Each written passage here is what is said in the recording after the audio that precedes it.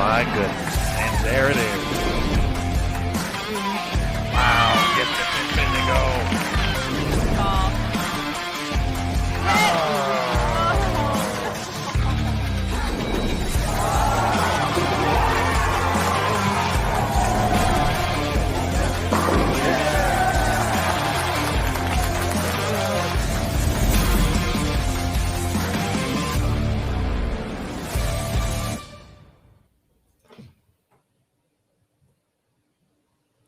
Hello again, everybody, and welcome back to Bowl TV for continued coverage of the 2021 PWBA Summer Classic Series. We are coming to you live from the Go Bowling Classic, the first event of the Classic Series, coming up here from the ITRC, the home of Team USA in Arlington, Texas. We're getting ready for B Squad to hit the lanes for their 9-game qualifying block. A Squad was certainly interesting on our 43-foot condition for this first event. So we are excited. We are looking forward to seeing what's going to be in store for B Squad. They got their 10 minutes of warm-up set. They're going to get to the lanes here momentarily. But first, before I do that, let's bring in Matt Cannizzaro, who's joining me here in the Bowl TV studio. Hey, there he is. What's up, Matt? How's it going, sir? How about that PWBA action down there? I got to go see it in person. That was different. It was different. It was cool. It was great. The scoring pace was kind of all over the place throughout the course of the first block. But Dasha Kovalova, the two-time champion here in 2021, she won the last event we had as part of the regular full tour there at the Louisville Open. So she's continuing that success here in the early going at the Go Bowling Classic. But Matt, you got the opportunity to talk to Dasha. Tell us a little bit about that and kind of her thoughts coming into this event. And just this performance she had to kind of create a ton of distance between herself and at least the rest of the players on A Squad. Well, as you know, she's always a comedian, so it was very entertaining. And she did finish with 260, so a big final game there to get to more than 200 over and feeling pretty comfortable. But as with any competitor, wanting to be modest about the performance, there's other things that could have happened. Things could have been a little bit different at times to maybe get a little bit more, so something to think about and work on for tomorrow. But she said after that win, didn't want to settle for kind of where she was at that point. So decided she had a break. Why not redo her span, right? Of course, you win an event. First thing you do is go toss all the equipment and redo things. And came in with 12 brand new bowling balls, new span, feeling a little bit more comfortable and confident. And of course, Aaron, as you know, new balls always strike, and she proved that today. That's a fair point, Matt. Very true stuff. Interesting. Switching up the span. I know she was going to have the opportunity during the break to work with her parents. They were coming over. She was excited for that chance. And we mentioned about bowling with Chris Barnes at the PWBA striking against breast cancer mixed doubles as well. But yeah, pretty curious change. But that's the big part about this game. You can't stay content if you want to compete with the best in the world. And Dasha, for most of us folks, if someone told me I had to, or it would be best to switch my span after bowling, a great set or 300, 800, whatever it may be, I tell you to go run in the other direction really fast because I wouldn't want to talk to you. But she saw the need for that. There were things she needed to work on in her game, and obviously it showed off, averaging better than 225 in that 9-game block. I think she's going to feel pretty comfortable about making this top 12 and making match play for tomorrow. That's, of course, the number one goal. A few other players definitely were ready to sweat it out. There's a couple in the plus 80, plus 85 range. There was a lot of chatter. What do you think the number's going to be? I heard anywhere from plus 100 down to mid 70s. So I think regardless of that, many of the players are going to be keeping an eye on that cut line. And I think the speculation was that this particular squad, whether it's just stronger in general or just a little bit smarter after having watched the last squad, of course, the opportunity to learn from what they did. And the expectation was that more than half of the bowlers in match play would come from B Squad. So we'll see if that's true or not. That's why we bowl the games, folks. It can always work out on paper one way, but that's why we bowl the game. So we are excited to bring this action to you. Game one underway. We're going to go full screen here, just like that, so you can enjoy the action. You don't have to worry about looking at Matt and I anymore for a while, folks, which is always a bonus here on Bowl TV. We're going to start on lanes 5 through 8 here at the ITRC. We do have lanes 1 through 14. Every lane in play is covered on BowlTV.com. For those of you watching on Facebook and on YouTube, hello. Thanks for joining us here. Of course, a big hello, as always, to the folks on Bowl TV as well. Very quick turnaround, obviously, to the end of the last block. But here on lanes 5 through 8, we're going to be starting off pretty talented group of bowlers. Quite a few accolades in this group. So on 5 and 6 to your left, we're going to have Sydney Brummett, Tanya Ramanpour, Danielle McEwen, and Shannon O'Keefe. Pretty awesome 4 bowlers right there. We're going to move over to 7 and 8.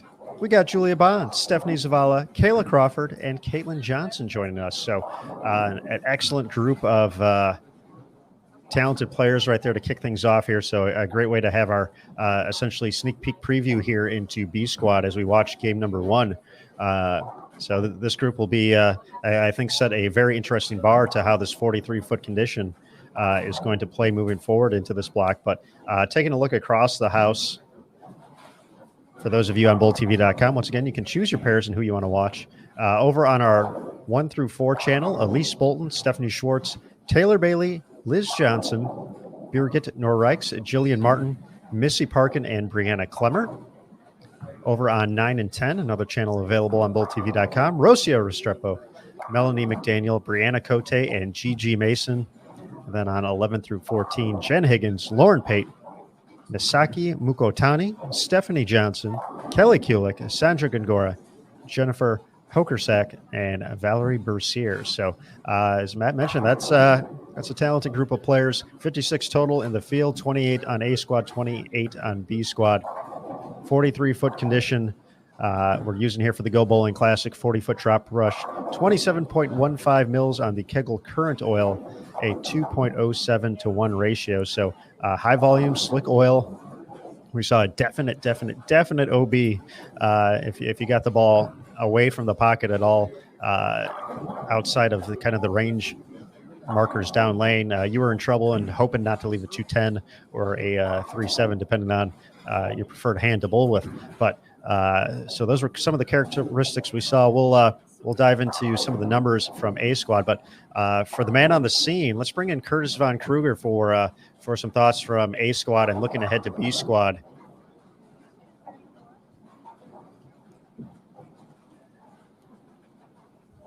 From down below at the International Bowling Campus, there he is, Curtis Von Kruger. Welcome back. Fellas, I've got a fever, and the only prescription is more bowling. And we got B squad today. And I think you guys were speaking to a point that I was trying to make earlier, and I think this squad is going to definitely be higher scoring. I mean, that's not a super high bar set, but I think the top level, I think there are a few extra, a couple of extra top end bowlers on this squad. And that's not to detract from the bowlers on A squad. There were phenomenal bowlers on every line. But you just look at this, I feel like this is just a slightly deeper squad. I think they're going to play them better earlier. And I think you're going to see 7 to 8 girls make it out of this squad as opposed to A squad. Some call me crazy, but I'm sticking to my guns. I'm saying that number is going to be 75. I originally called it about 90 after looking at the numbers here a little bit, and there was definitely a drop-off. The lanes looked like they were getting easier, and then they got harder at around game 7. And so I feel like 75 is a good number. Maybe Jordan Richard is the number. Who knows? So we shall see if I'm right or if I'm just blowing smoke, which is a possibility. Absolutely a possibility. Well, the best thing is we get to find out all together here on Bowl TV. Live on Bowl TV. Tell me your Bowl TV chat. Is that fact or fiction? Am I coming out of nowhere, or what do you think? Do you think the squad is going to score better, given what you see, or do you think the number is going to be 63? Challenge Zoo Keithley coming in the 6th spot right now. So let's get your opinions. All right, so folks, drop that in the chats. We'll go full screen once again. Curtis, bringing out the gauntlet games there. I like that. Hey, you got to keep them. You got to keep them guessing. And another interesting point: Jillian Martin, obviously a player that we have been keeping tabs on. Bowling on this pair, this pairing with Danielle McEwen, Sydney Brummett. Strong pair there. Strong pair. How do we feel like she's going to do? Do you think she's going to rise to the moment, or do you think she'll succumb to the pressure? I'm very interested to see. It's one of the most intriguing storylines we have in the tournament this year. This week. Absolutely, and you do also have the ability, not only on bowltv.com, you can watch every pair, but we do have live scoring available too across the house for quick tabs across all 14 lanes in play. So very, very helpful tool for us. We use it quite a bit throughout the course of the broadcast. And for those of you on bowltv.com, if you're in the chat, you kind of already know if you've been here once or twice, we have a few different tabs to choose from, and that one in the middle gives you access to basically the page we're working from as we go through a squad with you, through a qualifying block, match play, whatever it may be. You can get access to the oil pattern, to the pairings, to just the roster in general, live scoring link, and of course, most importantly, in the standings as they get updated throughout the course of the block.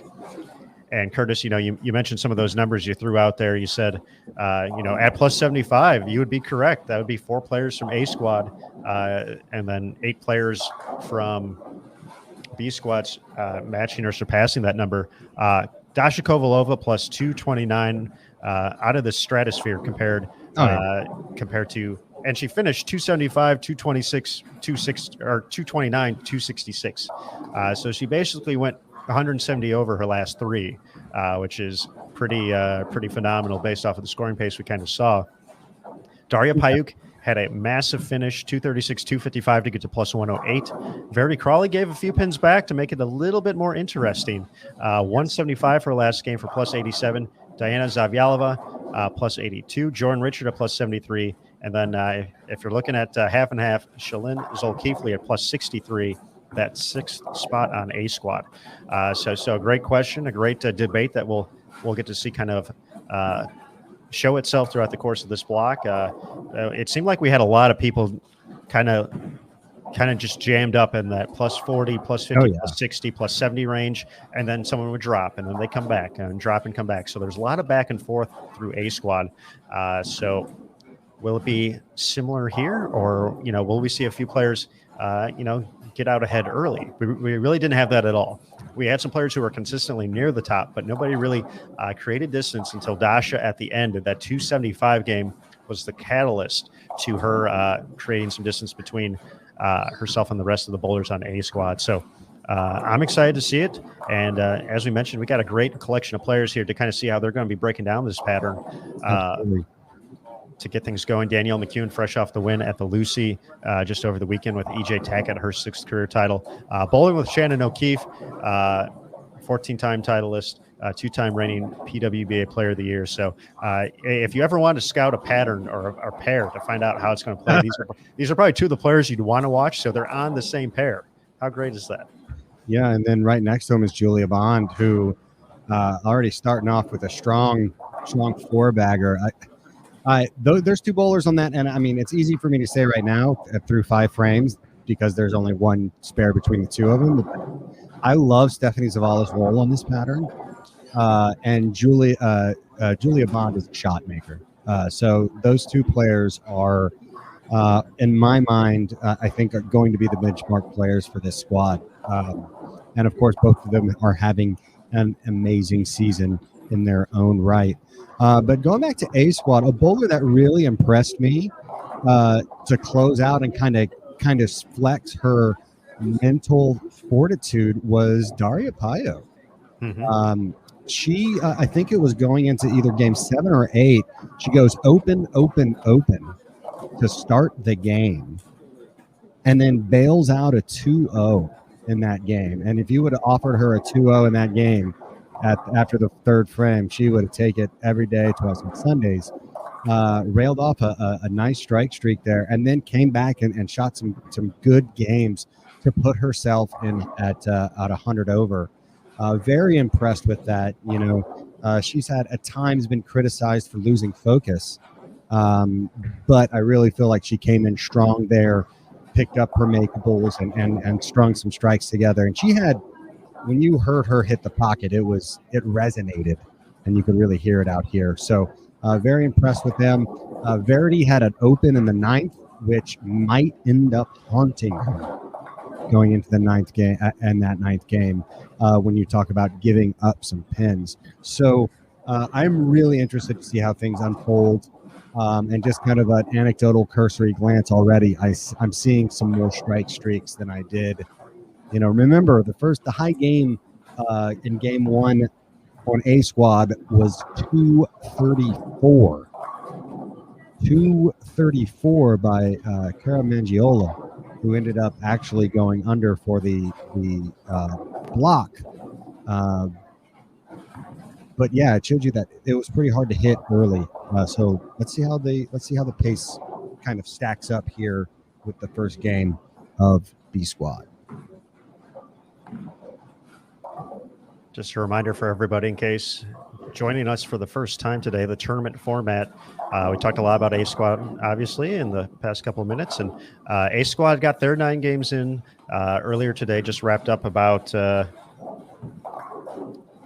probably an hour 15 ago, hour and 15 minutes ago, I should say, something like that. It was a short time ago they finished up, but they bowled their 9 games. B Squad's going to have their 9 games, and then from there the top 12 will advance to tomorrow's match play round. So just 12 of the 56 bowlers advancing to the next round here. So that's why that kind of cut line point is so important to keep an eye on. But heading into match play, then 12 match play games, so 2 6-game rounds tomorrow before we determine our top 4 total pinfall and bonus pins, determining that top 4 for the step ladder finals. So JT made a great point during the end of the last block that for anyone making it to match play, with the amount of bonus pins available, 12 games out there as well, if you make it in, you're going to have a chance to make the show. Absolutely. And when you have a scoring pace that's slower, the impact or the ratio of bonus pins to just normal pins is a lot higher, and so you can pick up a lot of games by just keeping clean and winning your matches. You can gain a lot of ground to the field without shooting massive games. So bonus pins, man, 30 pins a game, that is a significant number. Absolutely. And going back to one of the things you mentioned about Daria and just kind of the ability to bounce back. And one of the things, in talking to Jason over the years, and I'm sure you've had these conversations with him as well, is that, moving pairs game to game, the top players in the world, you kind of expect them by the time they get to frame, 4, 5, 6, 7, they pretty much had the pair figured out. And, you kind of work that way. You find out what you need to know, you make the adjustments, and then you finish strong to, wrap up those games. That was game 7 that Daria started off with 3 opens, made some ball changes, rattled off 5 or 6 in a row to put herself in position for that 2-0, and then did the same thing the next game to get into the 230s, through the last 5 to get there. And all of a sudden she went from being a player who was, if one hit doesn't go her way or, one bad shot in there, all of a sudden she's, looking at that game, another 2-0, and she's making the leap into the final game at, plus 15, plus 20, something like that, which all of a sudden now you have to shoot 250. But then she came in, in a better spot that final game, had a pair she can make some great shots on. She did that, took advantage, big final game to jump into second place just like that. And you know what? We saw her do that in a short time frame at the Greater Nashville Open as well. Yes. So she jumped from 11th to 1st in about 4 games or 5 games. Yep. She figured something out at that point in time, and it gave, I think she made a ball change, which gave her she had room right, and she could pull it. And when you give a player like Daria that much room, she has the ability to outstrike pretty much anybody out here on tour. And so, yeah, that was very impressive. But when you bail a game, when you bail a game like, she did in Game 7 and Game 8, it gives you so much more confidence going in, knowing that, hey, even if I make a nice shot, a bad shot, or, something doesn't go my way, I know that I can come back and still bowl a great game. So takes all the pressure off of you. And when she's bowling loose and when she's bowling free, like I said, she's as good as anybody on the planet. And I was really happy to see. I was really happy to see her find that success and really give herself some confidence going into match play tomorrow. And folks, if you want to watch match play tomorrow, if you want to watch the rest of this qualifying block, for those of you on Facebook and YouTube, Game 1 is all we're here for before we send the broadcast exclusively to BowlTV.com. So at the end of Game 1, we'll have everything on Bowl TV. So we hope you head on over there and pick up a subscription to watch. A few different options to check things out. If you just want to watch the Go Bowling Classic today and tomorrow, you can pick up an event ticket for $8.95. Messenger there from Tanya. Let's go. Let's go, Messenger. Go, Messenger. Nothing gets me excited like a messenger. It's great. I love messengers. Throwing them like Osku. Absolutely, especially at the ITRC. They're few and far between there. So $8.95 just to watch the Go Bowling Classic for today and tomorrow. You can pick up an event ticket to watch all 4 events as part of the Summer Classic Series for $19.95. So that's all 4 events: qualifying, stepladder finals, match play, the whole everything. $19.95 for that. Or there's a monthly and annual recurring option you can pick up as well. The monthly recurring is $9.95. The annual is $79.95.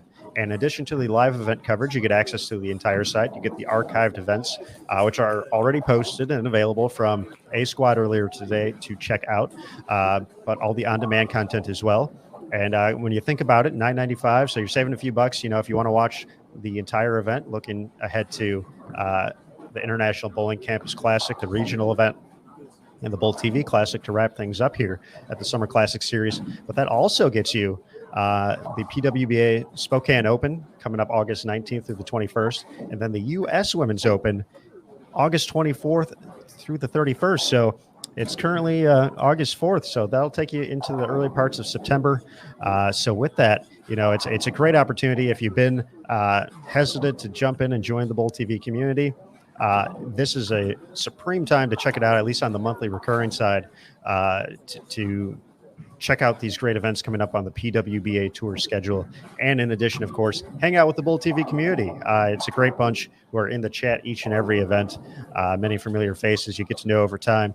As we said yesterday, it's just like Cheers almost, except with bowling. So it's great. It's a great community. And we have giveaways as well. So all of that kind of coming together. Be part of the Bowl TV community. Check it out, bowltv.com. At the end of Game 1, we will be having everything go exclusively to bowltv.com. So we hope to see you throughout the course of the day. We'll be here for every game. We got every game and every pair covered here. So if you have a favorite athlete on tour, you can literally follow them for every game of this event and the next event and the event after that. So it's pretty awesome. So we hope you check it out. bowltv.com, the place to be. Curtis, I have a follow-up question to something we were kind of touching on as we were looking at those cut scores. And so we saw how tough they can play in that first squad, unless your name's Dasha Kovalova. And then she just does everything great. How much do you think that affects the strategy when players kind of see a lower score kind of, I mean, you still have to go out and average, plus, what do we say six was right now, plus 63, I think. Yeah, you got to average 210, 208, 210, somewhere in there. So when you come in thinking, if I find a way to average 210, I'm probably going to be good. Versus, A Squad didn't have that, didn't know what the scoring pace was going to be. And, maybe they're thinking early on, okay, I got to find a way to average 215, 220. How much do you think that helps the mindset for the players on B Squad, knowing maybe they don't have to be as aggressive, or do you think that potentially hurts them in the long run of things? I think it can hurt them. I'm going to take an interesting angle here and say that it can hurt them. Necessity is the mother of invention, and I think that these players are so good that they're going to want to get all the pins they can, and so you need to stay aggressive, and because it's not just about today, it's about tomorrow as well, and you have to position yourself as aggressively as you can to be competitive in there.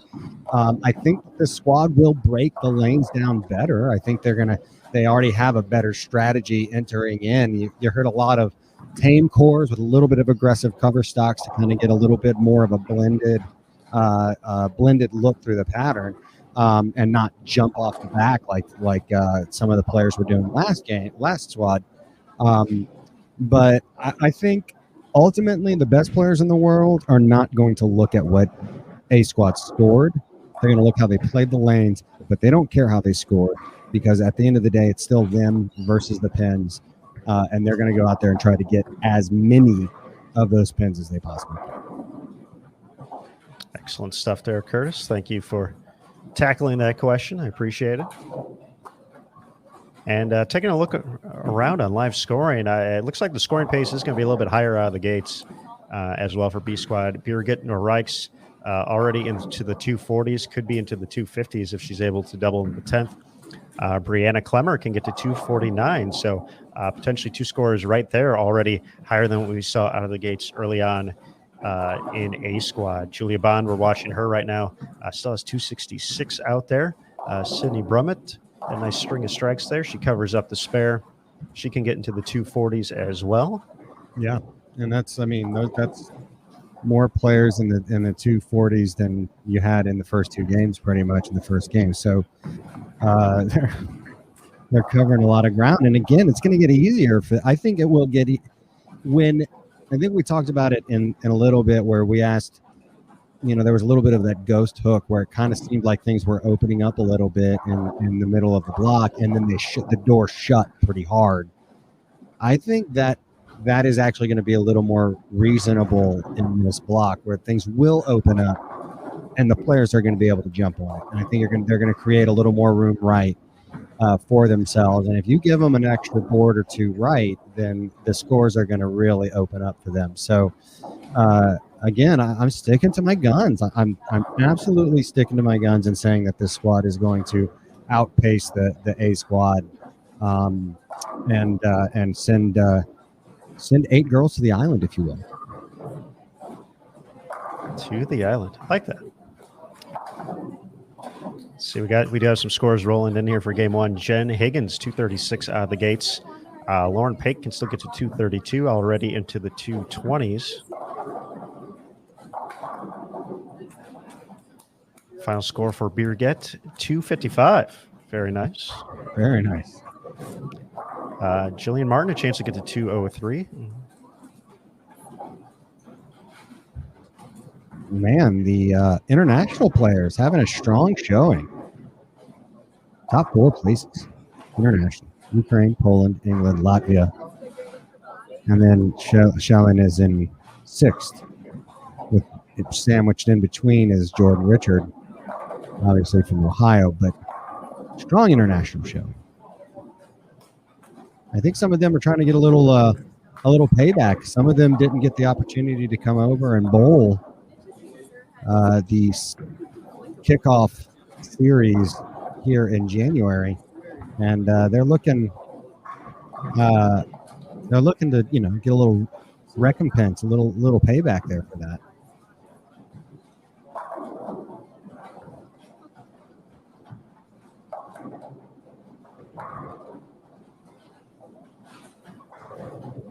Julia Bond, really strong start for her.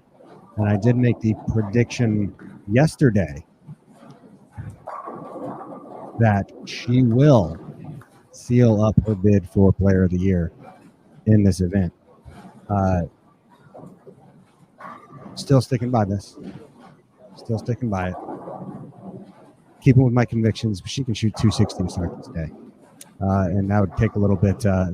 That'd be a nice little Nice little cup of coffee for her to start her morning. Her morning at 5 o'clock in the afternoon. Hey. Danielle with the double. She can get to 221. Very well bowled game for her. A little misstep there from Sydney in the 10th. Still going to be at 216, though. Shannon O'Keefe finding a late rally of strikes. She can get to 227. Stephanie Zavala, 221. Still out there. You see that angle? There's nobody else in the field that can do that.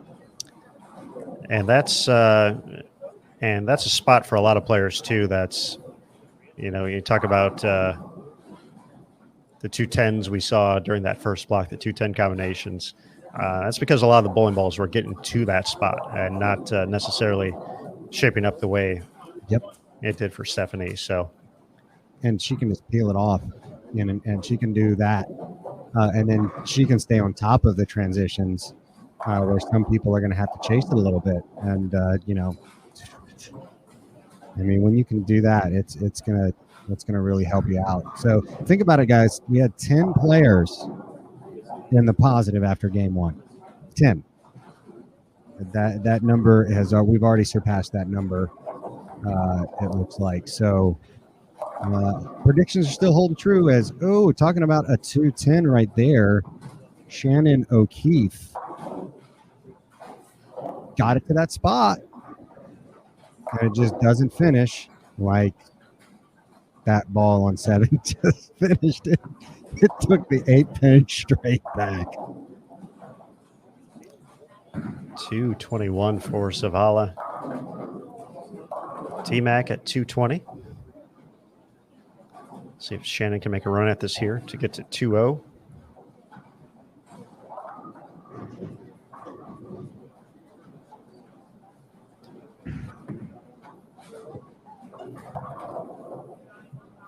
Well, tried to bounce it.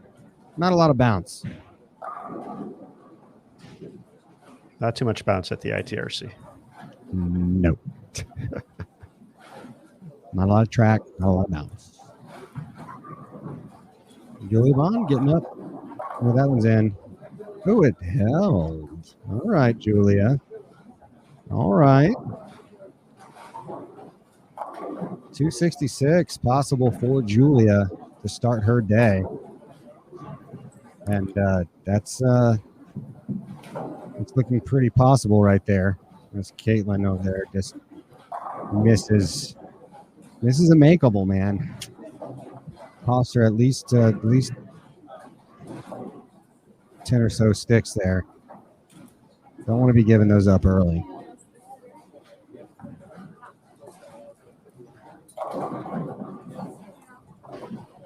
Oh, stubborn 7-pin there. But she'll take 250. She'll take 255. 250 all day. Absolutely. So with the spare, she'll be tied with Birgit for the early lead, it appears. Yeah. I am going to go see what my eyes can see. Talk to a couple of ball reps. See what people are in. See what their strategy is. And you know what? I'm going to share that information with you lovely folks listening today and watching today. It's because I love you guys. I really do. Well, thanks, Curtis. Yeah, not a problem. You guys make my job fun and enjoyable, and I value you guys. So I'm doing that just for you. And I'll be back, and we'll get things going for this second game. One game already in the books there, Aaron Smith. Just like that. Just like that. All right, Curtis, we'll let you get to it. We look forward to the report when you come back. And once again, for the folks watching on BullTV.com, we're going to take a quick break to just reset. You don't have to go anywhere. We'll be right back. Of course, all the other channels will be rolling. For the folks watching on Facebook and YouTube, we thank you for joining us here for this brief look into the Go Bowling Classic on your Wednesday.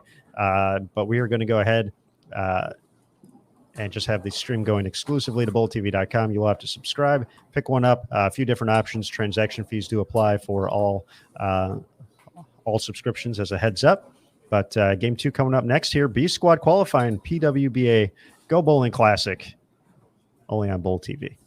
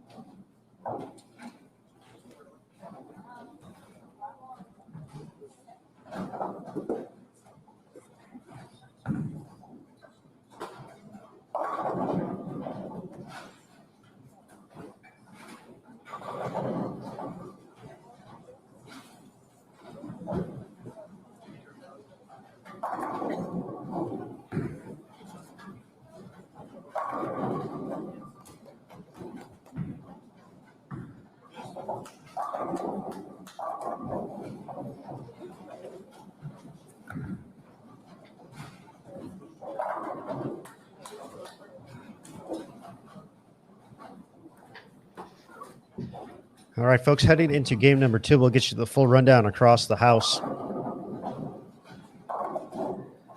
We'll stay on lanes 5 through 8 here. We'll cycle through this pair a couple times as we get to see all 28 competitors throughout the course of the block. But game 2, starting off on 5 and 6, we have Elise Bolton, Stephanie Schwartz, Taylor Bailey, and Liz Johnson.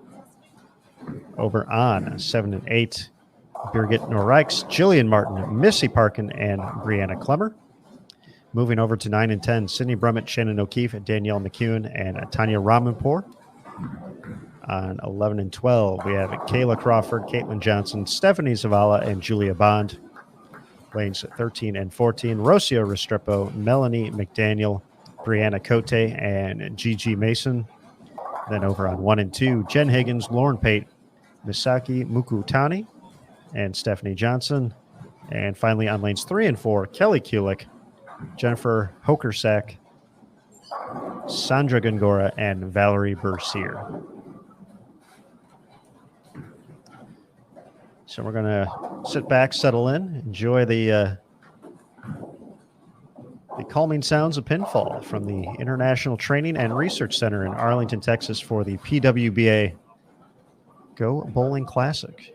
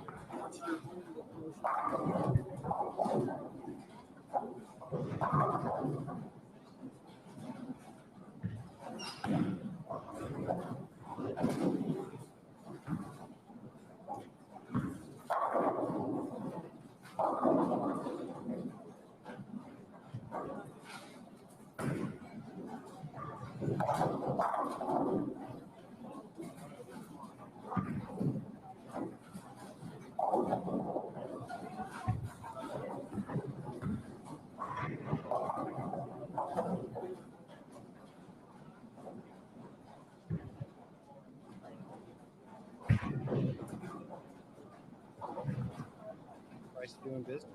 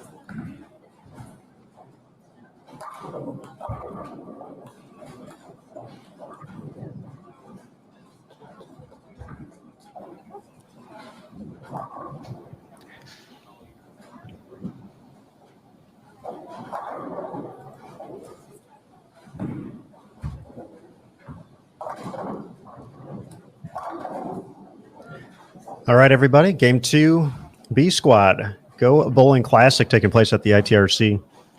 We do have some scores updated and available through game number 1 from B Squad, Julia Bond and Birgit Norreichs at 255. Jen Higgins and Brianna Clemmer at 236. Lauren Pate, 232. Stephanie Zavala, 221. Danielle McEwen, 220. Sydney Brummett, 216. Sandra Gongora, 207. Valerie Bercier, 204. Gigi Mason, 203. And then Kelly Kulik, Liz Johnson, and Misaki Mukutani at 200 even through game 1. And we're going to have a special guest join us here for a little bit on Bowl TV to talk about her experiences during A Squad here at the Go Bowling Classic and how she saw the pattern. She put up a nice number. Is going to have to play the waiting game now to see if it's going to be enough to hang on to a spot in the top 12. But Bowl TV audience, please welcome in Verity Crawley to the broadcast. Verity, how are you doing? Hello, I am good, thank you. Just watching a bit of bowling, and we'll see if my score's going to be enough or not. That is the fun and excitement, I suppose, of the waiting game here and being on A Squad. But they look tricky throughout the course of the block, and it seemed like you were kind of maintaining your spot, going up and going down a little bit. You had the big game toward the end to push yourself above plus 100, though, and things happened in the final game. Your final tally ended up being 87. Yeah. So based off of what we were talking about, we feel that's a number that's going to make it, but we have to wait and see. But tell us a little bit just about your experience on this 43-foot condition throughout the course of the 9 games, and kind of how challenging it was just to tackle throughout the course of the block. It's weird because going into it, I felt like, not to say that they were going to be easy, but I expected the scores to be higher than they were. And whilst I was bowling, I also felt like they were very playable. I mean, game 1, I shot 230, I think 232 in the second. And I was kind of looking around very surprised that was, one of the highest scores in the field, because to me, I was bowling on 13 and 14. I 210 on a good shot, and then I 3-6-10 twice on 2 shots I didn't really like. So to me, I'm walking away from my 230. Yes, I was happy, but I just felt like I also left a few pins out there. So then I'm going into the next few games. I don't know, I felt like scores were there, but it's hard to carry in this building. This is the first time I've ever competed here. So for me, I don't have a lot of experience in this building, unlike a lot of other people. I've practiced here once when junior golf was in Texas, but I definitely think that carrying, getting your ball to pick up at the right time was really important. Pair to pair, they're also a little tricky, especially when you make the flip, when you go from the high end to 1 and 2, they definitely feel a little bit difficult. But the nice thing with there only being 14 lanes, we obviously hit a couple of pairs twice. So the good thing is that you have information about all of the pairs to be able to figure it out when you then bowl on it again. So yeah, I felt like today was a big grind for me. I felt like I left pins out there. I only had 1 clean game and I split in every other game. So when I look at that, I feel like I definitely had, if you change those splits into a maple spare, then you have so many more pins out there. And the last game, I shot 170, I big forward twice on the left lane, and I made good shots. And in the end, that's what you can do. And obviously, it's going to be curious to kind of see how they play them in this squad. I feel like everyone started a little bit further right with more surface than what we did. So they're going to break down a little bit different. And I think they're still going to be hard, but they're going to be hard in a different way because we started so much more than in and this squad seems to have.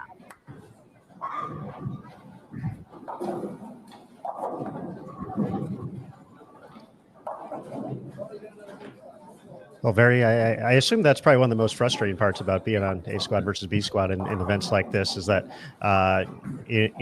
essentially B squad can kind of see how the squad attacked the lanes and see, what worked, what didn't. We see some higher scores already out of the gates because of that.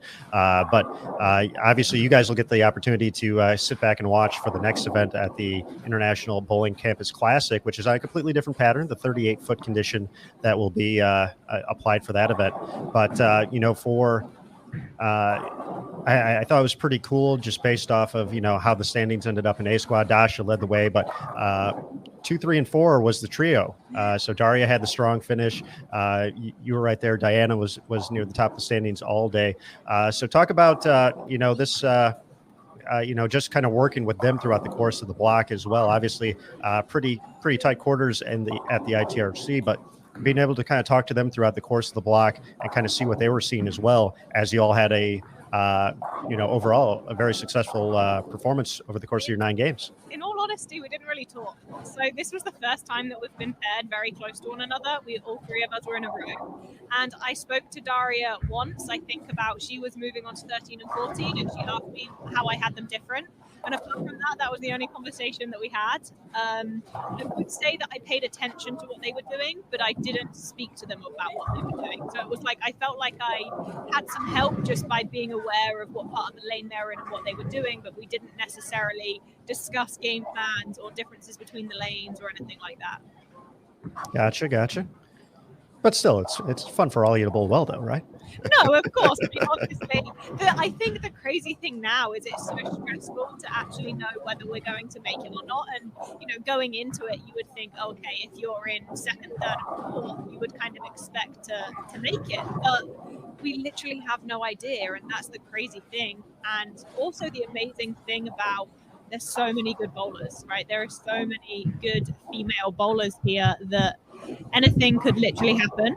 And, you go down the squad list for this squad and you're like, okay, well, I expect them to make it and them to make it and them to, and you just keep listing off these names.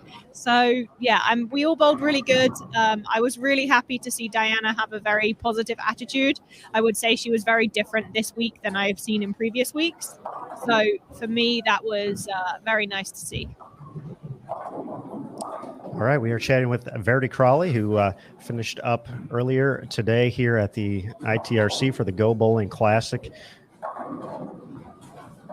Currently sitting in the top 4 overall, waiting to see if her score is going to be enough to move on to match play. And I feel that's just looking at the format today, and we kind of talked about it as the commentators here, but we're not out there bowling it, we're not experiencing it.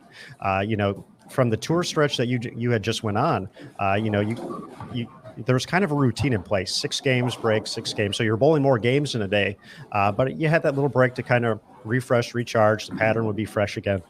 Talk a little bit about just how different it is to get ready for a 9-game block versus that, knowing you're not going to get the real.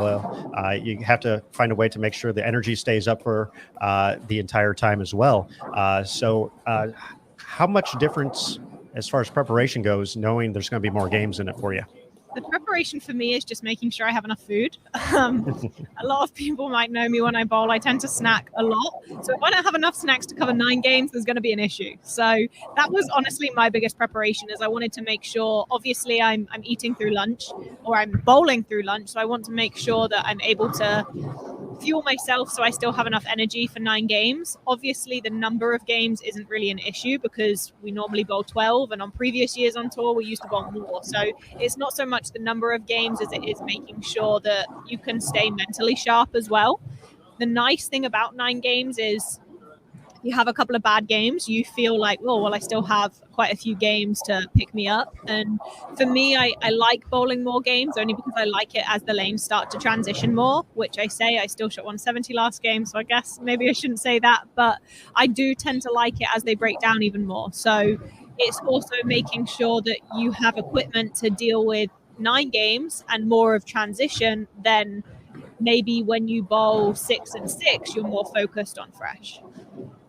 Gotcha.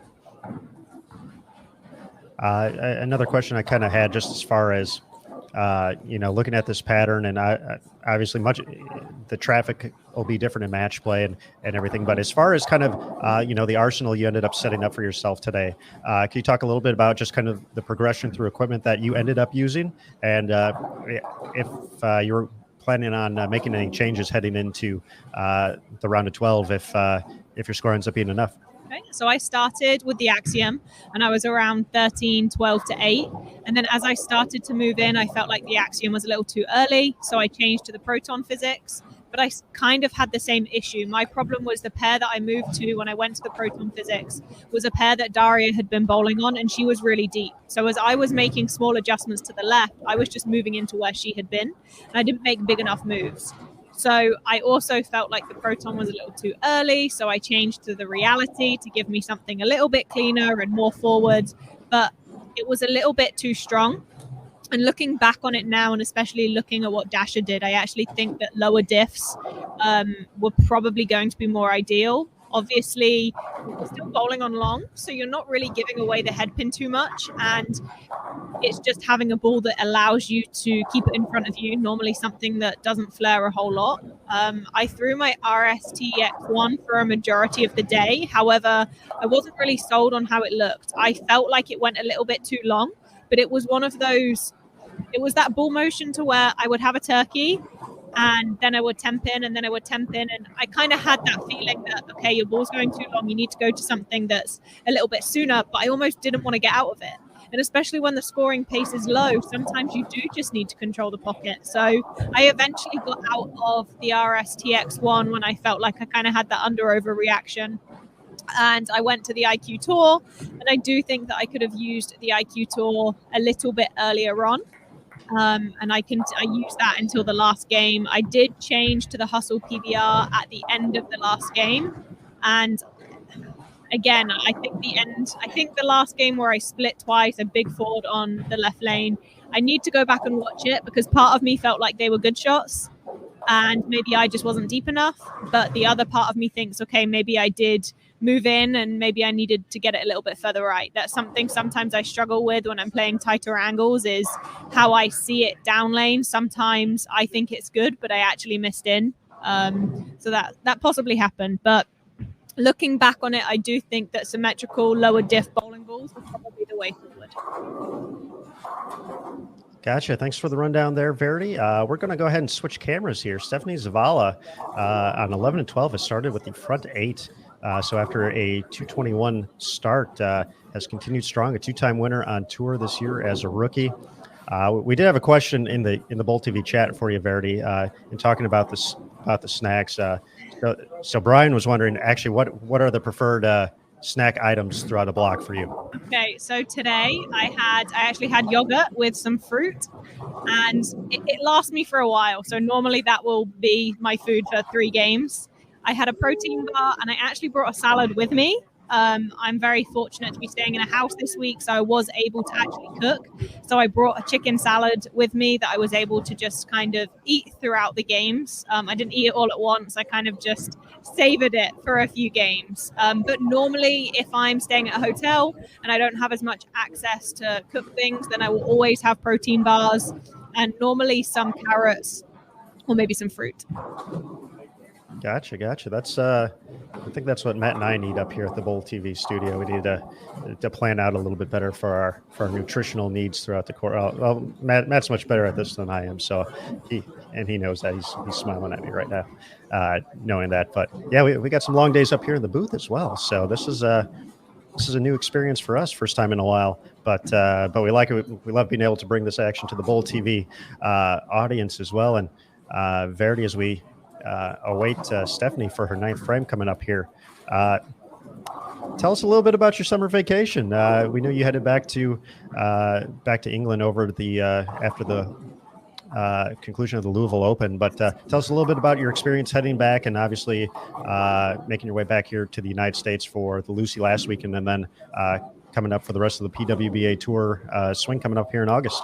So I had to go home for 3 weeks because of my visa. I'm limited to how much time I'm allowed in the US right now. So it was really nice to be able to go home and see my family. Obviously, I was back at the beginning of the year as well when I was kicked out and all of that stuff happened. But it was a little different this time around because things were actually open. When I was back at the beginning of the year, restaurants were closed. I couldn't see any of my friends. So this time it was really nice to get back and actually be able to see some of my friends, catch up with people, and I could bowl.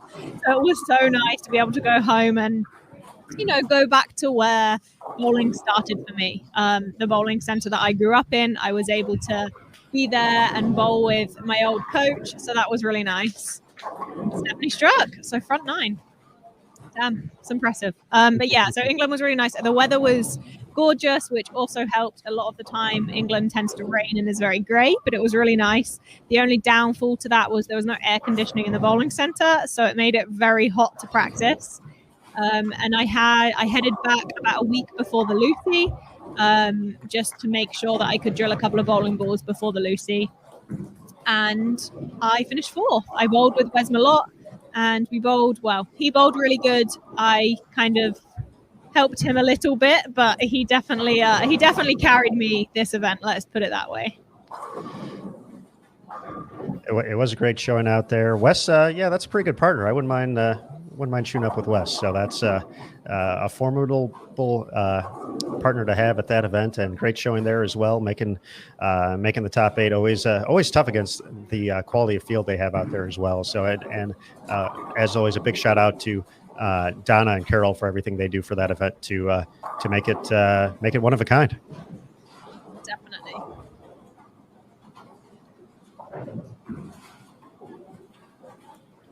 So Stephanie Zavala is going to be stepping up here momentarily, working on 9 consecutive strikes. The Bowl TV chat, and looking at this pattern and how it played, said they did not expect to see a 300 today. There are a few folks who were optimistic, but they weren't thinking this was going to happen. Verity, how do you like Stephanie's odds here? I think they're high. I think she's going to do it.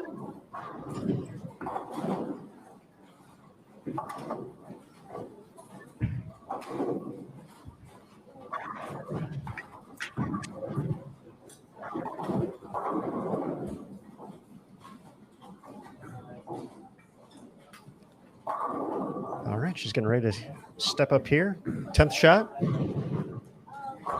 Coming up on lane number 12, the 2-time champion here in 2021. Nice shot there by Kayla Crawford as well. But Stephanie Zavala looking for the first 300 game of the Go Bowling Classic.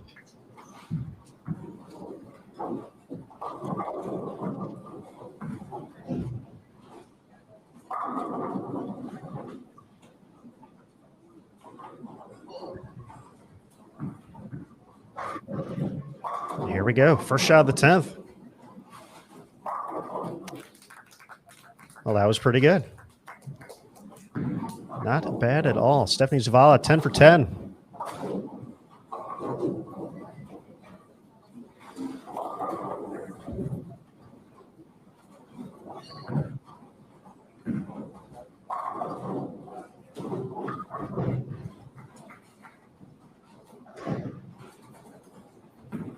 This is the longest string of strikes we've had to start a game so far today by quite a bit. High game earlier today, 279 by Summer Jasmine. So Stephanie already into the 280s. Can she make it 11 for 11?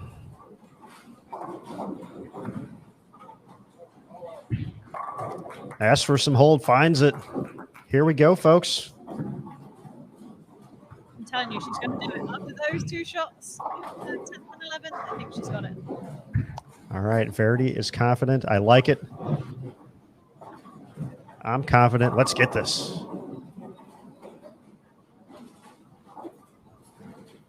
I'm trying to think if this might be her first PWBA 300 as well. That'd be a pretty cool addition to it all. But Obviously thinking long term here. She's just thinking about making it to the next round, but could be a cool moment here. Stephanie Zavala, 2-time winner here in 2021, looking to connect.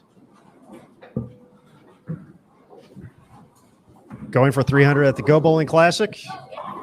Let's get it. 300.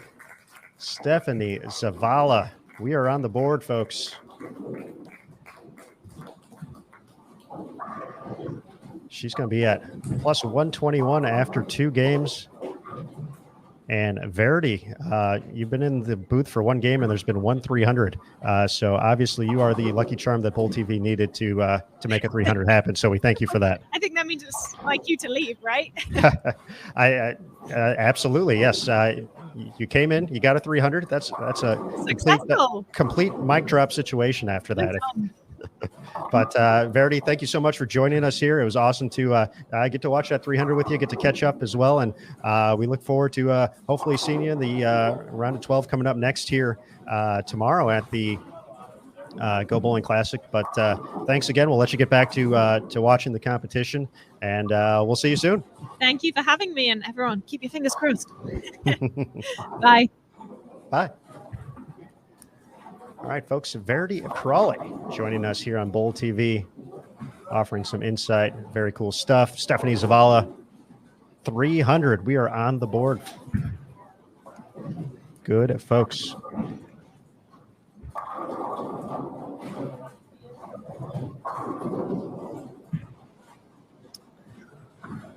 Curtis, how about that? Wow. That's all I've got to say. That's a lie. I always have more to say than that. Yeah, we talked about it. We talked about it in practice, that she just has a role that is unlike any others on tour. And she's going to, you could see there that she could create room to the right, and then, but still, if she got it in, it would still skid, push, and check because of her role. And so she can just do what other people cannot. And I'm very glad that we were proven wrong. That we said I said there wasn't going to be a 300 game, and I'm glad that I was proven wrong. And Stephanie just fires one off game 2, and just makes it look easy. But it is proving my point that this squad is going to outscore the first squad. So I'll take the W where I can get it.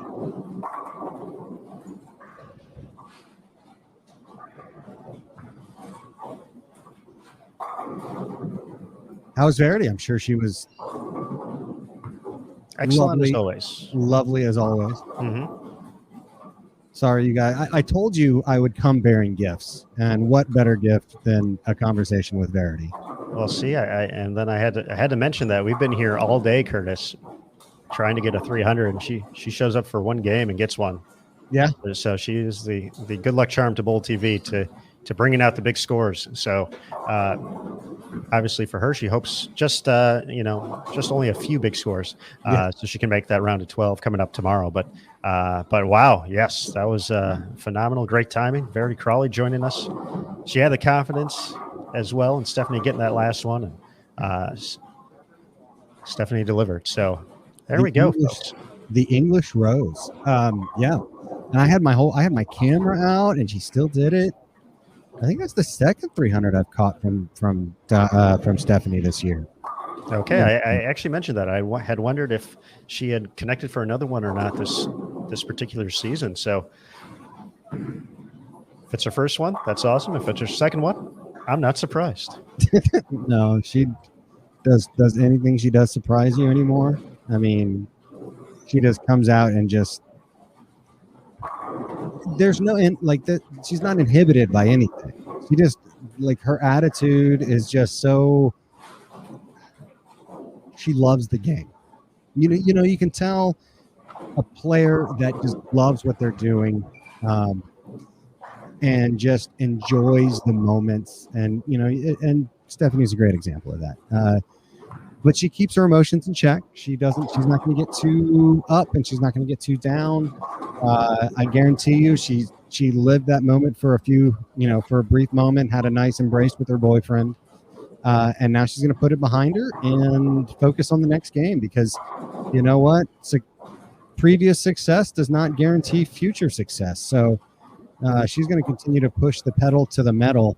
But as good a start here on this 43-foot pattern as you could ask for here by Stephanie.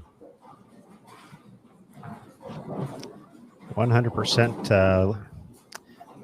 I'm curious. I was just so enamored with that string of strikes. I really didn't look around too much for the rest of the scores, but Lauren Pate's at plus 76 after 2. Liz Johnson plus 35. So it looks like scores, kind of, as we talked about, kind of picking up pace. Sydney Brummett plus 44.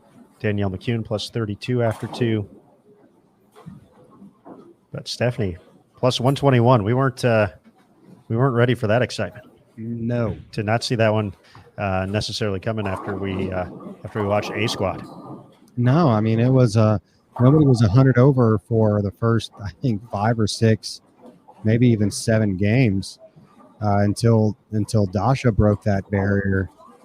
But I mean, Stephanie gets there in 2, and just makes it. Dasha Kovalova was 100 over ish. No, yeah, she didn't get 100 over until game 7. After game 7, so Stephanie just coming in and setting a tone and setting a pace. Really impressive. Really, really, really, really impressive. And we're going to keep that action rolling here on Bold TV. Let's see how many strikes in a row she can get. And you can follow her. You can follow this string of strikes, guys. Bowling fans out there.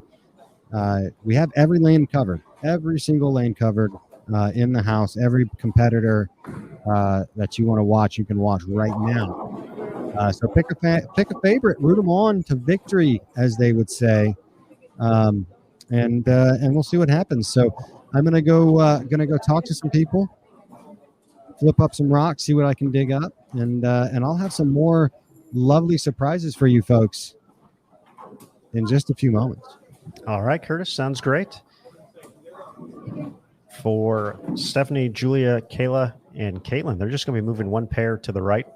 So we'll see them on 13 and 14 next to see if Stephanie can continue that string of strikes. Scoring pace a little bit lower there on 13 and 14. Brianna Cote, 210, leading the way. The back 4. Melanie McDaniel, 203. Rocio, 165. 164 for Gigi. Looking ahead to game 3 across the house.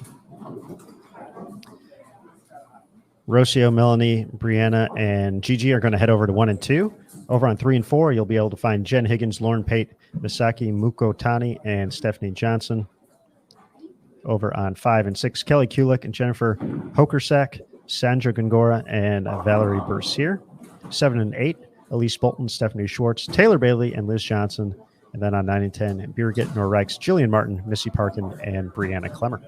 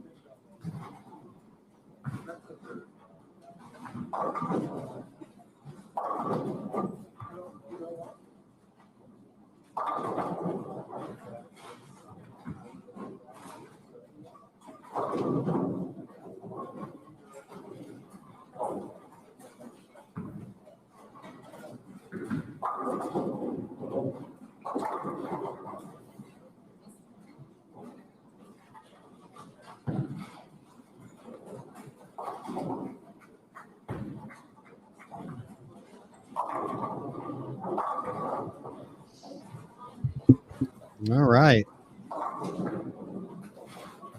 Got some numbers coming in, obviously. And the cut is already at 53 pins. Is that cut line number 12? With only 2 games in the books for B Squad. Stephanie Zavala moves squarely in second place, as you saw her strike streak end at 13 and a couple of 10 pins now here in game 3 in the second and third frame. A couple of other bowlers, Birgit Nurix, 79 over, shot a 224 to follow her 255. Lauren Pate with a couple of great games, 232, 244. Julia Bond, 255 and 211.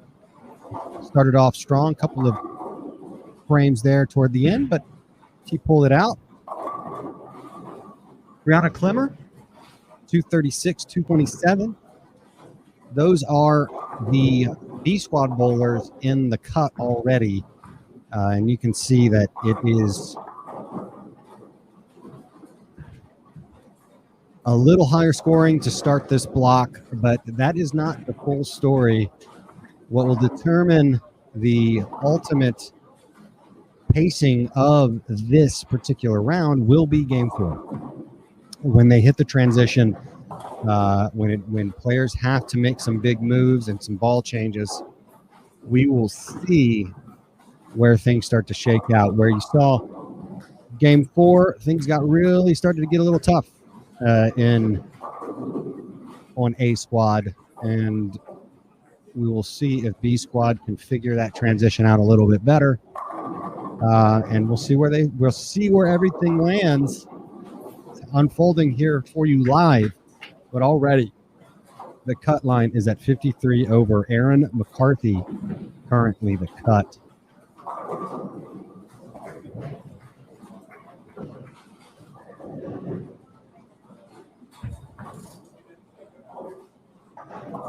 Caitlin Johnson there with a little bit of problem with her spare, but she'll have the opportunity to get back on this and throw a couple of strikes here. Julia Bond stepping up on lane 14. Got that one in early. Greek Church, statistically one of the hardest splits to pick up. The Greek Church, statistically, it might even be harder than the 710. Stephanie Zavala. And that one checked up.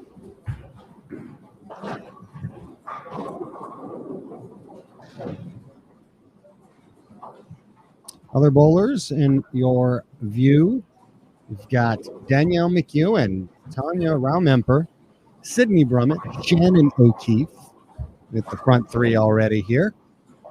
And you got Kayla Crawford, Caitlin Johnson, Stephanie Zavala, and Julia Bond. You are following as she goes for the Greek Church and gets a count. Julia sitting at 66 over, Stephanie Zavala at 121 over. Sydney Brummett currently at 44 over. Danielle McEwen at 32 over. And those are the positive scores. Shannon O'Keefe starting the day out a little rough. 49 under for her. But you do not expect that to last long. She will figure out what she is doing. She is currently in 42nd place, a 158 her second game. So a majority of those pins given away in the second game, and a 193 her first game.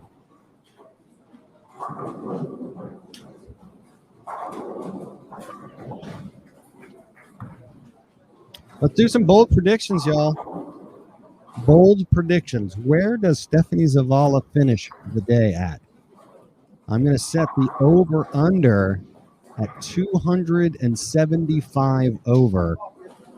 Do you have the over or do you have the under there for Stephanie Zavala?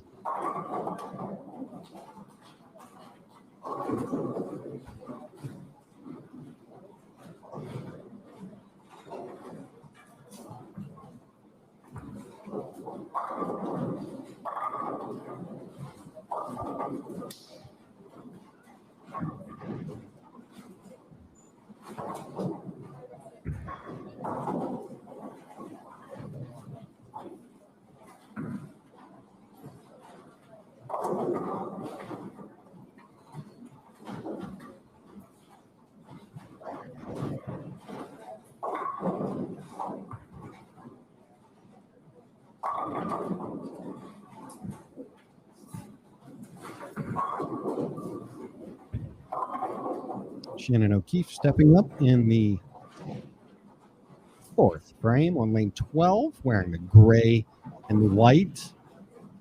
Always looking sharp. And a little bit of shake and bake. Fruit salad there.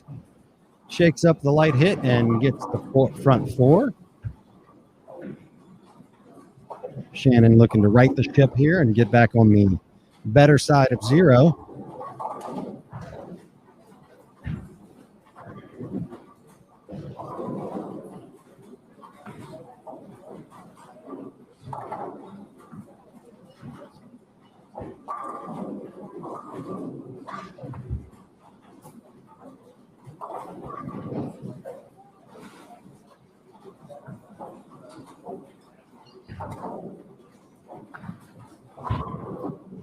We got the overwhelming majority say she will finish under 275.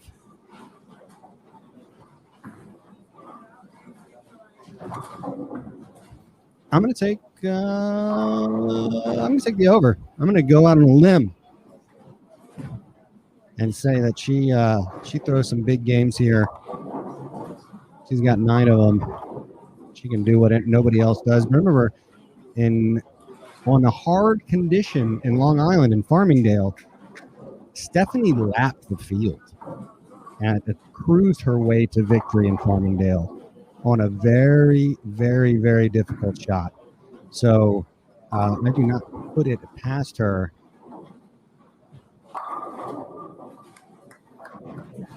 I would not put it past her to get above that number. Yeah, I was wrong too, Ruth. I said no 300s as well. I backed you on that one. I backed you. We died on that hill together. But it was an honor taking that stand with you.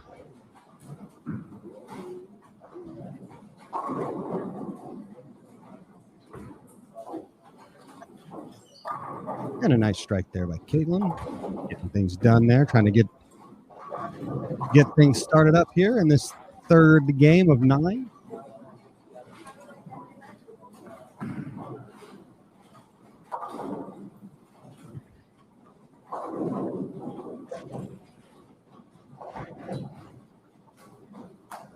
Julie Bond going to step up, going for the double.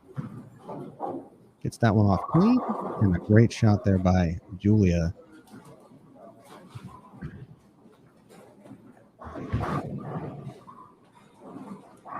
And a rejuvenated, revitalized Aaron Smith. It's like I just got hit with a fresh 1,000 pad. Ooh, Aberlon all the way. Question for you. We posed a question here on Bold TV. Bold stand here as Stephanie Zavala. You're going to see that a lot today, folks. That entry angle is nasty. I set the over-under for Stephanie Zavala. 275. You taking the over? You taking the over-under as Shannon O'Keefe lays down the front 5 for us here on a pair that Stephanie Zavala just shot 300 on. Maybe we can have an encore. How about that? That would be something, because if for the folks who watch the Kickoff Classic series, you'll remember that 11 and 12 was kind of the stay away from that pair. That's not the pair you want to shoot the big game on. So intriguing to see the first 300, and who knows, maybe 1 or 2 more when it's all said and done. Plus 275 though is the number you're saying for Stephanie right now. So I mean, after watching what Dasha did, I thought that number was probably going to be safe. And we talked a little bit about it toward the end of the last game, and saying that really didn't expect anyone to come out of the gates with 520 after what we saw, and she just said, I got that covered. So it's that's an intriguing number. That is a good line right there. Like, I feel if you said 250, I would definitely say yes. 275 makes it a little trickier. Yeah. But you know what? I think your point about her performance at the BVL Open certainly is a strong reminder of what she can do when she finds something. And, as you mentioned, this is she can do things that other players out there on tour cannot. So I think that's a good number. I think I'm gonna be bold and take the over. Nice. Join the over club. I love it. Brian, we got you. We got the over here. We're all in the over club. Let's do this. We got the receipts. It is in the annals of Bowl TV history. Bold predictions here. We're about bold predictions here on Bowl TV now. Just let's get out there. Let's have an opinion. Whether it's right or wrong, who cares?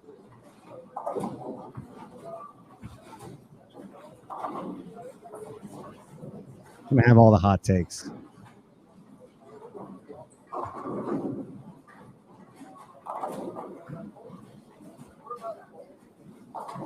Shannon O'Keefe going to step up here pretty soon on lane 12, working on the front 5. Minus 49 after the first 2, so yeah.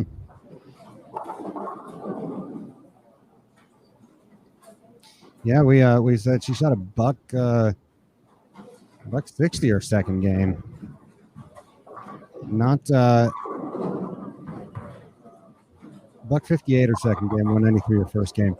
But as with anything, you can't hold Shannon O'Keefe down. She's going to figure it out. She's going to adjust. She's going to execute at a highest level possible. She's not going to shoot herself in the foot. And she's going to get things done. So she's going to try to throw down a 6-bagger to start her third game here on line 12. Looks like a good shot. No doubt there, Aaron Smith. Doesn't get much better than that. So, when we had Jason on toward the end of the block, talking about Nick Hoagland patterns, usually, they allow for different styles to find success. And, two players doing two pretty different things out there on the lanes. Essentially, just absolutely taking care of business on 11 and 12 over the course of the last 2 games. So as always, a tip of the hat to Nick for keeping it interesting. For keeping them interesting. Absolutely.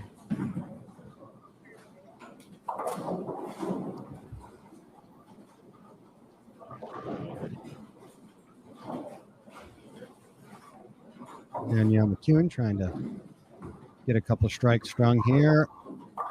See, look at that. Did you see that ball just never got going? Never got going and just blew right by the break point. And 6 count here, Danielle. Love that jersey. International blue jersey with all the continents on it.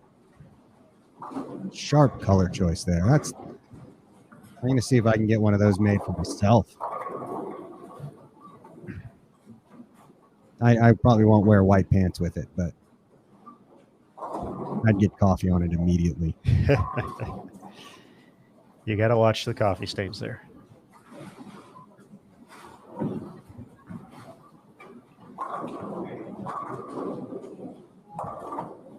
Gregory coming out with the bold prediction right here. He says Stephanie and Julia will be 1 and 2 to end the day. Fact or fiction, Aaron Smith? I'm going to go with fiction. I go with fiction as well. I think Dasha still takes number 2. I think Diane. Stephanie. I think it's not an intellectual leap to say that she might be leading, but Julia.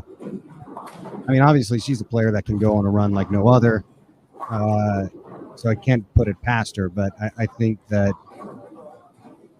the way that Dasha closed out that block was just beyond impressive, and she'll look to maintain at least second place heading into match play. A little tough leave here for Stephanie. I'm gonna try to get this to the left to the head pin, slide those over, take out the 6 and the 10. Tough washout here, but very makeable. Still makeable. Yeah, see? There we go. Nicely done. Let's go. Savala clean through 8. She was clean through 8 last game as well, but in a slightly different way. Didn't have to get the spare ball out. Unfortunately for Shannon, that one sneaks past the break point, 210. So her string of strikes ends at 6. Yeah, the dreaded 210. I mean, it is the split that is always lurking around the corner on this condition. I mean, you get a little firm with it, 210. You get it a little right, 210. I mean, it's just, they're going to happen. Unfortunately, that was on a 6-bagger, but she'll bounce back. I say she bowls 245. That's my prediction. Oh. Nothing more frustrating than seeing the pin wrap around the 10 in that situation. Hey, yes, sir.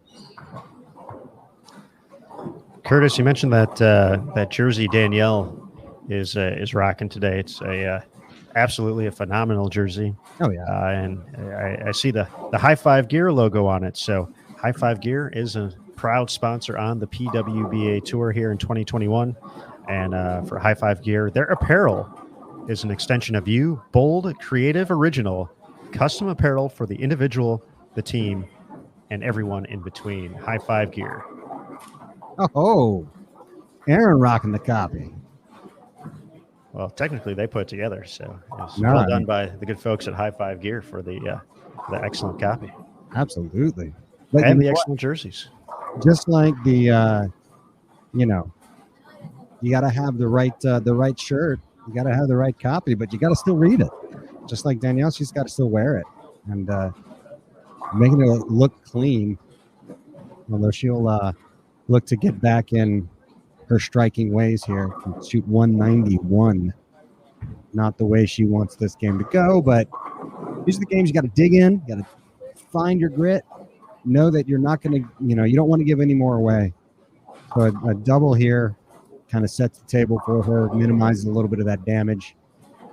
And, see if she can come out of here with a 180, 190 game. That'd be a win for her.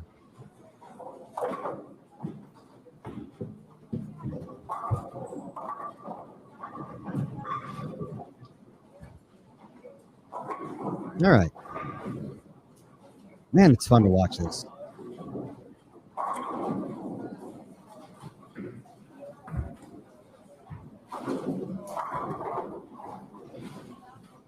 Stephanie stepping up. Lane 14. Look where she's getting that back from.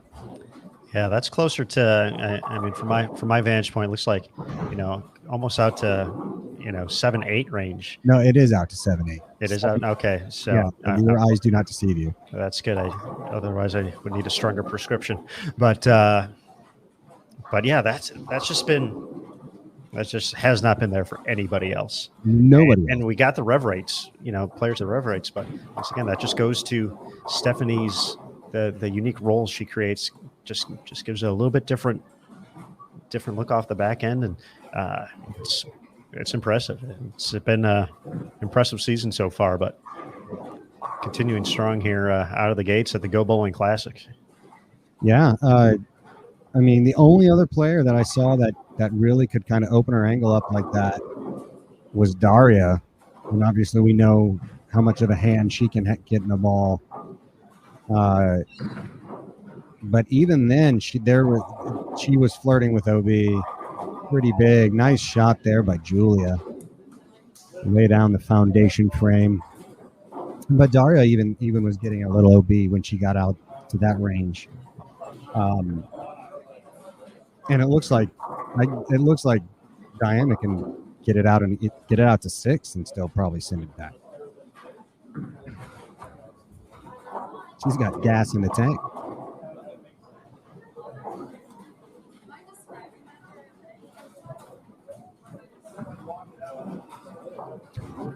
Bold TV chat. We'd love to hear your bold predictions. Love to hear what you guys are thinking, what you guys are enjoying about this tournament so far, what you like, who you like. I love the interaction. Love to keep things fun, keep things light. There's a frustrated 4-pin there for Caitlin. And a 7-10 there for Kayla. That's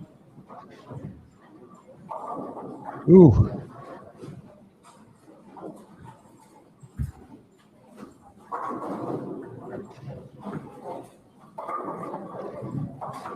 Shannon gets the hit in the 9th after the chop in the 7th, or excuse me, the 8th. Yeah, she goes open. So your 245 number still technically out there, but she's going to need all 3 in the 10th. Oh, she'll get it.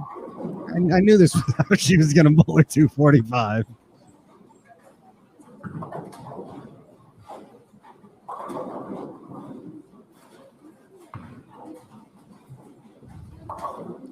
Taking a quick look around the house with live scoring. Some big games brewing. Misaki Mukotani has delivered the first strike in the 10th. She can still get to 257. Stephanie Johnson has 246 out there, still available. Kelly Kulik is going to be in the 230s. Valerie Bercier can get into the 240s still. Jillian Martin, 245 possible for her. Lanes 9 and 10. Yeah, she finishes that game out. She'll be at plus 45. That ain't too bad.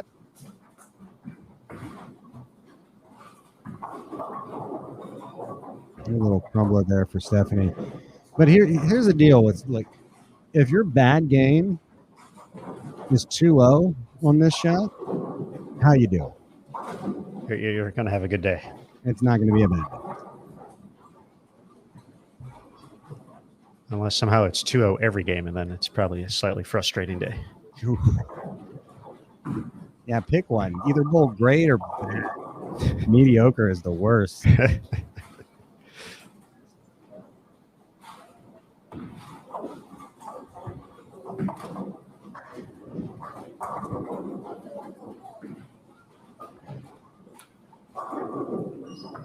So Zavala with the spare opportunity.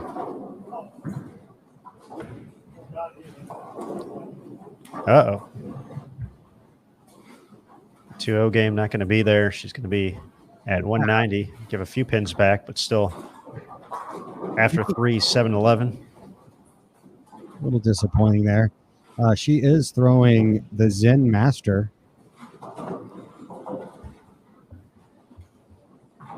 There's been a little bit of hype about that one coming out. I know the Zen has been a popular choice from 900 Global on both tours. Hey, Carl, answer your question. Yes, Liz Culkin did bowl a squad, and she had a little bit of a frustrating day. Finished 4 under. We were just talking about choose one, bowl great or bowl bad, and she just kind of bowled. Couple of high game was 228, low game was 173, just right in that median average. Finished at -4, 199.56 average. So, yep, she'll regroup and look to make things happen in the next event.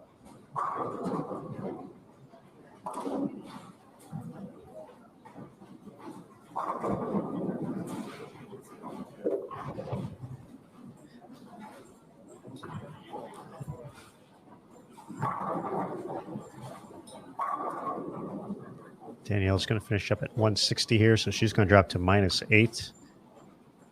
However, I did like the reaction there she had on the fill ball there. Man, chop there for Julia. 2 uncharacteristic moves by 2 great players here. Giving some pins back. A couple of chop spares and a couple of missed spares in the 10th. Got to have a short memory, though. You got to come back and just forget that happened. I think they're obviously gonna be making the turn, and the turn has played a lot of tricks on people. It's been difficult. The pair-to-pair reactions have been very schizophrenic, if you will. So let's see how they adapt.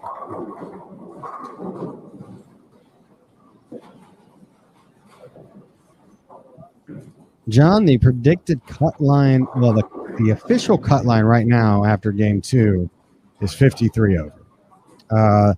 I made a bold prediction of 80-ish going to be the cut. I think maybe Verity is the last in on A squad. Diana Zavjalova, in my opinion, is on the bubble. And we'll see if she gets in, but this seems like the B squad is definitely outperforming A squad so far. And Shannon O'Keefe trying to prove me right here, needs a strike. Oh,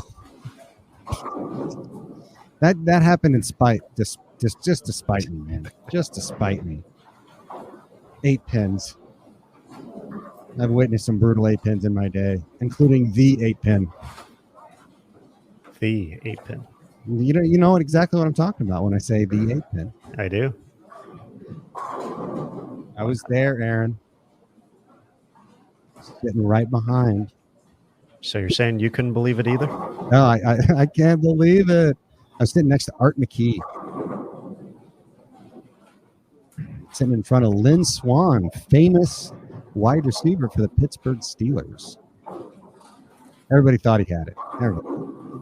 Not a person in the house thought he was going to leave that pin. You know, there's a few moments in your life that just are as crystal clear as if they happened yesterday. Mm-hmm. And that is one of those moments in my life. I remember exactly the feeling I had, just the shock and utter disbelief. You remember Ernie Schlegel just going absolutely nuts. One of the most iconic moments in bowling, obviously. What's more iconic? Don Johnson's 299. Randy Peterson's 8 pin. We're going to go opposite ends of the spectrum there. Which had more heartbreak? Which one is more iconic? More iconic. More iconic. You guys chime in. John says the 8 pin.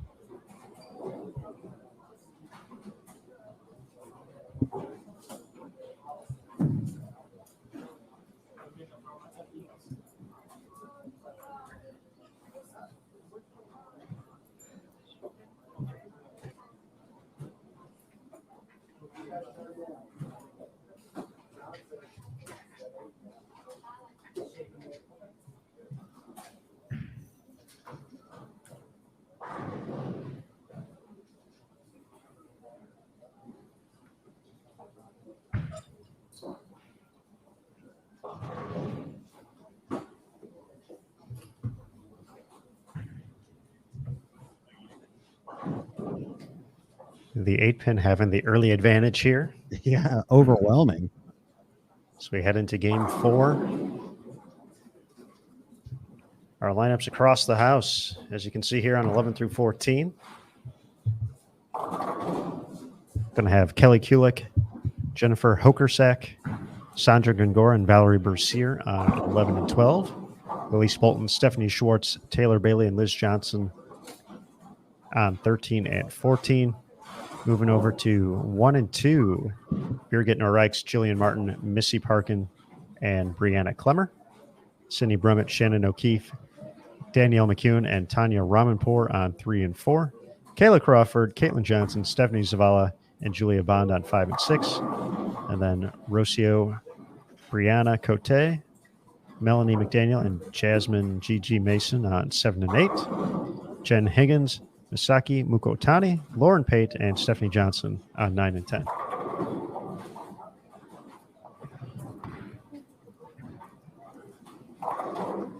We got some other options here. Richard Greenlaw says no, neither of those.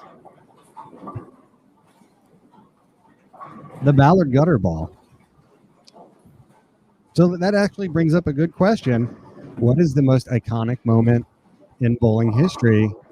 I have two for you. That in honor of Kelly Kulick right here. Kelly Kulick winning the Tournament of Champions, or Pete Weber's "Who Do You Think You Are? I Am." That's in the next bracket. The next bracket. I like that.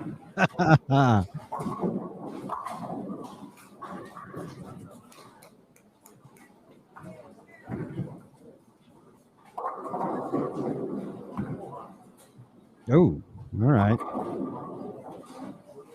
That's definitely not what you want to leave. So 4, 8, 10. Have a good one. Got another goat here. Liz Johnson.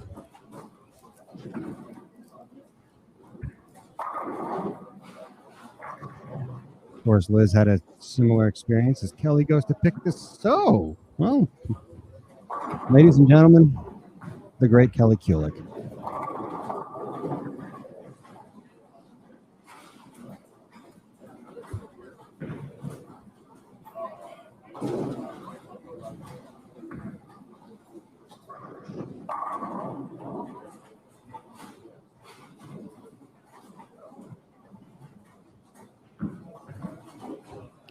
Kelly entering this game at plus 37. Valerie Bercier plus 63. Liz at plus 32. Taylor Bailey plus 5. Jen is at minus 12. And Sandra Gongora minus 66. Stephanie Schwartz minus 103. And Elise Bolton minus 117. James brings up another PDW moment when he dropped the trophy, which was the same tournament as what, Aaron Smith? As I believe he yelled, "Who do you think you are? I am," except it was just 20 years later. Absolutely. Both U.S. Open moments. And wasn't the trophy drop also the same tournament as the Del Ballard gutter ball? Was it? I know Pete won. I don't believe that was for the U.S. Open title, though. No, that wasn't. Both PDW moments, though. So basically, you're saying there's a lot of iconic PDW moments in bowling history. He's had a fair share. Well, when you make that many shows, It certainly helps the behind case. How about Michelle Fellman's 300? That's pretty fun. That's a good one. That's I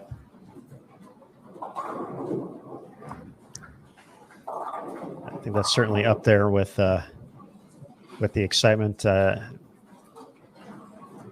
And that's one we have actually available on the vault here on bowltv.com as well, if you want to check that out. Back in 97.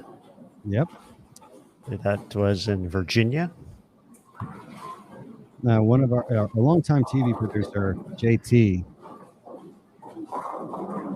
Townsend, lists that as one of the greatest, most memorable moments he's had. Well, shout out to JT. JT knows his stuff. That's just a thing if you're named JT, I guess. Yeah, absolutely. I'm going to change my name. Hey, John, everybody wants to know who's operating the remote control in Stephanie's ball. When you figure it out, can you please let the world know? Quick side note. Back in 2000, I want to say 2004, 2005, at the Men's U.S. Open, a couple of MIT graduates entered the tournament and tried to bowl with a remote-controlled bowling ball. That is a true story. And it was a tournament director by the name of Kirk Von Kruger who had to lovingly and delicately tell them they could not do that. Yeah, tough heartbreak for them. They thought they were just going to come in and try to win the U.S. Open with a remote control bowling ball. Well, I mean, as strategy goes, it's probably up there as a top maneuver, but yes, highly frowned upon. Not product registered. Last I checked. Did not get the certified stamp of approval there from USBC for that one. It did not get the mill hole. Keith Roval did not put the mill hole between the grips. You guys don't know. If you guys know on the men's tour, they would put a mill hole, a little indention in between the grips to certify that the ball passed hardness and weight inspections prior to being used out on tour.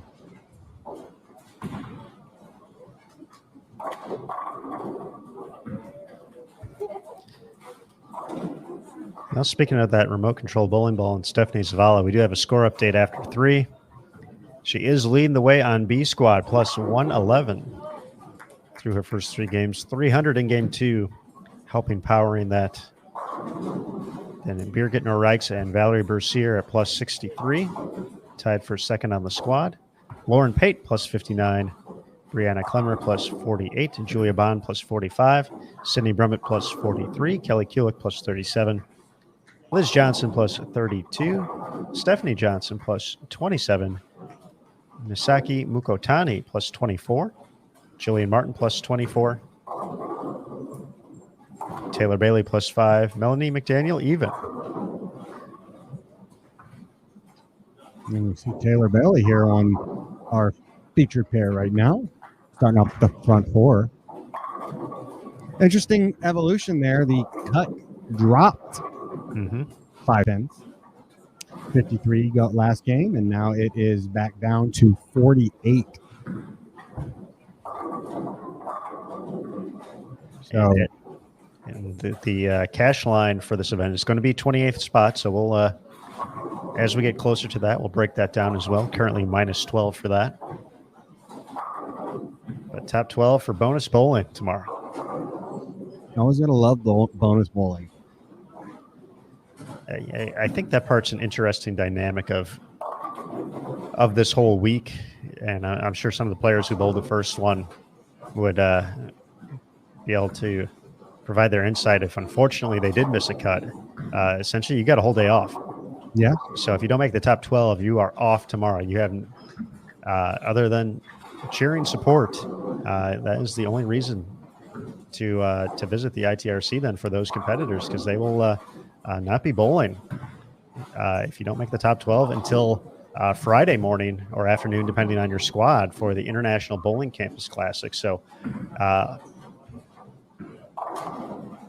another aspect of this event that's just a little bit different than what the players are usually used to as part of the standard events, or you look at a major like the Queens or the U.S. Women's Open, is that you potentially have, a day of competition, day off, another day of competition, maybe then another day, then a day off. And then, so it's a very unique in that aspect of it as well. Hey, I'm not making the cut tomorrow.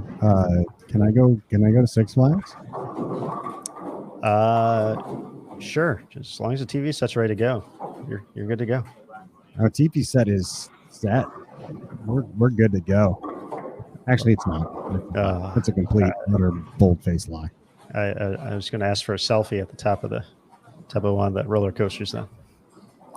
As proof that you were there. Yes. You know what? Honestly, I would rather be here. I'd rather be watching the best bowlers in the world do their thing. So both are a pretty sweet gig. Less motion sickness with this one. So yeah, that's when you were a kid, there was no ride you could get on that was going to make you motion sick. Like the Gravitron rides that literally their whole goal was to spin you as fast as they could and it like stick you to the wall. I think about doing that now, and I ask what maniacal maniac came up with that idea. Probably Nick Hoagland. It's a hot take. Hot take. We're full of them here at On Bowl TV. A bold one, but I like it. When he wasn't developing the animal patterns or causing collegiate bowlers to shake their heads and scratch their heads and wonder what on earth is going on here at the Hoosier Classic. Oh, man. You got to be kind of an artist. Stephanie going for the conversion. Oh, nice. That's one way to get it done right there. Stephanie finished second in the PTQ on Monday to advance to the main event. Once again, 56 players. That was the max field for this Summer Classic Series. So 2 squads, 28 bowlers apiece. The first 48 spots were filled from the PWBA Tour points list for this season through the Louisville Open. So the top 48 players had the first chance to enter. If players declined to enter, it would continue to move on the points list until we filled out those 48 spots. There was an exemption, courtesy of USBC and BPAA, to bring Jillian Martin into the main field as well. So she did not have the bowl to PTQ. And then 7 players qualifying on Monday through a 9-game qualifying block on a 40-foot pattern. So for those players, they've already seen 2 patterns in competition mode, and we'll have a third coming up at the International Bowling Campus Classic on Friday.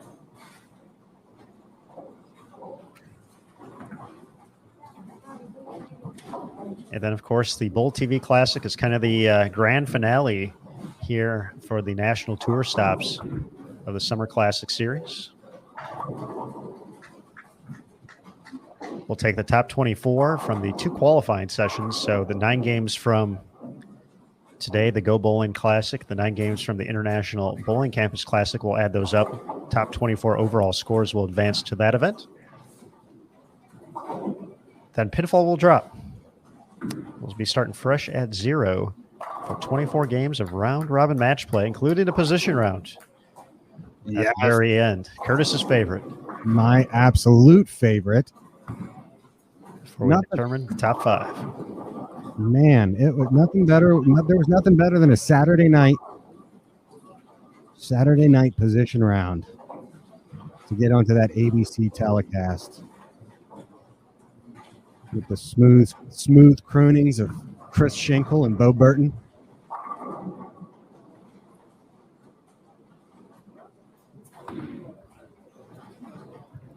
Just a slice of my childhood right there.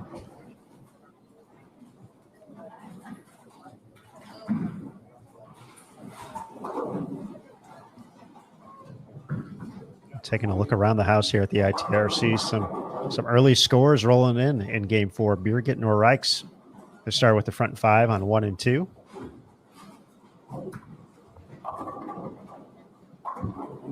Stephanie Zavala, 5 out of 6. So after that brief hiccup toward the end of Game 3 with the missed single pin, right back at it here in Game 4. Kayla Crawford off to a nice start on that pair as well, 5 and 6.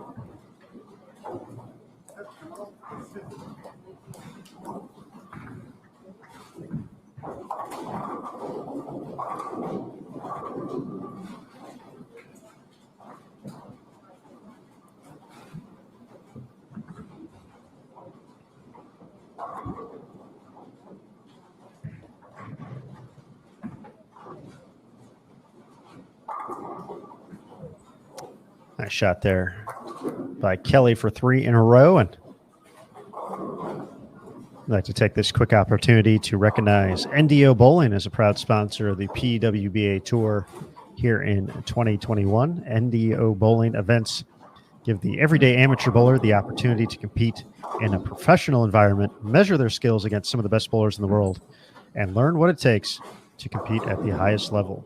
If you think you have what it takes to compete with the best bowlers in the world, or you simply want to hone your skills in a competitive environment, Find an NDO bowling event near you. So check out NDO Bowling at ndobowling.com. Proud sponsor of the PWBA Tour here in 2021.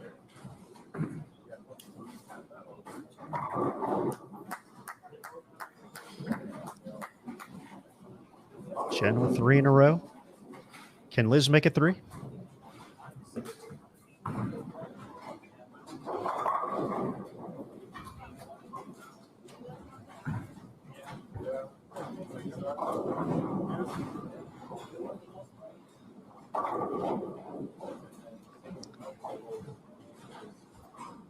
Liz made a show at the ITRC Classic back in January for the Kickoff Classic Series. Really put on an absolute show in the early going of that one. I have to look it up now. But it was a lot. She struck a bunch. Way to set the early pace, and then just remember she struck so much. The match play portion of it didn't necessarily go her way during that event, so she fell back a few spots after leading qualifying. But even though she wasn't getting the bonus pin, she was still moving on just through her overall performance. Let's see if we can pull that up real quick. Averaged better than 243 for her 9-game block. And that was with a 163 in the final game. She was 394 over for 9 games with a $160 at the end. 268, 257, 246, 268, 232, 280, 221, and 259 before unfortunately finding some struggles that final game. But impressive as always to watch. She ended up going 4-8 in match play there, but still was able to hang on to the final spot for the show. Ended up finishing 4th place. She bowled Jillian Martin in that first matchup, so that was a highly touted matchup. Jillian collected the win over Liz and Dasha before Brianna Cote, the top seed, was able to take down the victory in a high-scoring final match with a conversion of her 10-pin, or a 10-pin, in the final frame to seal the deal.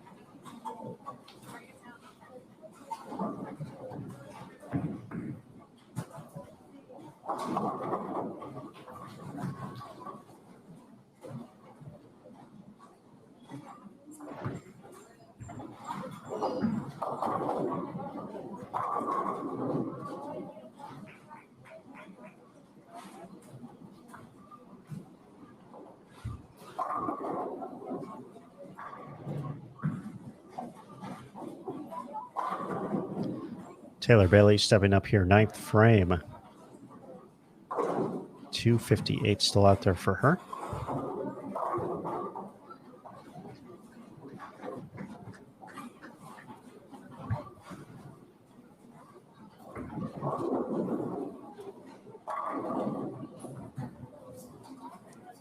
Great shot, rings the 10.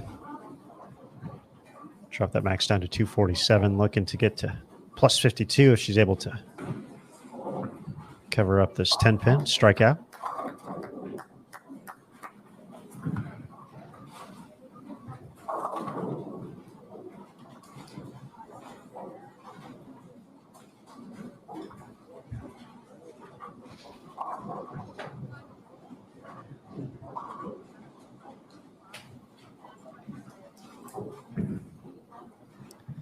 Our times tomorrow for match play.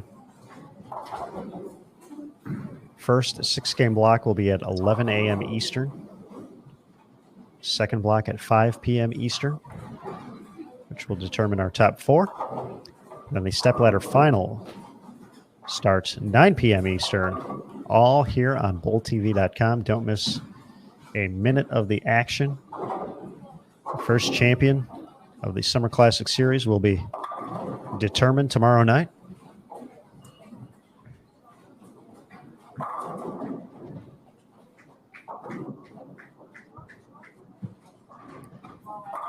And so far here through the first part of B squad and A squad in the books, a pair of 2-time champions so far this season,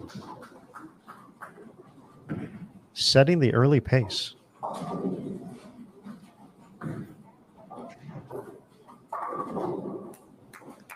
Dasha Kovalova leading A squad. Stephanie Zavala rolling a 300 off to a strong start here in B squad. The only other player to win multiple events so far this season, Julia Bond, who won the Hall of Fame Classic back here at the ITRC in January.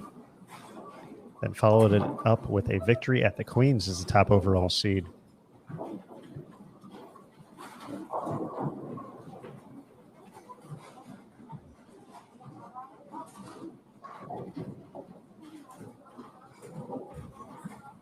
Quick update from around the house here. We're getting her Reichs. Has had some big game potential out there so far. She's kind of come back down a little bit. She has the 255 to start. She can shoot 254 this game. 224, 184. Her scores for games 2 and 3. Nice shot there from Valerie. She still has 255 out there.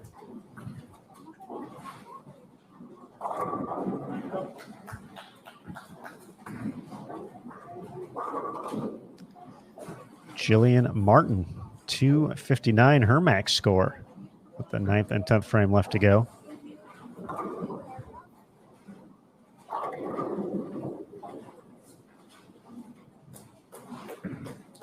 Zavala, we mentioned that strong start, 5 out of the first 6, but back-to-back splits, she was unable to convert in the 7th and the 8th.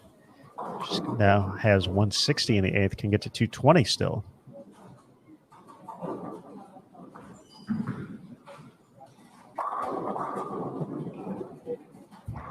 Taylor will finish at 220 after the washout in the 10th. She'll get to plus 25.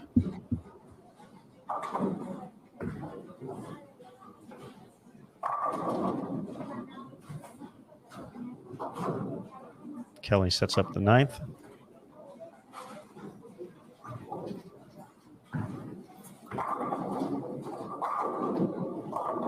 Three championship round appearances for Kelly so far this season and limited competition, including the win at the Albany Open.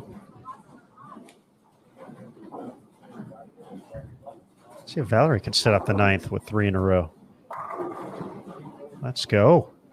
2019 PWBA Rookie of the Year.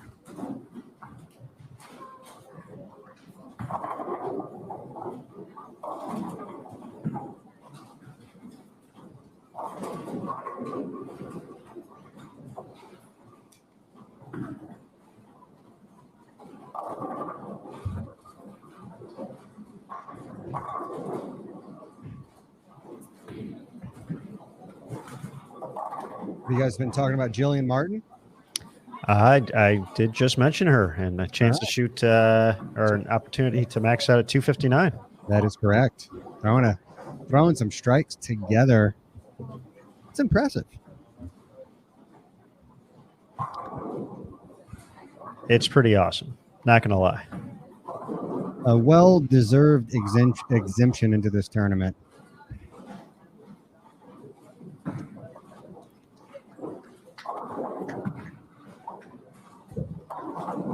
Yeah, James brings up the Central Park tournament.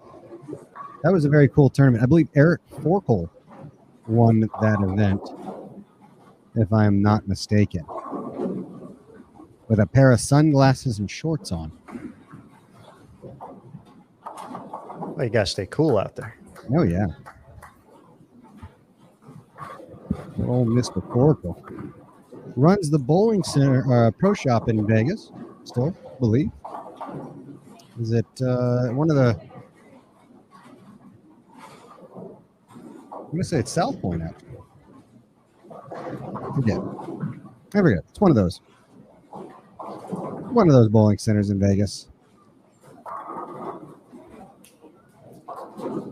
There's a few of them out there.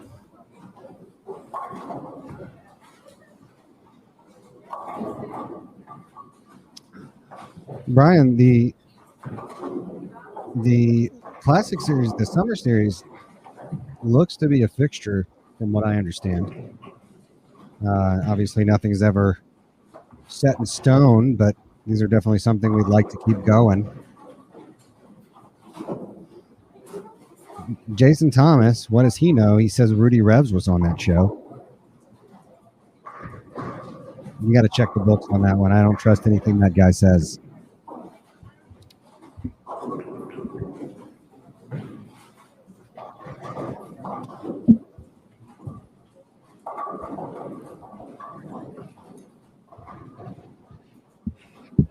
I'm not gonna lie, there are a few things more impressive as a teenager who enjoyed watching bowling, going to an event and all of a sudden seeing Rudy Rez roll up in his truck.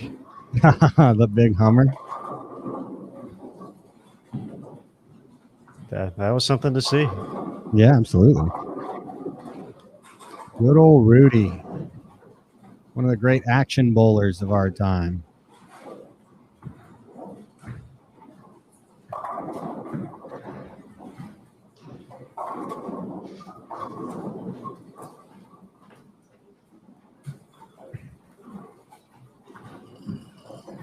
Man, is it game 5 already?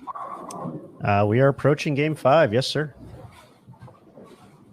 Well, that means I have to go be a phantom for a second, take care of some back end stuff. We'll get reset as we head into this 5th game. 5 games. 4 games already in the books, pretty much. We're cruising here. Some score updates from around the house. Stephanie Zavala, 209, so she's now at plus 120, leading the way here on B Squad so far. Birgit, 234 to get to plus 97. Brianna Clemmer is going to be in the plus 40 range after a high 190, 2-0 finish.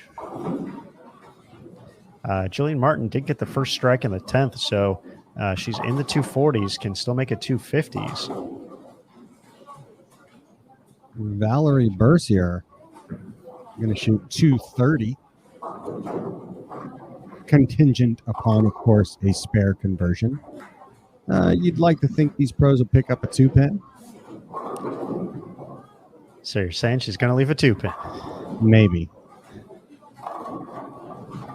Whoa.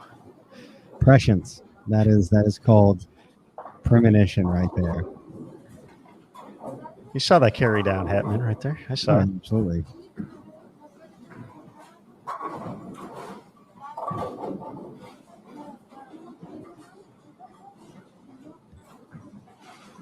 But with the spare, 234 max, which will put her into the plus 90 range. Yep. And it's going to push that number. Jillian finishes with 248, so she's at plus 72. Yeah. She's going to jump some spots there. Yep. Yes, she is. Kelly with that 234, now at plus 71. Misaki Mukotani at plus 20. Liz Johnson plus 39. Taylor Bailey plus 25. Brianna Clemmer officially at plus 47. Sydney Brummett can get to 223 to get to plus 66.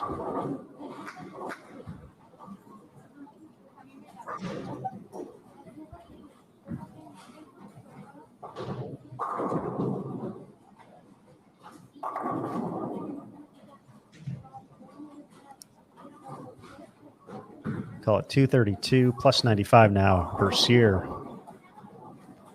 Looks like she'll be moving into third place on the squad. Absolutely. And putting her in fourth place, or excuse me, fifth place overall. That's numbers going to jump here. We'll get those scores updated for you here as we head into the fifth game of qualifying here for B Squad. Don't go anywhere. Still lots of bowling. Maybe we'll get another high game here. I love high games. I do too. All right, folks, we'll give you the rundown here. Game number 5 across the house. The players you just watched, Kelly Kulik, Jennifer Hokersack, Sandra Gangor, and Valerie Bercier will be on 1 and 2. Elise Bolton, Stephanie Schwartz, Taylor Bailey, and Liz Johnson on 3 and 4. Birgit Norreichs, Missy Parkin, Jillian Martin, and Brianna Klemmer on 5 and 6. Sydney Brummett, Shannon O'Keefe, Danielle McEwen, and Tanya Ramanpour on 7 and 8. Kayla Crawford, Caitlin Johnson, Stephanie Zavala, and Julia Bond on 9 and 10. Then here on 11 through 14, Rocio Restrepo, Melanie McDaniel, Brianna Cote, Gigi Mason, Jen Higgins, Lauren Payton, Misaki Mukotani, and Stephanie Johnson.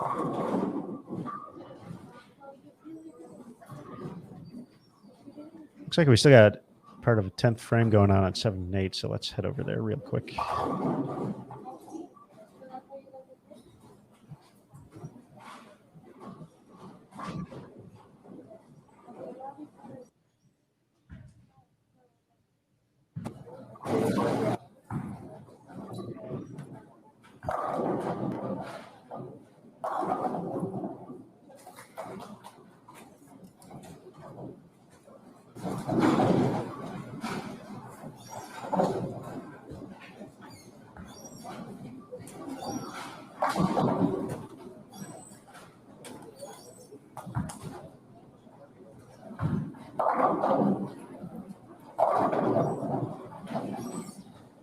So we're catching the end of game 4 here for Rocio, Brianna, Melanie, and Gigi.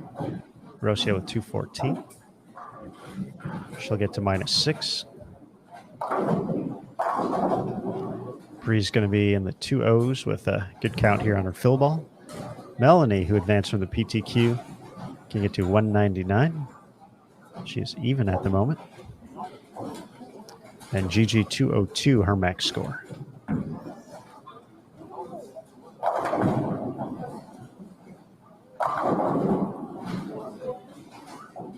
Get the 10 out of there, Melanie.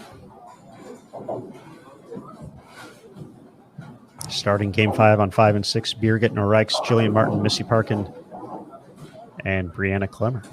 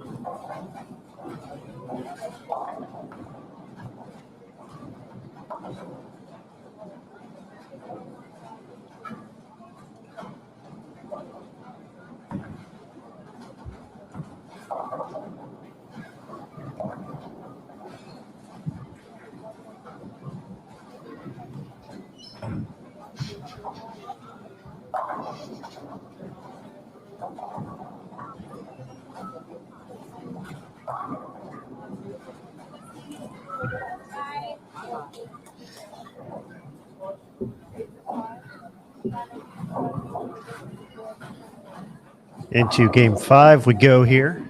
Go Bowling Classic, the first event of the PWBA Summer Classic Series, taking place at the International Training and Research Center in Arlington, Texas. My name is Aaron Smith, sitting alongside Matt Cannizzaro, Curtis Von Kruger, and Jason Thomas. We'll have a score update for you shortly, with an update after 4 games here for our competitors on B Squad.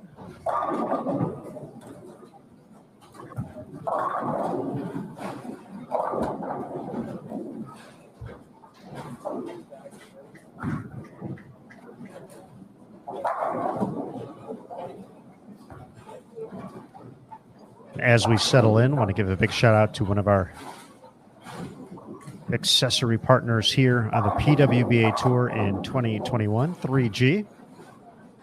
3G shoes provide unparalleled value and performance to match your skill level, from their top-of-the-line Tour Ultra to the budget price kicks. 3G makes sure every single pair of shoes is built for durability, comfort, and style.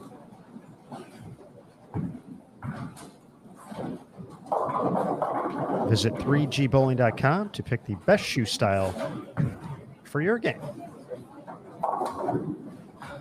So 3G, a proud sponsor of the PWBA Tour here in 2021.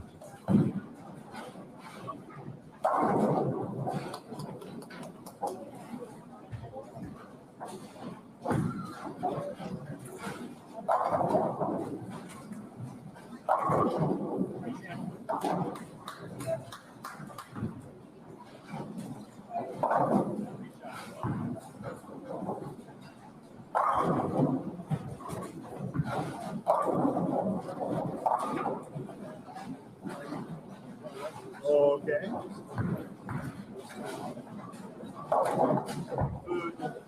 Food. You're welcome. I ordered the water and I'll just take you one of these. Okay. So, either that or the berry.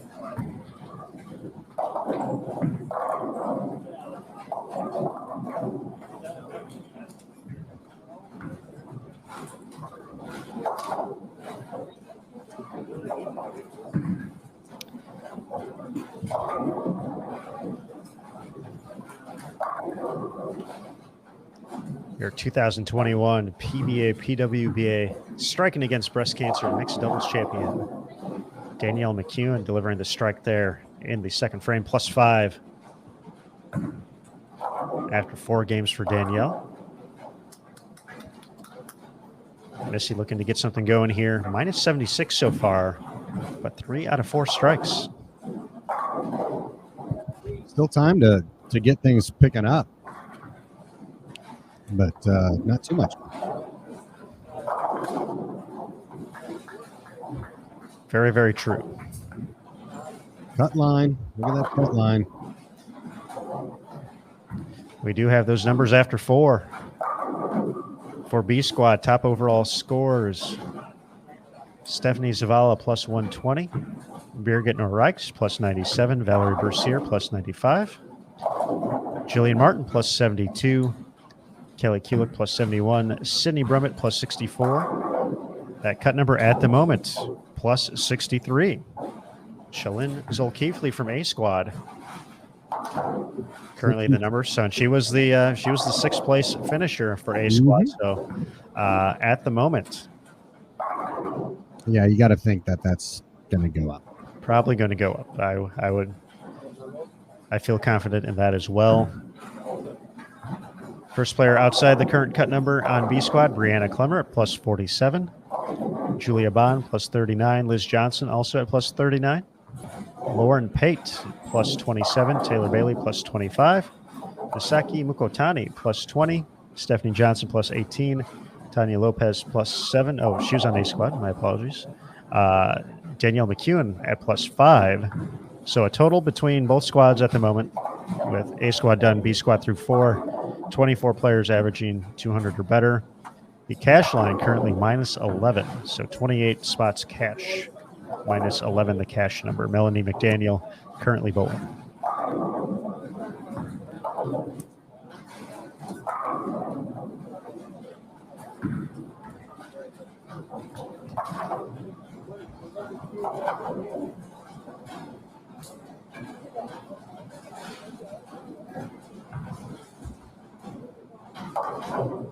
Julia, after a big start to the day, having a little opposition,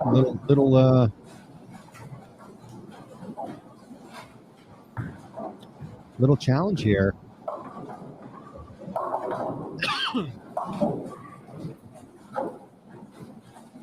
Stephanie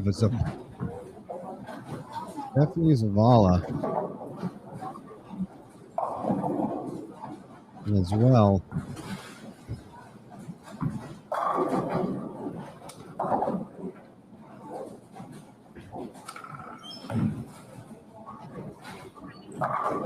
You see there on lane 9, Stephanie had the 4 count. Yeah, you can see it there, far right of your screen with the 4 through the middle, baby. Everybody's favorite beef.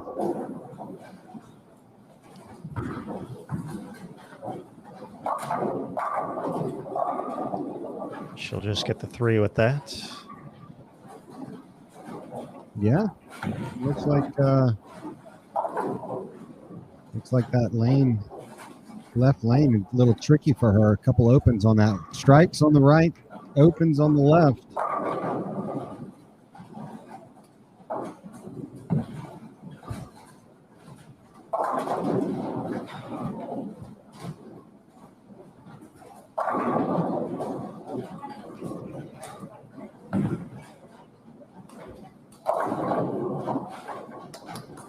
Oh, trip at 2, Missy. Come on, Missy. I wonder how many iterations of that particular jersey combination she has. More than I'm wagering to say it's more than one. I probably agree with you on that. It's well documented that is her favorite color. It's like when you open up Superman's closet, you know, same outfits, just kind of stacked. Matt Cannizzaro, big Superman fan. If you did not know that, I did not. I always thought Superman was overpowered and not even exciting. Do everything. Fly, super strong, lasers out of his eyes, frost breath, can turn back time. You know, that is a Cher reference, by the way. How many times do you get that? A Cher and a Superman reference all rolled into one on a bowling broadcast? you're hitting a very, very small group with that. Yes, that is. Someone was waiting for that, though. That was very that one niche. fan got hit right there at that moment. Talking, that one's going out. I think Scott Norton. I think he's a fan of bowling, Cher, and Superman. So I'm going to go with Scott Norton. And we're talking about Missy Parkin, so it comes full circle.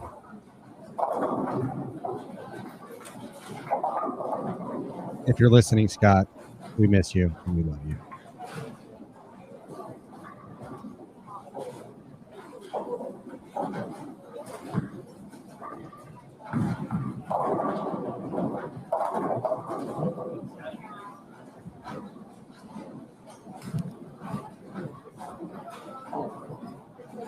Let's see if Missy can keep it going here and add another one. Trying to make a little bit of a run here. Oh. Whoa. Get down, Tenpin. She gave it the Superman laser eyes there. Very nice. Very nicely done.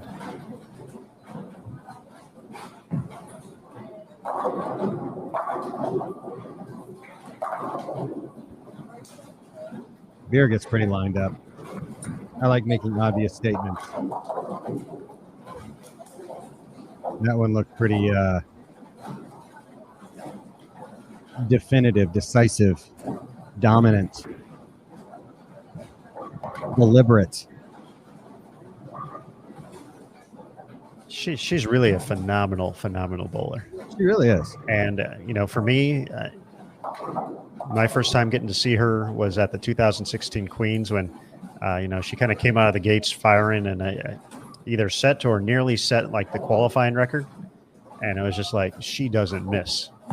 And she literally didn't miss for like 4 straight days. It was unbelievable to watch. And does have one PWBA Tour title, a win with Jason Sterner at the Lucy in 2017. She's put herself in position quite a few times to make some shows here, make some runs at titles, and she's going to end up with 5+ titles easily when it's all said and done. 5 to 10 easily. Yeah, I'm still waiting for that singles title, but I just think she's so good at so many things. And yeah, we can put her into that category if we talk about who surprises you that they don't have a singles title. I think she would be on that list as one of those players you expect to break through at any tournament she has an opportunity to win. And give her where she can straighten out her angles a little bit. You play to the pocket, you're not going to strike her. I mean, she can really get after it. Missy, have a couple of nice breaks here to get a 4-bagger. See if she can make it Cinco. No breaks going to get her that. Can't crumble that.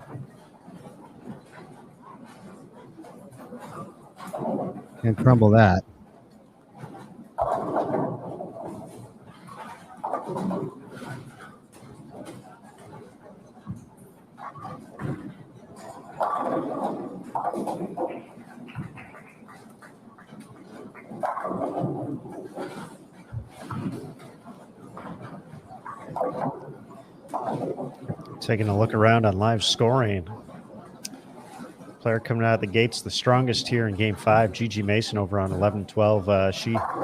She like Missy trying to make up some pins here. A little bit farther back in the standings, minus 68 entering this game. I wish she can get on the better side of 0. She keeps striking. 279 max score through 6.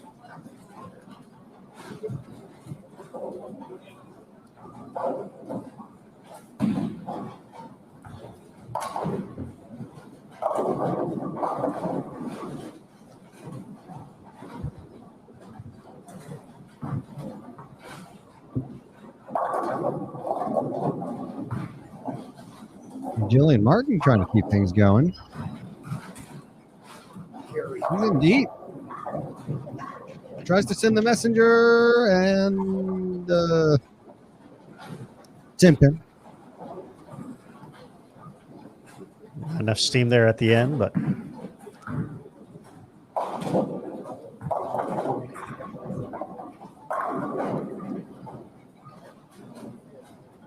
so far you have to say in a good spot here in the early going, though. Plus 72. She's had some big games, so she knows she can put together strikes here on this pattern. Has been all around the pocket this game. Did have the one miscue on the single pin in the second, but she's looking pretty comfortable out there. This is already reminiscent of the Kickoff Classic series, where she just doesn't seem phased by this environment at all. She is 100% comfortable. A second missed single pin, that's not going to help the case, but does not seem too caught up in the moment. We kind of talked about that and whether or not, the enhanced expectations from the bowling fans, from the bowling media about her return visit here to the PWBA Tour. But, outside of a couple of miscues here with spare shooting, has looked very solid so far throughout her first 4.5 games.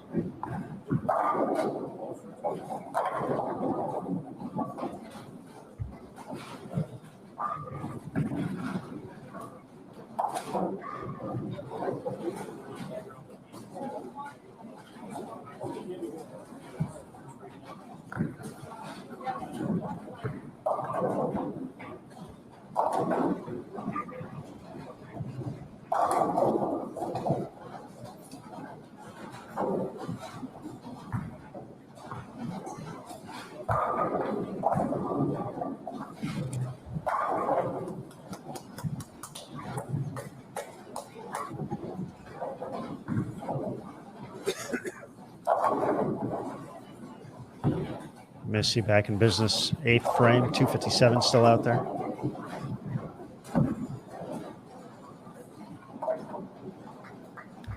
Say again?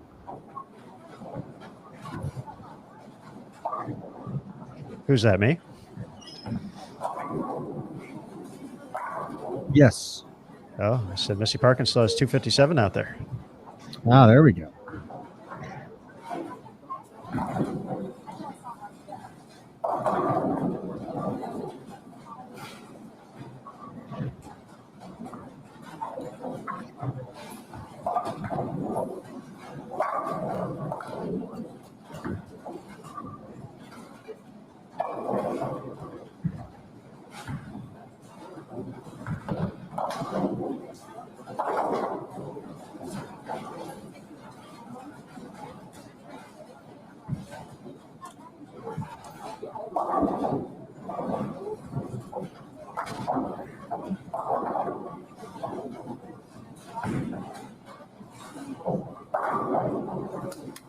Ooh, there we go. A couple of breaks here. That one just kind of laid down.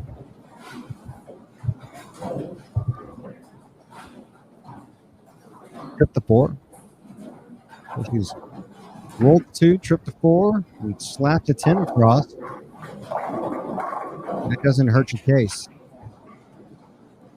That does not. You got to take him. You got to get him over the course here at the ITRC. I mean, that's.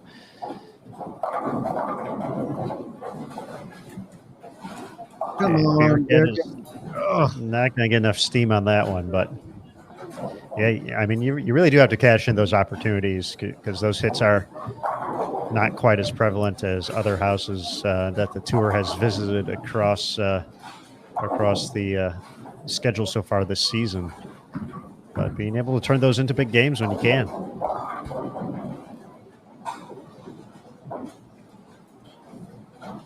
See if Clemmer can add one more. Yeah, similar hit. Doesn't get the trip on the 4 though.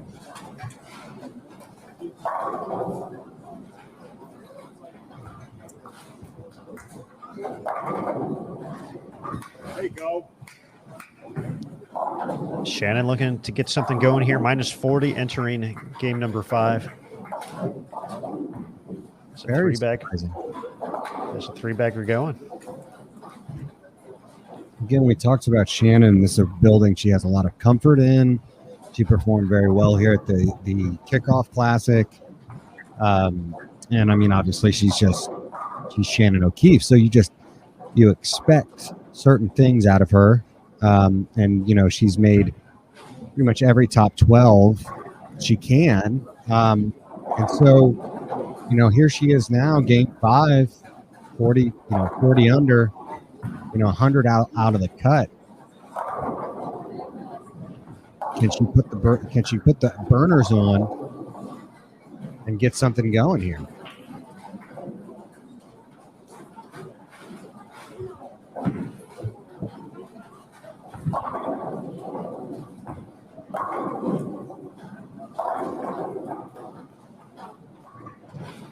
And it's interesting though, because you got to stay focused here. You can't pack it in, Aaron. You can't just say, well, it's not my day, because you've got another tournament to bowl.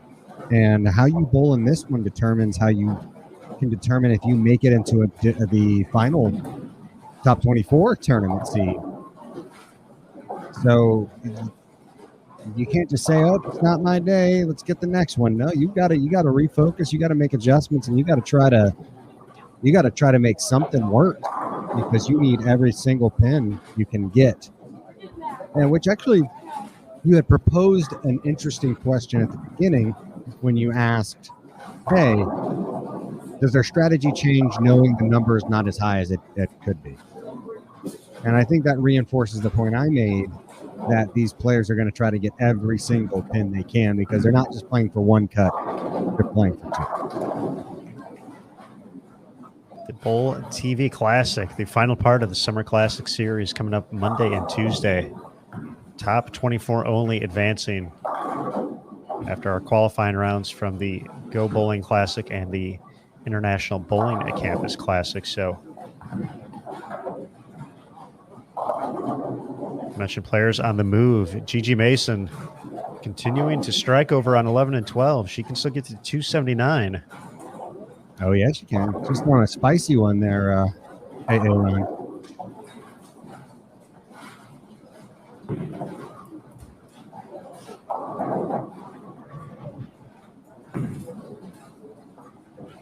Cindy Brunt putting together a real nice game here on 7 and 8 as well. Already at plus 64. Missy's going to need some help with that one. And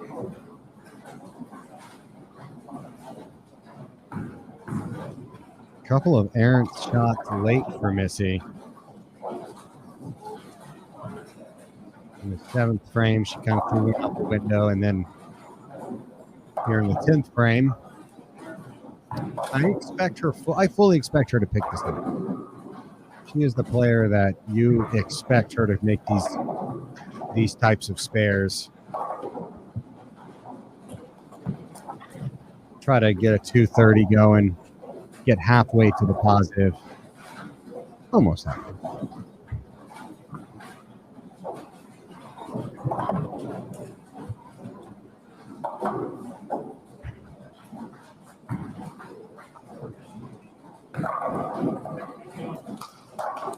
Got a good chance. Ooh, nope.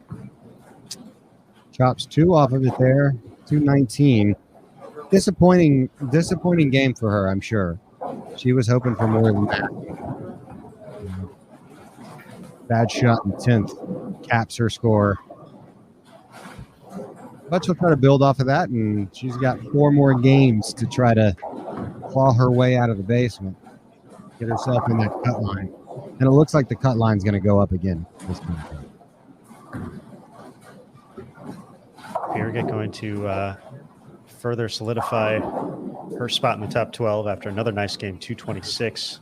She's going to get to plus 123. She will overtake Stephanie Zavala now. Stephanie pacing out $160. Couple of new opens here on that. She really struggled on the left lane. Had a 4-count split, a couple of 6-count splits. Oh yeah, Jillian running it out. Let's go. 3 in a row. 215 still out there. She's going to kick herself though. Oh, those singletons. Yeah. You're shooting 230, 240 instead. You're going to shoot 210-ish maybe. 202 teen. I mean, 20 pins in this tournament right now is a lot of wood.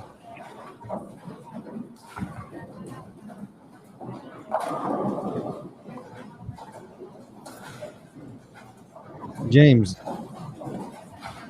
Yes, Ken nailed it. She has an oversight. Basically, she just didn't trim down the heel on her the Velcro heel. So it's just kind of overlaps. She lines it up with the right side of her shoe, and so that's what you see, that big pad on the bottom of her foot. So completely fine.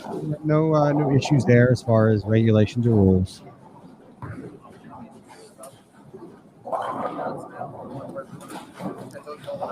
She gets the double, can get to 215 and plus 87. Brianna Clemmer is going to try and strike to stay even at plus 47. Big 10th frame coming up here for Danielle, 245 out there to get to plus 50. See if she can get the first hit in the 10th.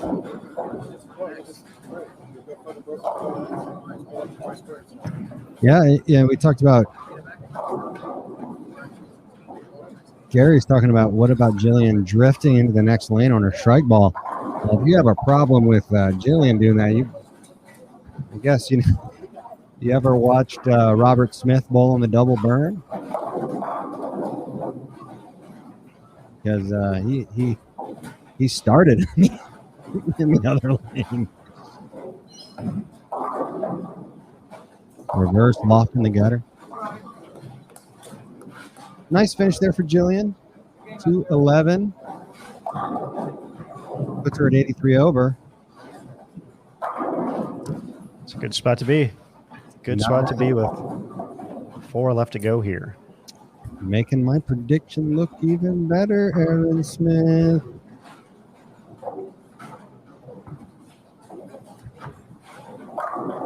Genius. It's a little part crazy. And gotta have a mix. In my case, it's all a part crazy. You gotta have a mix. So Birgit now at plus 123. Doesn't look like Sydney cannot get there. Sydney can move into second overall. But will not be enough to reach. Let's see. Sydney can still get to 112 over. Spoke too soon. Valerie Bercier can get to plus 122. If she strikes out, she can shoot 227. She's over on 1 and 2 right now. Valerie having a nice little day. She really is. Yep. This pattern matches up well. She likes to play. She can play tight angles really well. And she's been bowling well. She's been bowling good. Won a couple of local tournaments during the break. beating her husband John out a couple of times. Always likes to pour salt in that wound.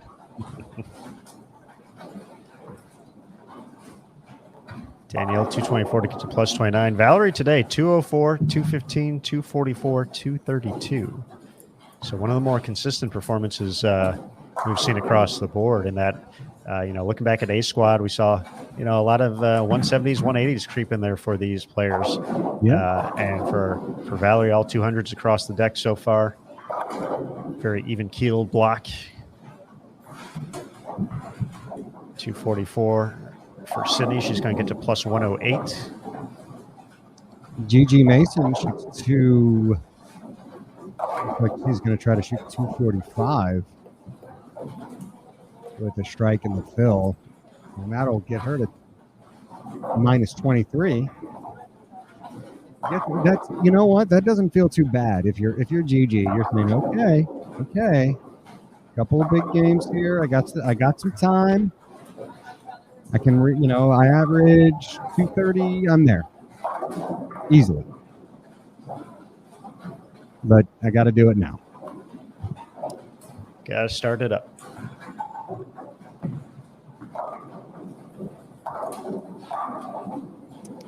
If Jillian Martin were to win this tournament, would she be able to keep the trophy? Absolutely. That's why you bowl. You bowl for them trophies. I'm not sure how the money thing would work. It probably go to a smart scholarship or something along those lines because she is still a junior bowler. Is that correct, Karen Smith? That is correct. Yes, she can take home scholarship money through the SMART program. That ain't too bad. That's as good as money in the bank. 245 from Taylor Bailey. She's now at plus 70. Been bowling well today. Yeah, TB. Valerie finishes with 216, so she'll be at plus 111 to move into second place. So Zavala's going to drop all the way to fourth, it looks like, with 164 to plus 84.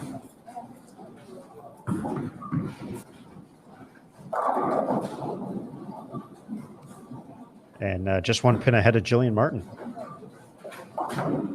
What's that? Yeah. Hey, we have a present, a treat, a succulent surprise. Mr. Matt McNeil. I know that guy. Yeah. You know him, you love him. One of the ball representatives out here. He does a damn fine job, I'll say. And he wants to get on and talk a little bit about what he's seeing. So we're going to bring him in here. I'm going to take a break, get things switched over, and you guys have a good time. All right. Don't do anything I wouldn't do. No promises. All right, folks, getting ready for game number 6. Moving along here at the Go Bowling Classic, the opening event of the Summer Classic Series here at the ITRC in Arlington, Texas. Jason Thomas, Curtis Von Kruger, Matt Cannizzaro. I'm Aaron Smith.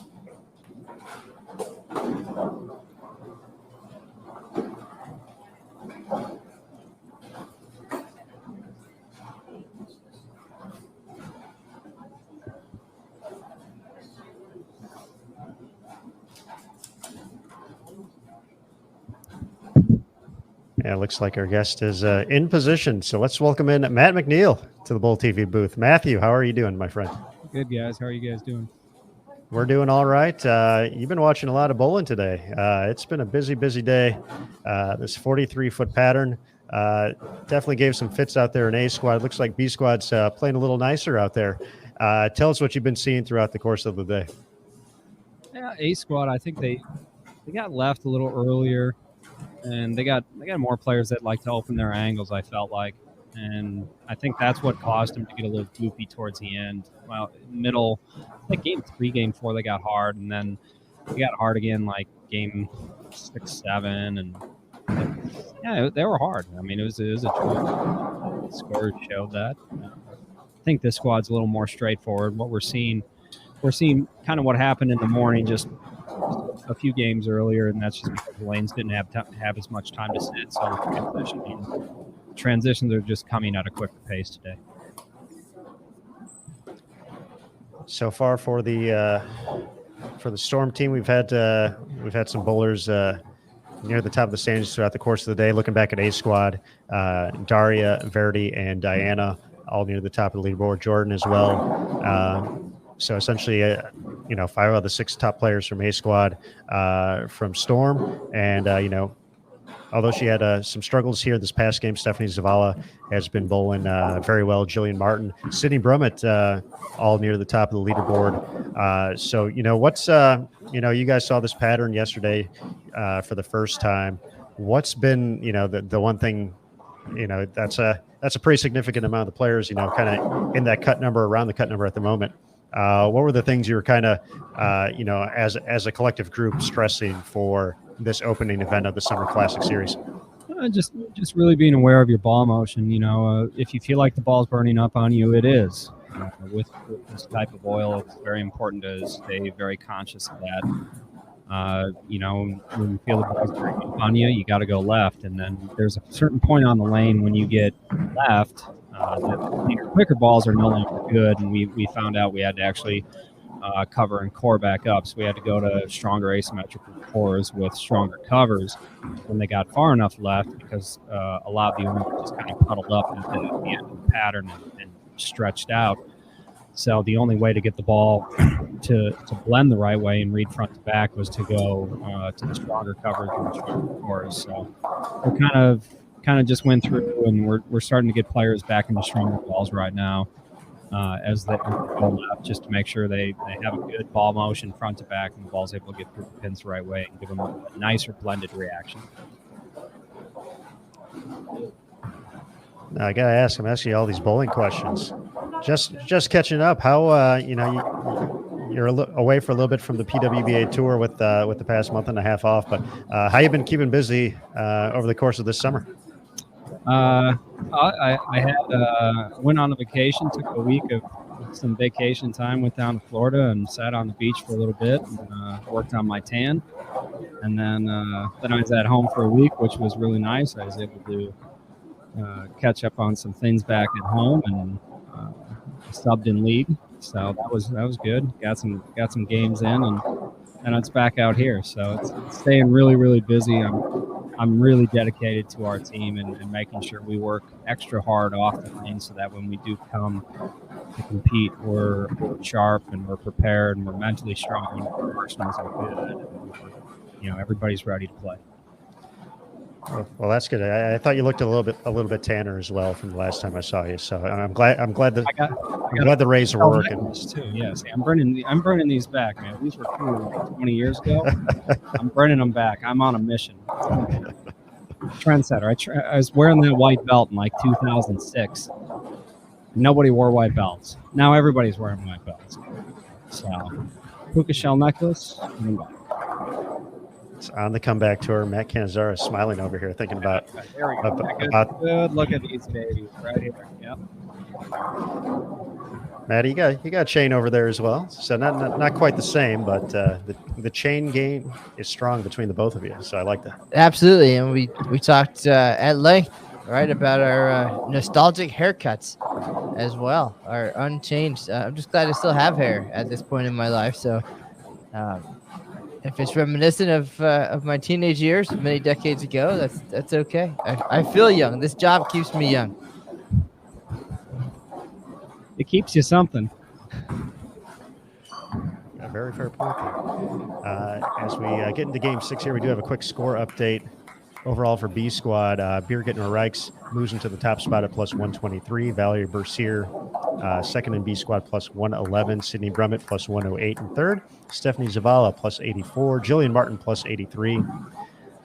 Going down to Taylor Bailey now, plus 70. The cut line stayed the same. It's still plus 63. Shalyn Zulkifli, who bowled on A squad earlier today, so still half and half. Julia Bond, plus 51. Brianna Clemmer, plus 46. Kelly Kulik, plus 37. Danielle McCune, plus 29. Rocio, plus 23. Lauren Pate, plus 23. Stephanie Johnson, plus 15. Liz Johnson, plus 14. The players plus on B squad. through 5 games here. So, Matt, one of the players we've obviously been looking forward to seeing back on tour, even though she's not a member of the PWBA, but Jillian Martin made such a big splash early on this season.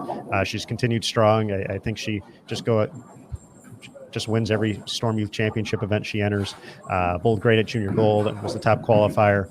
And now she's back, and she's once again in position to make a top 12 here on the PWBA tour.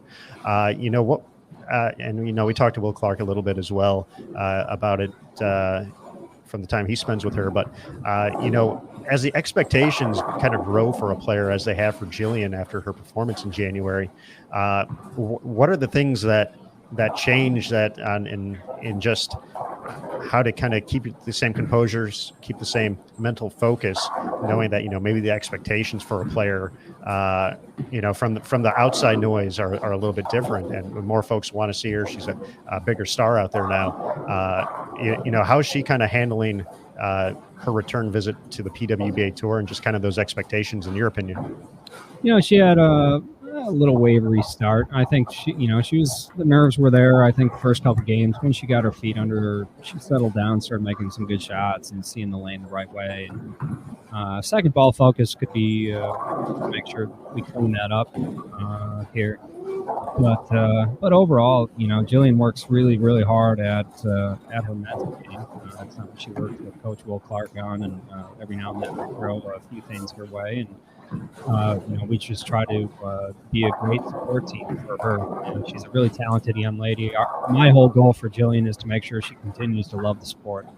I'm not trying to push her too hard. I'm not trying to do anything like that. I just want her to go out and bowl and compete because she loves to compete. And I think that's the most important thing we can do for a talented young lady right now, is just foster that burning passion that she has for the sport. So I really try to stay out of the way and just be supportive and help out with some information and some tidbits when I can. But it's really a Will Clark and her final production, and then anything I can add in from the Storm side, I certainly do. But big thing is we just want her to continue to love competing and just let her go out and grow and do her thing and get all the great experiences that our sport has to offer. All right, Matt. I'll throw one more to you, and then we'll let you get back to work over here. But we talked a little bit. Curtis, when we were watching the practice session yesterday, mentioned he was going to check out some pinball a little bit here in the DFW area, and I told a story about how one time I went to go play pinball with you up in Minnesota, and you ended up playing the final round for about 45 minutes straight before you finally had your 3 turns come to a close, and you had your name written on the board every place, and it was really impressive. So we were having a discussion. We were wondering the official Matt McNeil rankings, if you had to consider Matt McNeil the pinball player, Matt McNeil the bowler, and Matt McNeil the ball rep. What is the official ranking for that in your opinion? Yeah, that's tough. I've been out of the pinball game for a while now. COVID shut down my local pinball hop for quite some time, and it's back open now. So I've been back once or twice, but there's a lot of rust there, Aaron. I feel like I'm almost past my prime pinball. I really feel my 20s. I was a lot stronger player. I was more active, getting out there more, working harder at my craft.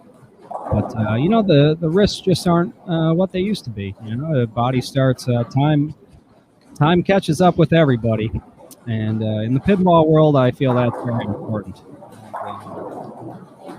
So it's still there, but it's not as good as it used to be. I would say, in the state, I'm probably in the top 100 players, pinball players. But ball rep, I'm 1 for 1 because I'm the only ball rep. I'm one of one by default. And then bowling, I haven't been bowling much, so I've really been focusing my passion for the sport in other ways. I'm trying to finish up my gold coaching certification right now, and helping the players, doing a lot of other things for Storm, and just trying to contribute to the sport in some different ways than throwing a bowling ball right now. So a lot of my energy is there. So bowling wise, I'm gonna throw myself down in the rankings. Well, when you're talking about primes, your prime a little bit earlier, a couple of years ago, that wasn't too bad either. So wasn't too shabby. Well, Mr. McNeil, appreciate you always taking some time out for us talking bowling talk and just life in general. It's always great to catch up with you for a couple of minutes. Can't wait to see you out on the senior circuit of the pinball tour coming up in a couple of years. But thanks again for joining us here on Bowl TV. We'll let you get back to it. But anytime you want to swing by, just let us know. We're more than happy to bring you on for a little bit. Absolutely, guys. Thanks so much. Thanks, Matt.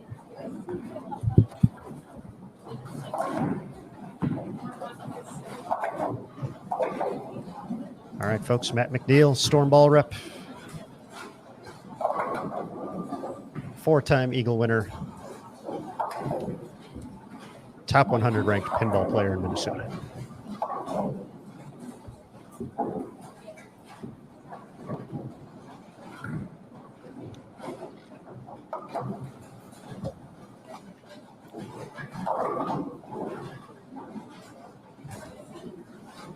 Moving into game number 6, actually well into game 6. Don't think we got our rundown across the house in case you're looking for someone particular. Kayla Crawford, Caitlin Johnson, Stephanie Zavala, and Julia Bond on 1 and 2. Rocio, Brianna Cote, Melanie McDaniel, and Gigi Mason on 3 and 4. Jen Higgins, Lauren Pate, Misaki Mukutani, and Stephanie Johnson. We're watching them right now on 5 and 6. Kelly Kulik, Sandra Gongora, Jennifer Hokersack, and Valerie Bercier on 7 and 8. 9 and 10, Elise Bolton, Stephanie Schwartz, Taylor Bailey, and Liz Johnson. 11 and 12, Birgit Rex, Jillian Martin, Missy Parkin, and Brianna Clemmer. And then on 13 and 14, Sydney Brummett, Shannon O'Keefe, Danielle McEwen, and Tanya Ramanpour.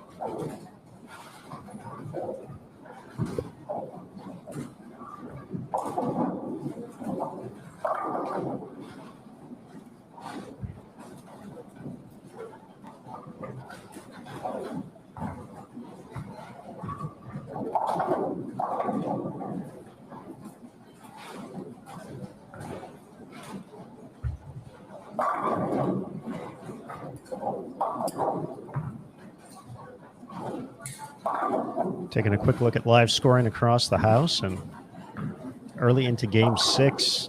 A little quiet to start. Danielle McEwen with an early 3-bagger, sparing the 4th. Missy Parkin, strike, pair of spares, double. Jillian Martin, clean through 4, exchanging strikes and spares. Julia Bond, early 3-bagger, 7 spare in the 4th.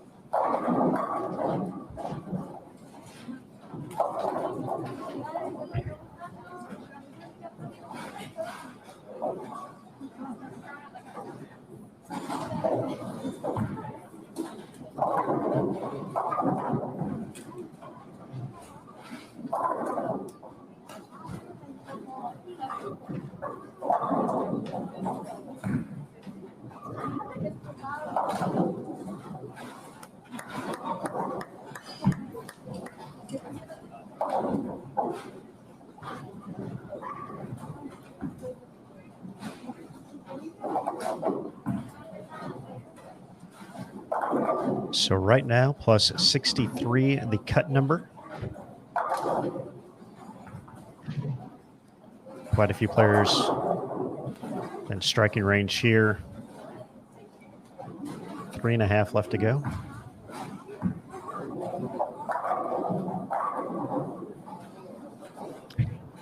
Current line for the cash is -14 in 28th place.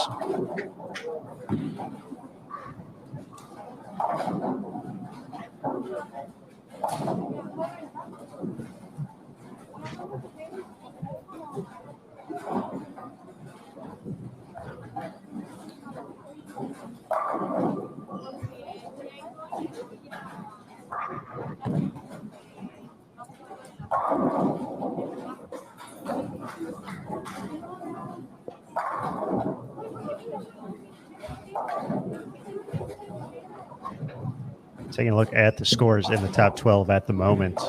A squad and B squad combined. After some early excitement,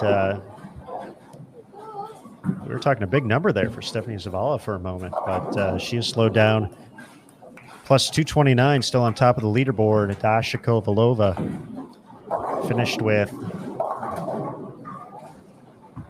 I want to say 770 exactly. I'm gonna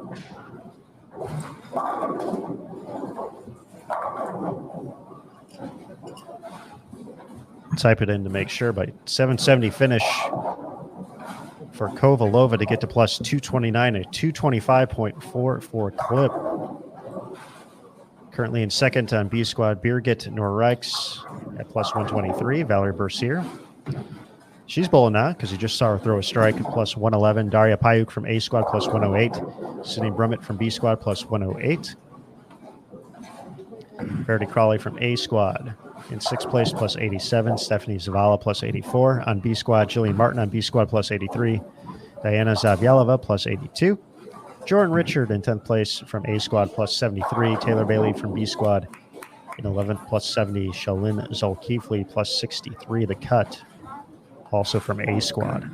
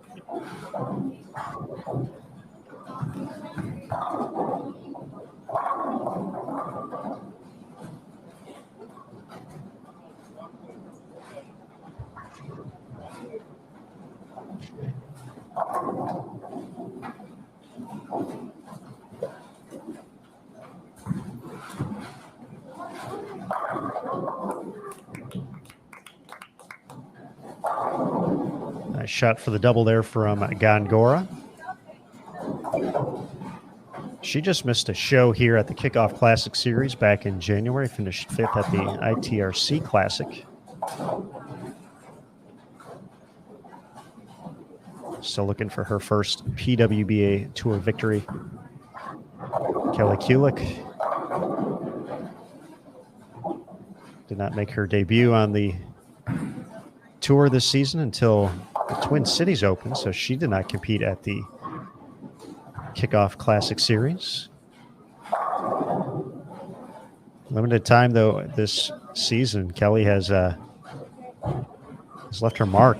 Victory at the Albany Open, 3 championship round appearances.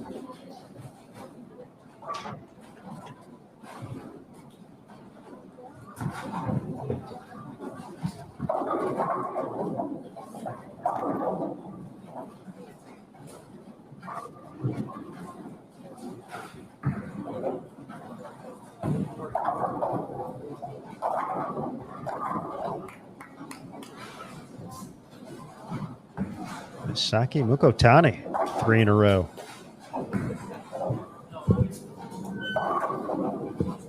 Aaron Smith, I got to meet her today for the first time, and it's pretty awesome. She was in there taking care of business with Tennille, paying some dues and paperwork, and just was very excited to be here, to be a PWBA member, and very proud to get her handful of PWBA patches for her jerseys, and I think the deal was that her membership kit arrived after she'd already left.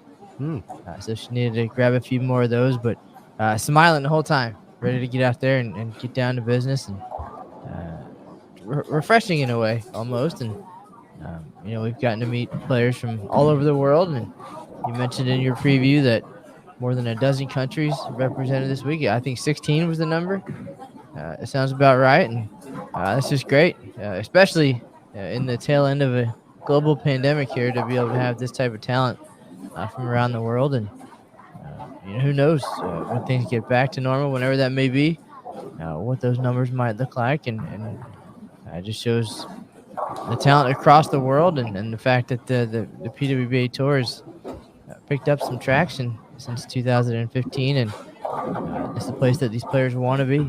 It's awesome, and one more country represented, so we can't wait to see how she does this week.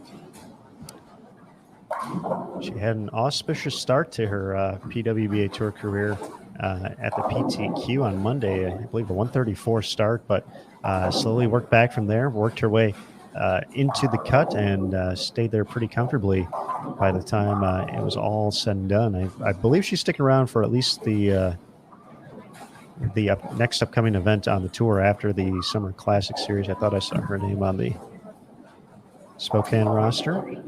Going to feverishly double check right now. It is there, yes. Misaki Mukotani from Japan.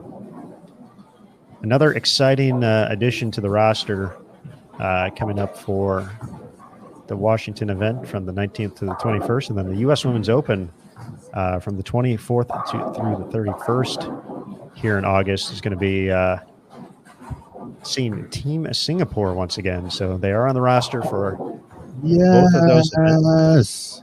That's right. The tour isn't quite the same without Singapore. Too many good competitors on that. They are phenomenal. They are, and they're ready to be back. Looking forward to that. 6 players: Sherry Tan, Daphne Tan, Jazreel Tan, Bernice Lim, Wei Fin New, New Wei Fin, excuse me, and Shayna Ung. That's not bad. Last I checked, those that's a pretty decent list of players right there. Guys, 11 and 12. Jillian Martin's pair. Missy Parkin can throw off a 260 to get her plus.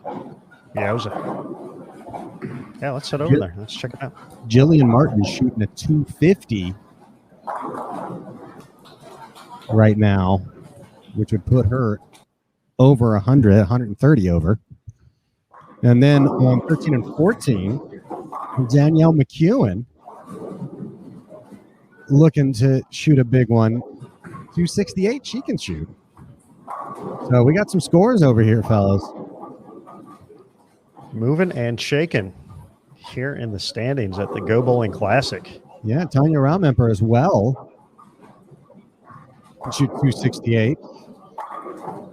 If she can keep her striking ways up here, stepping up in the 8th frame, looking to make it 5 in a row.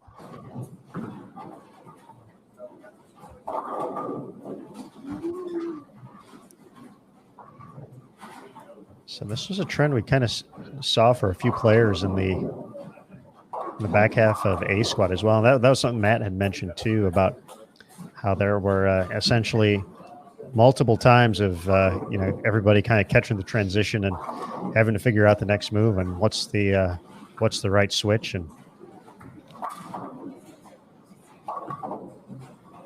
But we saw some opportunities for some players to kind of settle in on a pair, take a few shots, and then those bombs away toward the back half of the game. So we looked around the house and said we didn't see too much through the first 4 or 5 frames, but folks picking up steam here, back half of game number 6. And some players really need it. But I will say that this number the ceiling is going to continue to be pushed here. And you have some really good players within striking just distance. Liz Johnson can bowl a 240. That'll put her at about 60 over. I mean, just players abound right there close to that cut number. So it's gonna be a race to the finish here. You won't want to go anywhere.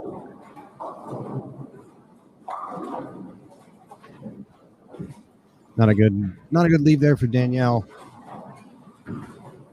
She could have gotten some help on that one. Fortunately, the tougher situation, seeing both the 4 and the 10 up there, 9th frame for her. She mentioned 260 game would have been huge. Yeah, it really would have. I would put her inside the cut, and now a little more work to do. Here's Missy, 10th frame.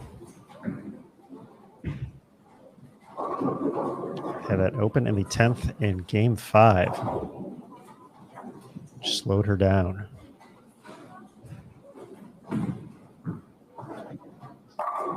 Come on, Not Missy. this Nothing was slowing that thing down.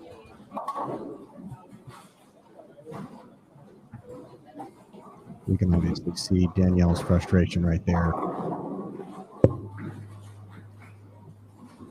She's definitely a player that one of the most competitive players you'll ever meet right there. 234 still out there for her. That would get her to plus 63, which was the number heading into this game. Yeah, put her at tie with Shalyn Zulkifli. And really putting in position multiple players with plenty of wood left. I bet you Jordan Richards keeping a close eye on that number right now. So is Diana Zavyalova. It's funny, you're in 4th place on your squad. You got to feel like you're doing pretty good. And now you see yourself start to drop a little bit down that leaderboard.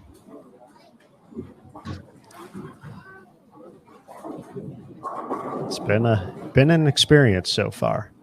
Yep. You know, looking at Stephanie Zavala, she's got a max of 186 this game. She is.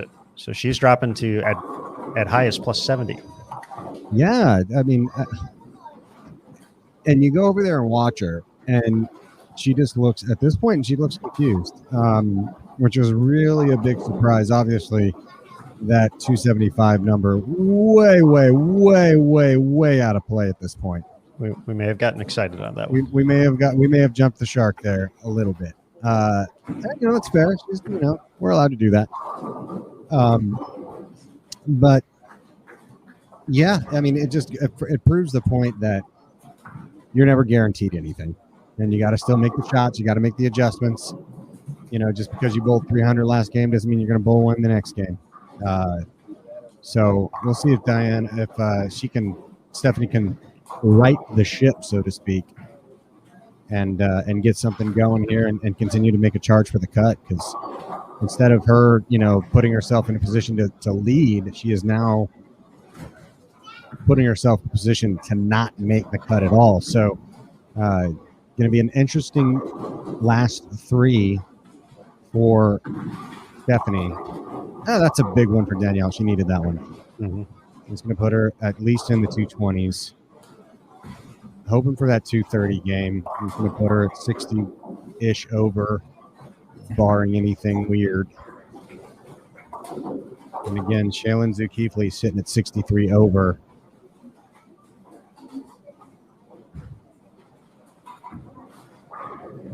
Missy Parkin with a nice 256. Puts her at -1. Good old -1. Feels a lot better than -57. I'll tell you that. As a fair, just point. Bjerget is going to give a few pins back. She's going to be at plus 108. Sydney could have overtaken her in the overall if she was able to get that second hit in the 10th. but she's going to be in the 190s now. Yeah. Danielle add another one. Not going to get the 10 out. She's going to get into the plus 50s here.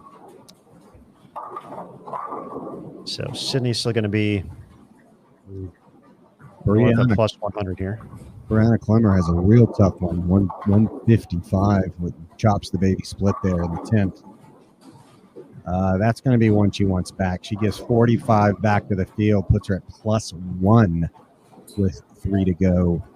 That's a tough spot to be in right there because pins are hard to come by.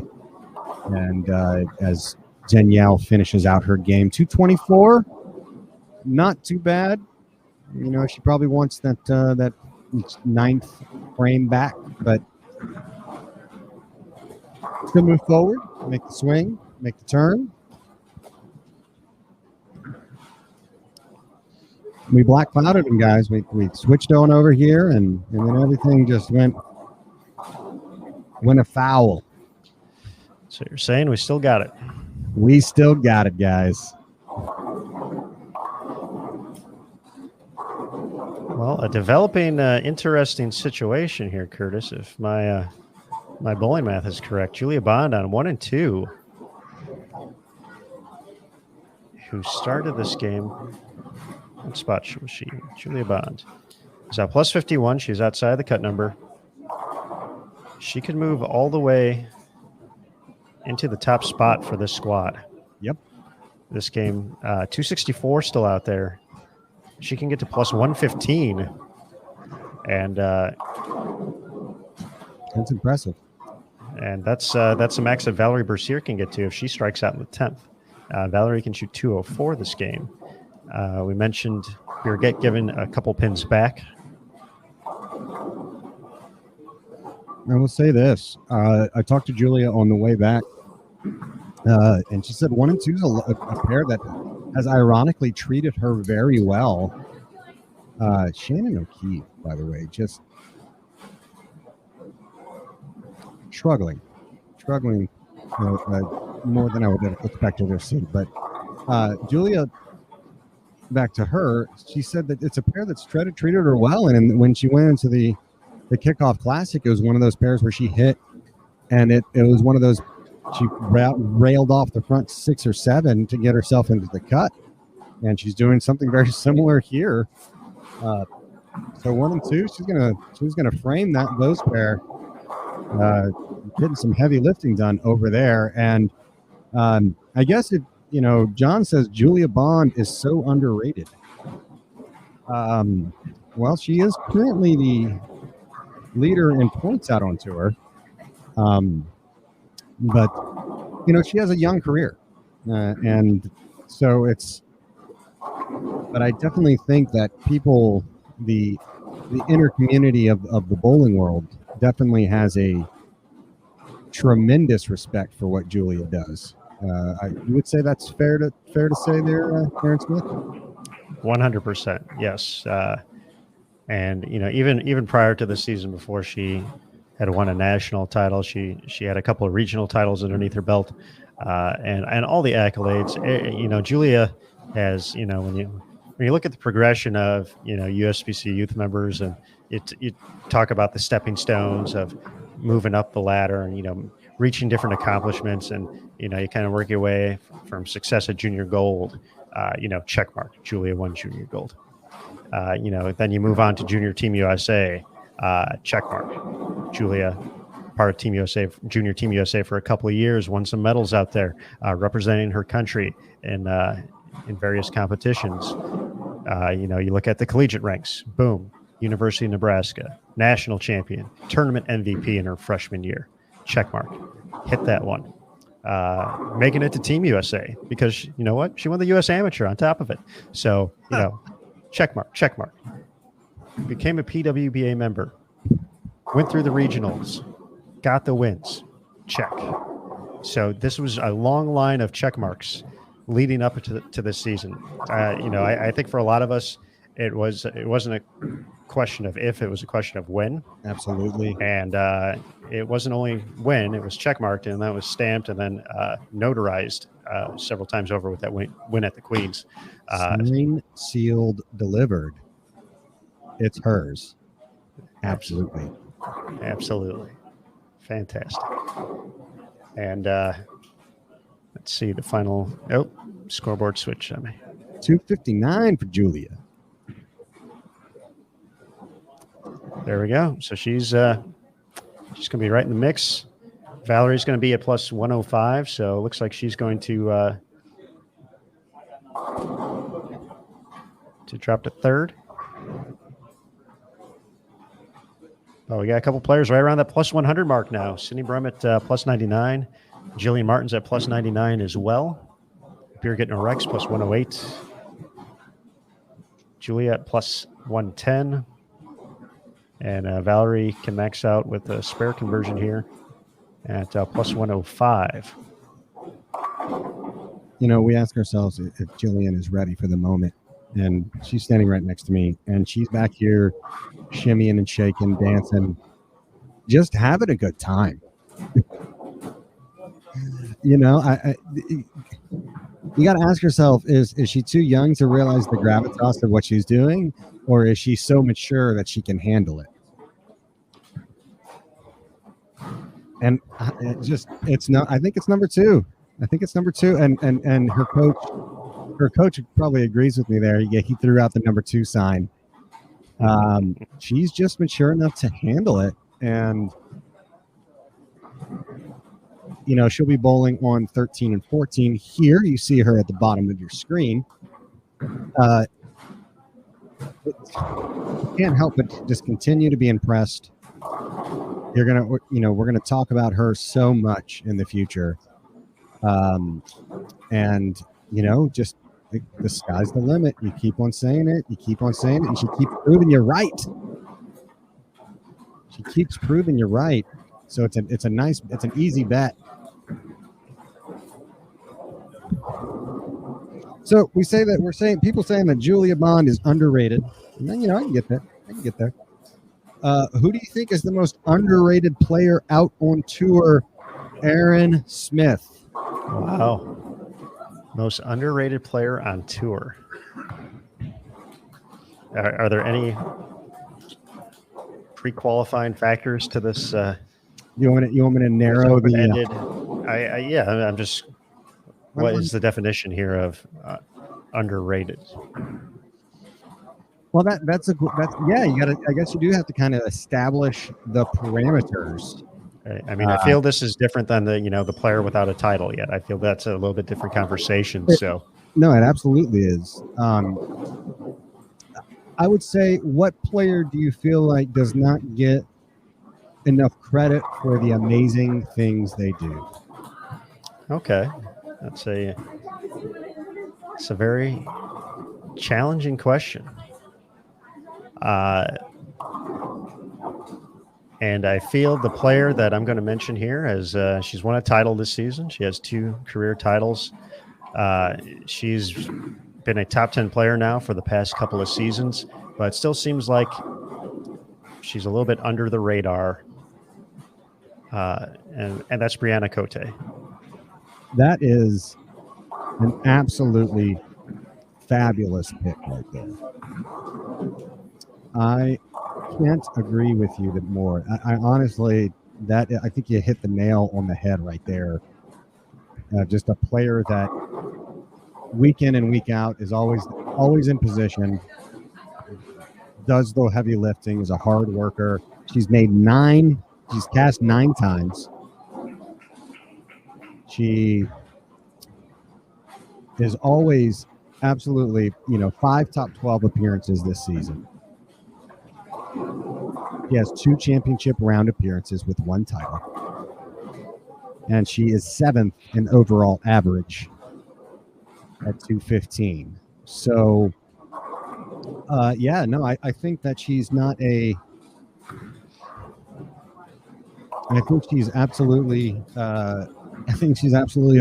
a phenomenal choice there. And Aaron, that's why you are the bowling guru. That's why you know this tour inside and out, and I appreciate your knowledge. Anytime. I don't know if it's the right answer, but it's I'd be happy to jump in with some thoughts here as well, since we do it, have Maddie. 2 hours to kill till we know who our leaders are going to be. But I do think there's some players I've been waiting on, just kind of waiting and waiting. They've been around, they've been close. There's been some emotional ups and downs as well, and I don't know that they're underrated because they're world famous and they've proven themselves time and time again. But two of the ones that I'm just waiting for that breakout. Missy Parkin, who's been close so many times, but just the one victory back in 2011, and she's been getting closer and closer and works probably as hard at this as almost anybody out there.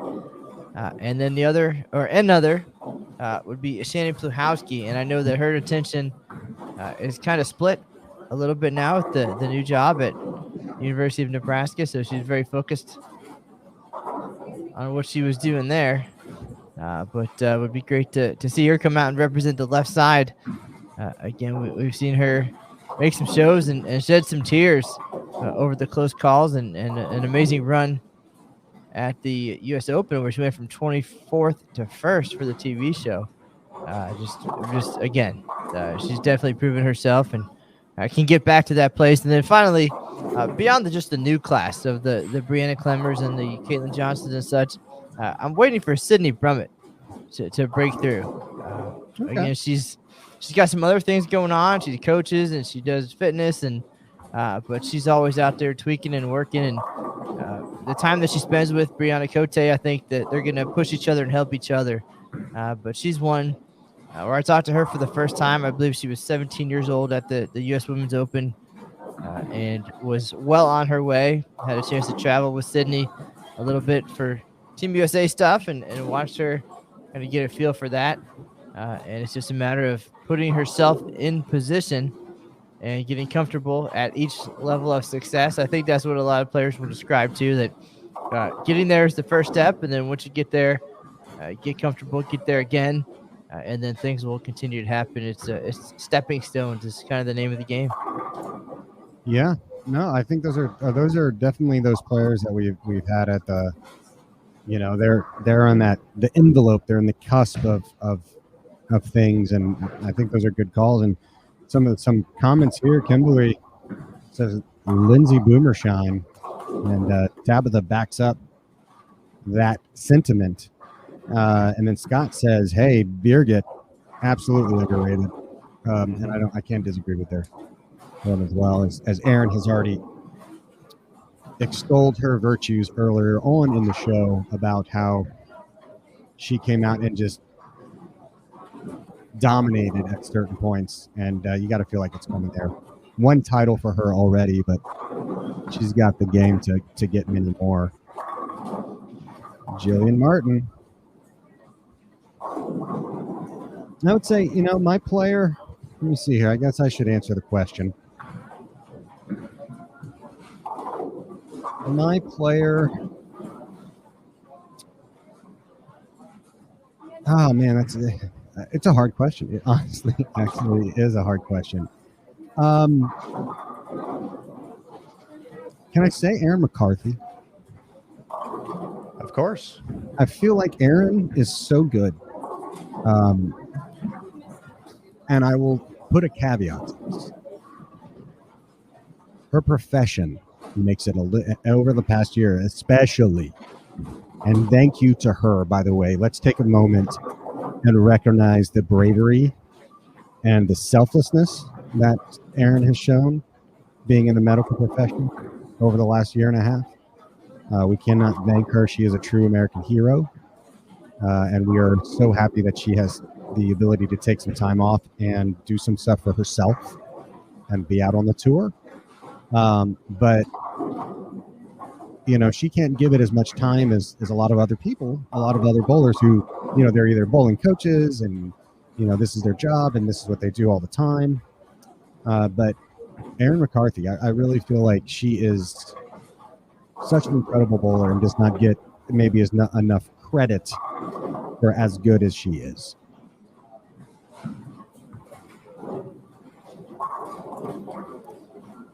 Well said, Curtis. Well said, Matthew. Herbert. Some good comments in the chat. Dasha Kovalova. Is Dasha underrated? I mean, maybe. She's pretty good.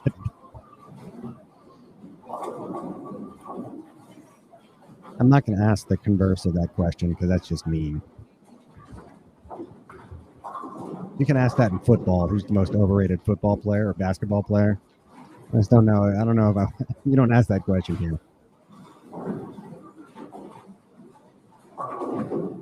The question you can ask, however, is what are the standings after Game 6 here for B squad? And the answer is Julia Bond, plus 110.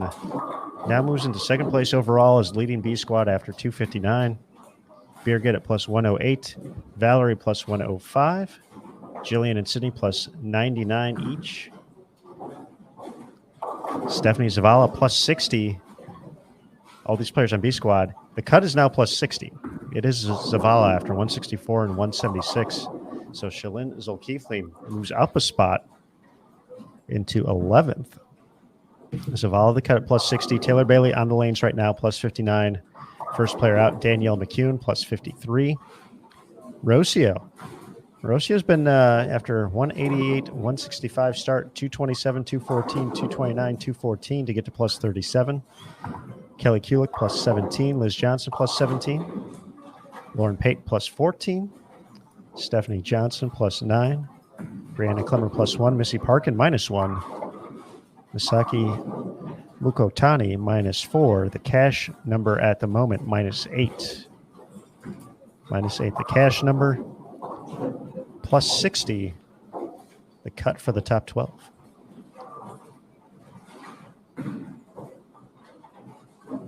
Even split right now. Even Steven split.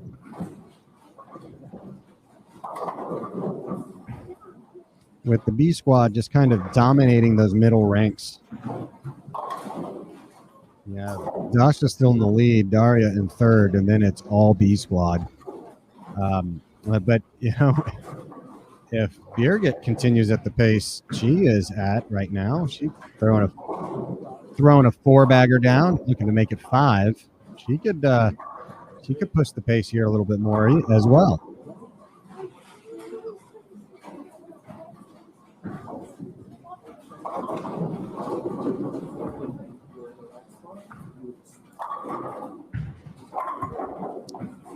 So going to get a roller over there to the 10. So front 4, 10 pin for Birgit.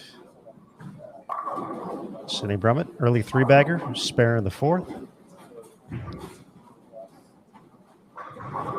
Zavala starting off this game. Strike, pair, spare, strike. Julia Bond, strike, spare, strike. Jen Higgins, early 4-bagger.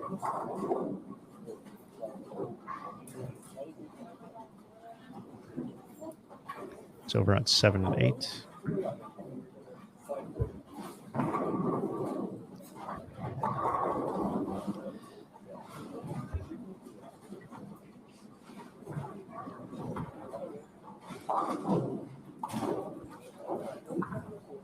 But they're starting to feel like some similarities to A squad, which I don't think we necessarily expected when we were looking at this earlier today. But we're kind of getting to that mix where there's just been kind of like a spot where scores tend to just run out of steam. So we've seen players get around that plus 60, plus 70, plus 80, plus 90, plus 100 mark, and then it just kind of, the brakes get pumped for a second. And then all of a sudden you get here into the final 3 games, and we're keeping an eye on Jillian here. Obviously, she's been within the number for most of the block. And we talk about the progress of Stephanie Zavala throughout the course of the day, where all of a sudden you go from full cruise control to, wait a second, how am I the cut number? But it's getting to that point where those a 160, a 170, a missed spare like that from Taylor, unfortunately, all those are getting magnified now, and it just seems like the question just keeps getting more and more up in the air about what the number is going to be. It's just been a very interesting pace to how this has trended throughout the course of the block.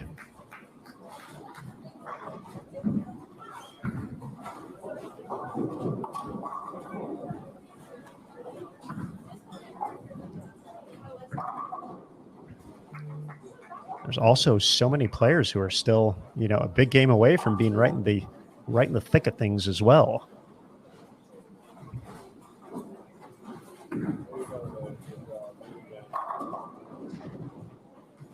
I mentioned Liz Johnson, she's at plus 17 entering this game. A string of strikes to finish this game up, put up 230, 240. She's right in the mix there. A lot of players still within reasonable distance here with, 2.5 left to go to make a incredibly legitimate run at this.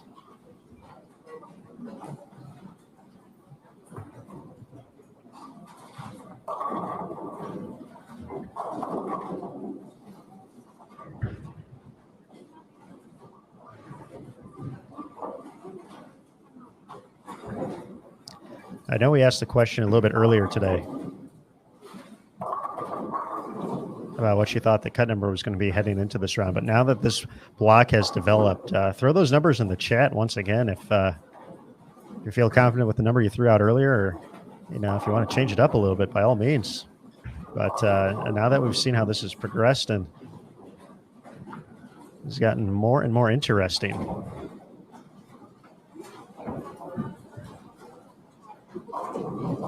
What do you think that number is going to be to make the top 12 here at the Go Bowling Classic?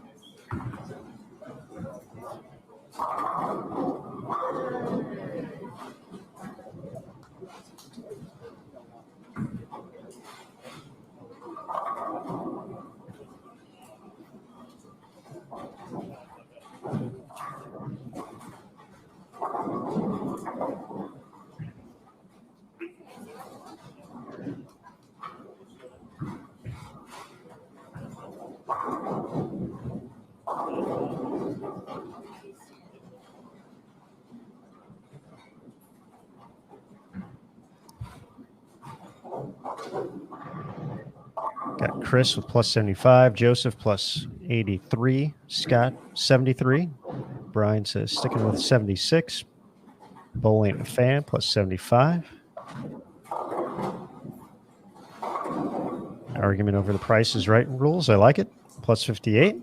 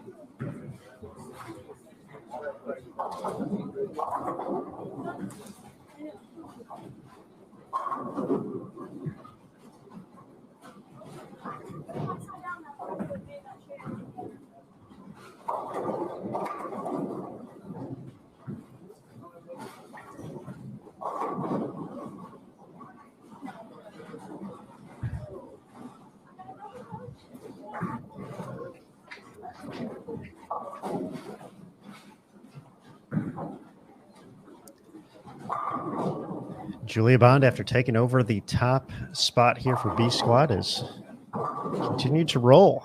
6 out of 7 here in Game 7. Over on lanes 3 and 4, she can shoot 280. She goes off the sheet.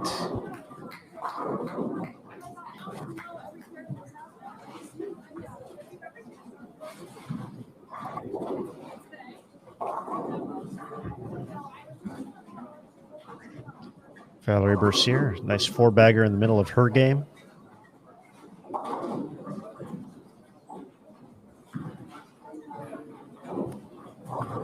Nothing else too crazy going on.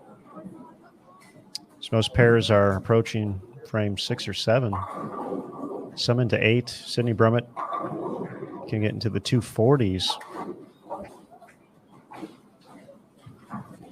Shannon O'Keefe could use a couple more strikes. She's been minus for potentially the entire block today. 257 though out there for her.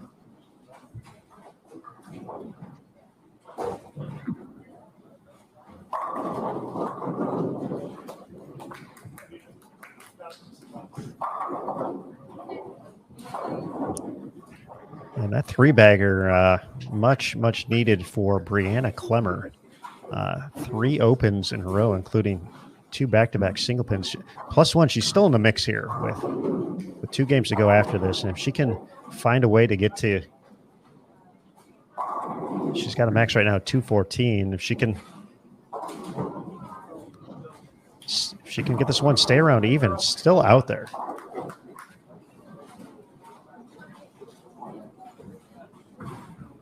Obviously, she'd like to have those hits back, or those spare conversions back, but it is still out there for her.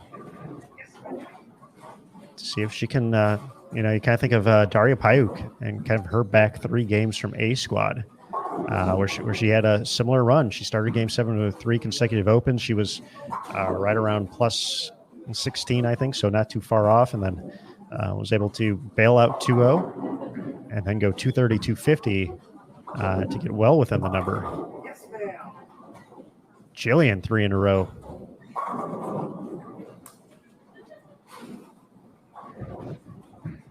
That's what makes this so crazy with the kind of the slower scoring pace, the lower scoring pace as well.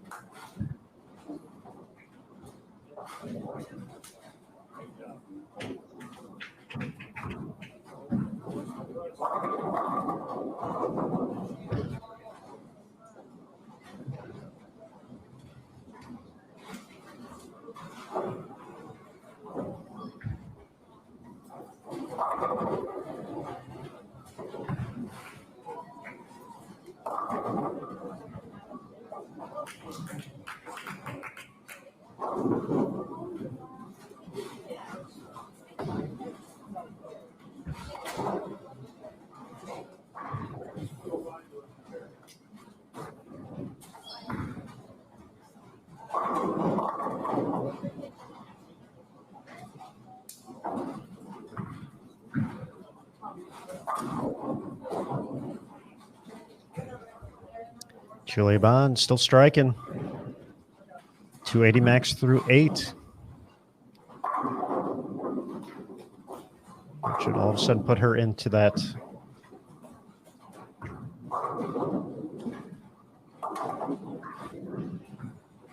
Range of being able to catch Dasha Kovalova here for the overall lead at the Go Bowling Classic. Just another one for Clemmer. Mark, she's in the 190s. Another strike 2-0, double, 2 teens.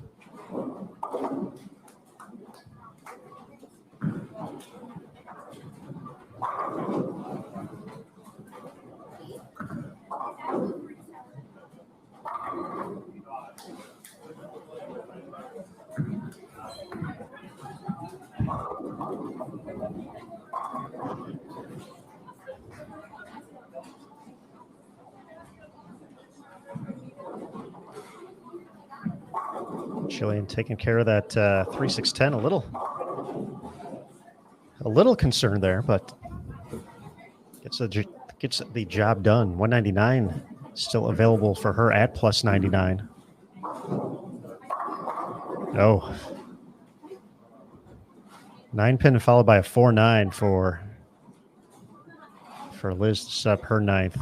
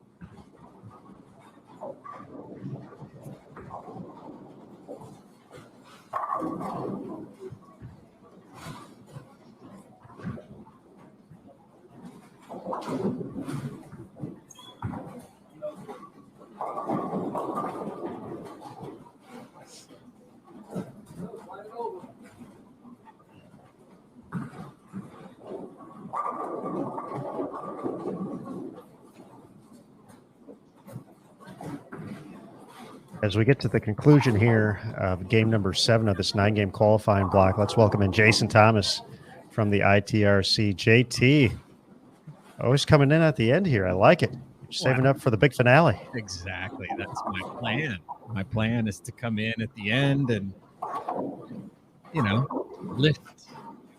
That's what I do.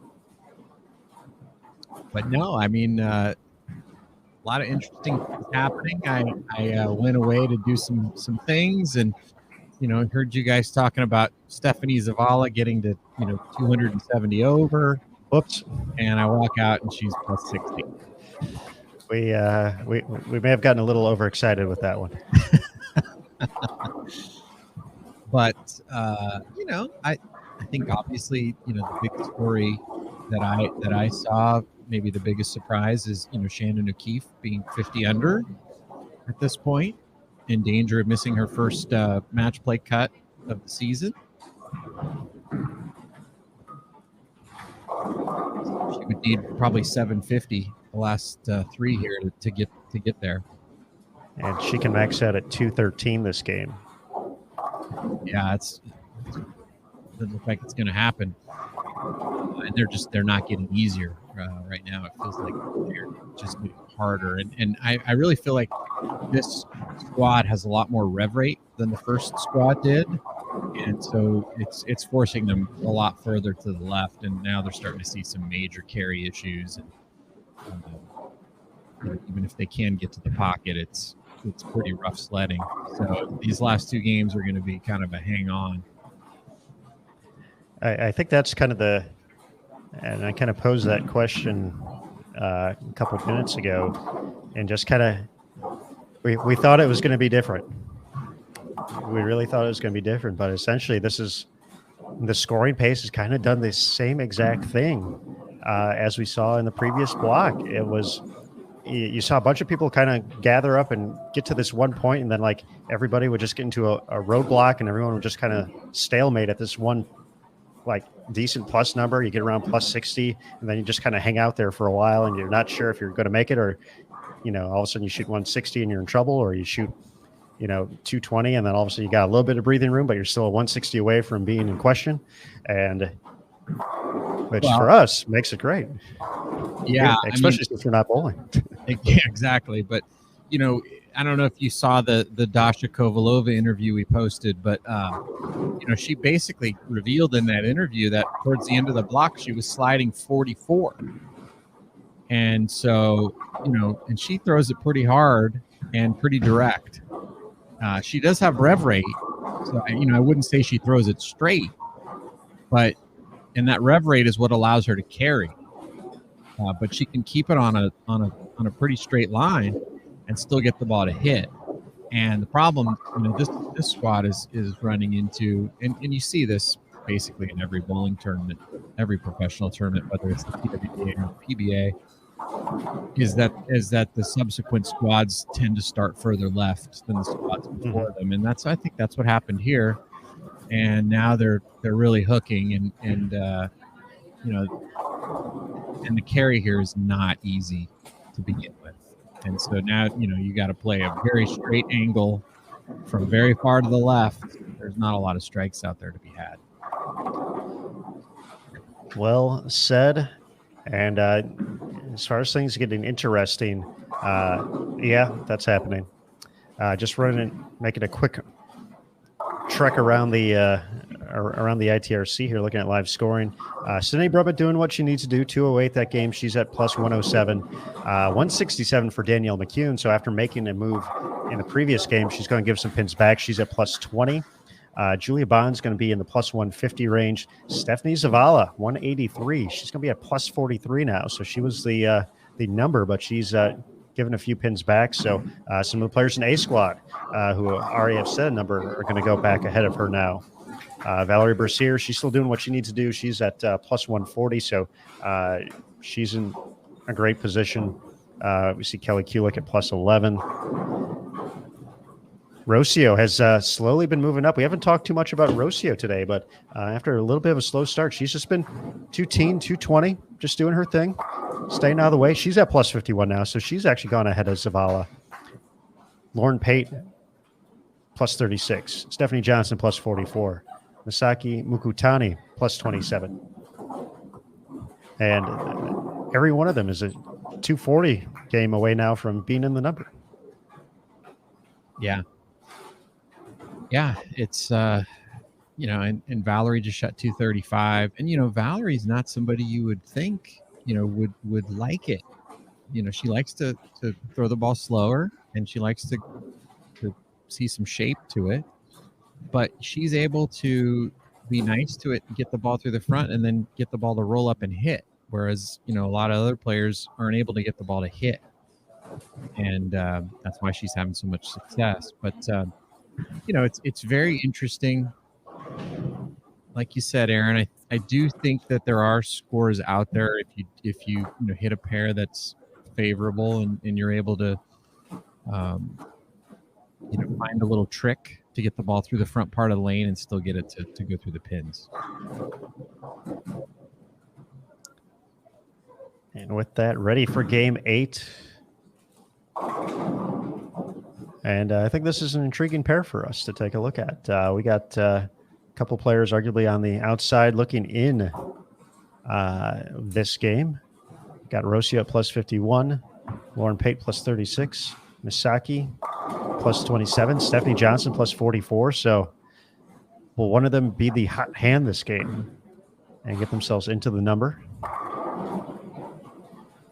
Yeah, we definitely have some interesting things to watch for. Got some good questions in the chat. Brian McDonough, what's the ball recommendations when moving left after already moving left? Something stronger and earlier, weaker to get down the lane? It's a great question. The answer is it could be either one.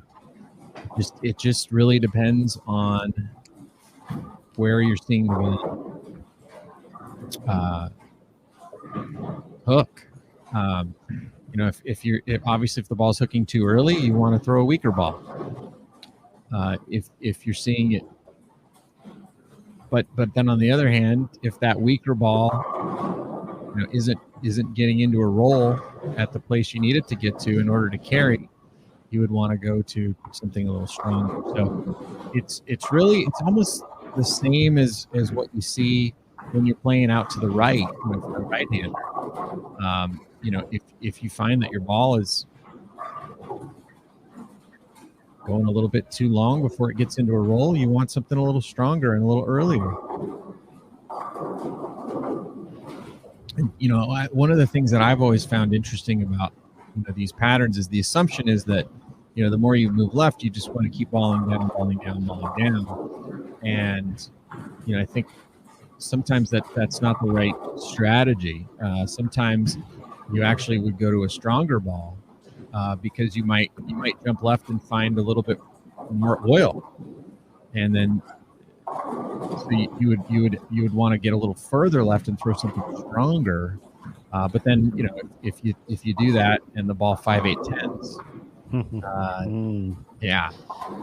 Which apparently has been left enough to record statistics on spare percentage. So it is. Oh, I dropped a stat in the chat earlier today, Aaron, that nobody answered because you guys were talking about something way more interesting, which that's fine.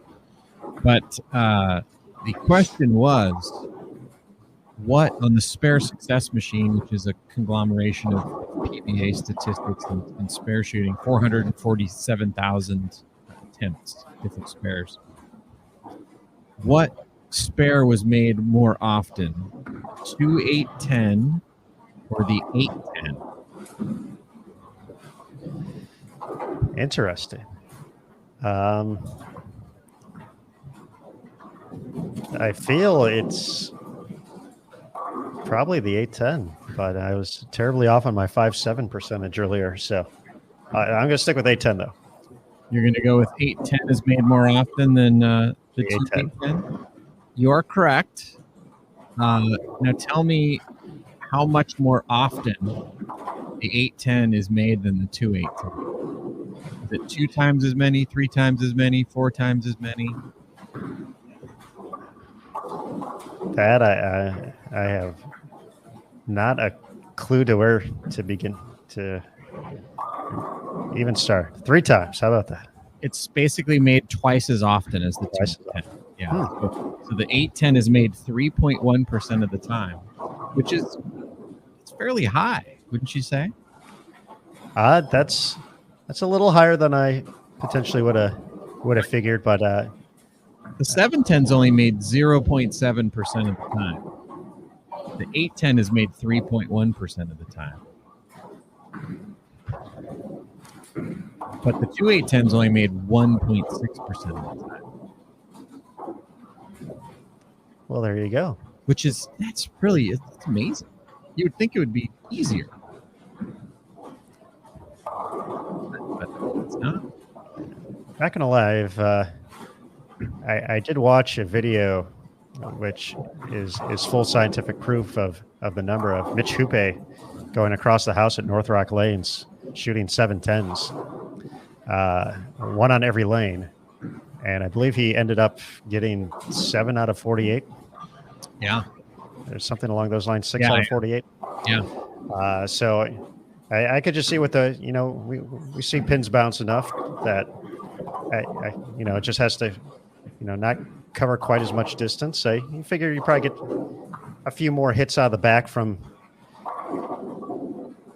getting the 10 pin to bounce out of there. So 2-8-10, I feel you probably need just you need some type of additionally, you need some type of ricochet. You hit the 2-8 dead on and hope one of them just bounces the right way out of there. So, I mean,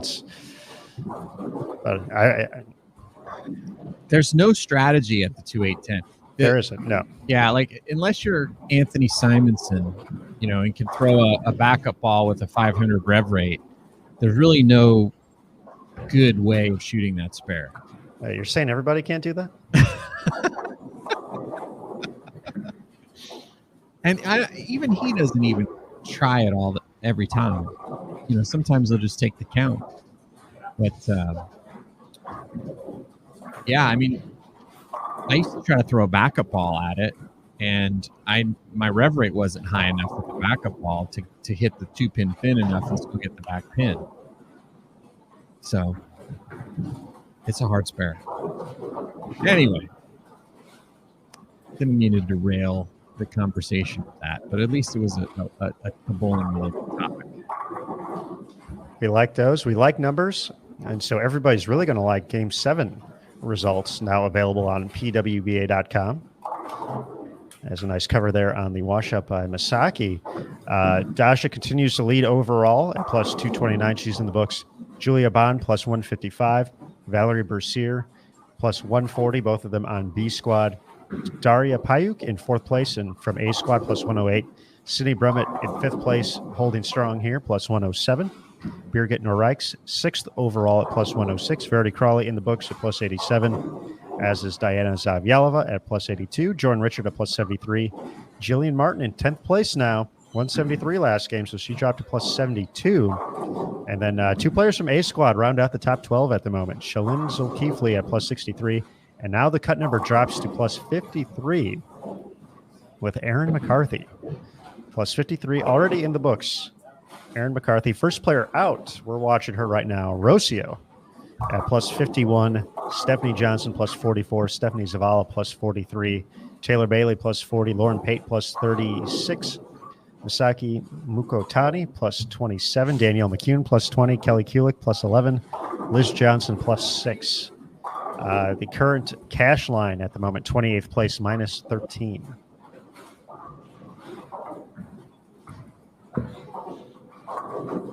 I'm a little surprised that Kelly Kulik is she did start off well, but she's gone the other way. This to me would be a pattern that she would have a big advantage. She's seen it so many times. She bowled so much against the men. I would have thought, and she still could. I mean, she still has plenty of time left to get there. But I would have expected her to be among the leaders at this point. But one thing that's amazing to me is I can't imagine Jillian Martin's had a lot of experience bowling on this pattern, and she's still in the top 10. Mm-hmm. So I mean, I think what that tells you is just how good of a bowler she is instinctively. She just understands how to get the ball to go through the pins, where the right place to play on the lane is. And she's just naturally comfortable doing all of it. And it's really amazing to watch. She's got that undefinable it factor. But yes, that's a fair point. You mentioned, we talked about it toward the end of last block, kind of some of the origins of where this pattern comes from, and those animal patterns, early 2000s, and basically approaching 20 years old. And we've stated many times that Jillian is 17, just recently turned 17. So we know those were, something before she was even born. Yeah, And thinking about bowling. Jillian. Yes. So that adaptability and something that, you have your essentials to following a pattern to start, but yes, being able to kind of work outside, the hard rules of it all, especially knowing it's a Nick Hoagland pattern, because there's nothing just simple and to the point with a Nick pattern, but being able to kind of work around, get there, and put herself in this position. And the one stat, as it looks like Shannon heading into this game. Where's she at? She was at minus 53. One of the stats that we had mentioned quite a bit during the Kickoff Classic series that only 3 players made the cut to each match play round. It was Lindsay Boomershine, Shannon O'Keefe, and Jillian Martin. And at the moment, Jillian might be the only one to have 4 now. Yeah. Well, and the other thing too is Julia Bond has been super impressive. I mean, she's got to be coming into this tournament with a ton of confidence. I mean, she made the show in Louisville, but this pattern is great because it allows you to have a little bit of touch in the front part of the lane to get the ball through the front, and then still try to be able to get the ball to roll up and hit on the back.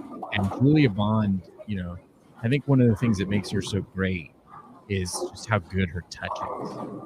I think she might have the best touch out of any player out here.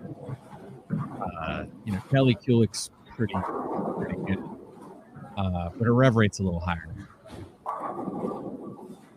But Julia Bond, man, she can play all these different angles and get the ball to hook a little earlier, a little later, and that's what this game's about. It's about making little subtle adjustments to get the ball to see a spot that you want to see. I mean, I try to explain it to people. Bowling, you're trying to find a place on the lane where you have hook to the outside and hold to the inside. But it doesn't mean that it's going to be obvious where that is, and that might happen at 45 feet, or it might happen at 15 feet, or it might happen at 25 feet. And if you can find a way where the ball doesn't read until it reads at that spot, you'll have room when other people don't have any room. And that's what Julia Bond is really great at fine-tuning. She can say, okay, I have dry to my right at 45 feet. It doesn't matter what, as long as I can get my ball to that spot and then read at that spot, I'll have room to miss. And she's just so good at making tiny little, and it just looks like she's throwing it the same every time. But she's making little adjustments so that she can get the ball to read at that spot that she wants it to read at. And so you watch her bowl, it's like she doesn't have much of a rev rate, but her ball looks like it's hitting like a freight train. She's not hooking it a lot. She's not playing a lot of angle. She's not throwing it very hard, but her ball hits like a medicine ball. And that's because she knows how to manipulate when it needs to hook.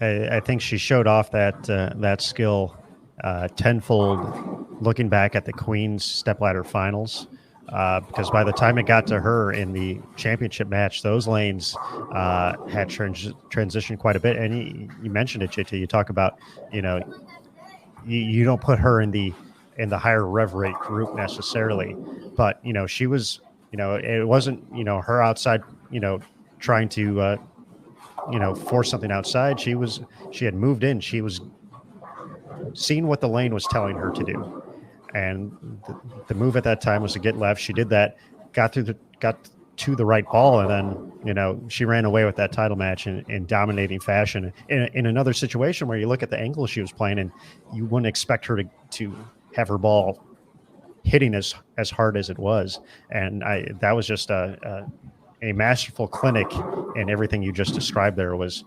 that the finishing touches on her undefeated run at the Queens earlier this year.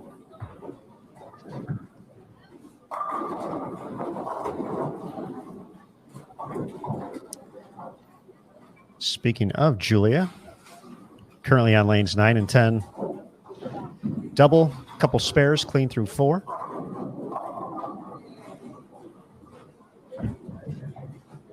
Yeah, and she's crossing with Stephanie, who, looked like you guys were saying she was going to shoot 270 over. It was more Curtis, right? I'm not going to. Curtis is the one who set the number, yes. Yeah, right. So if she can't hit the right side of the head pin right now. She's struggling to keep the ball on the right side of the head pin. And, that's because and I did see a bunch of people in the chat saying it. Look how far left she is already. And where's she going to be playing, in game 7, 8, 9? And she can't loft it, right? So the only way to stay in the game is to be able to get the ball through the front without it hooking. And she just can't. She doesn't have an answer for it right now. She cannot get the ball through the front part of the lane without hooking.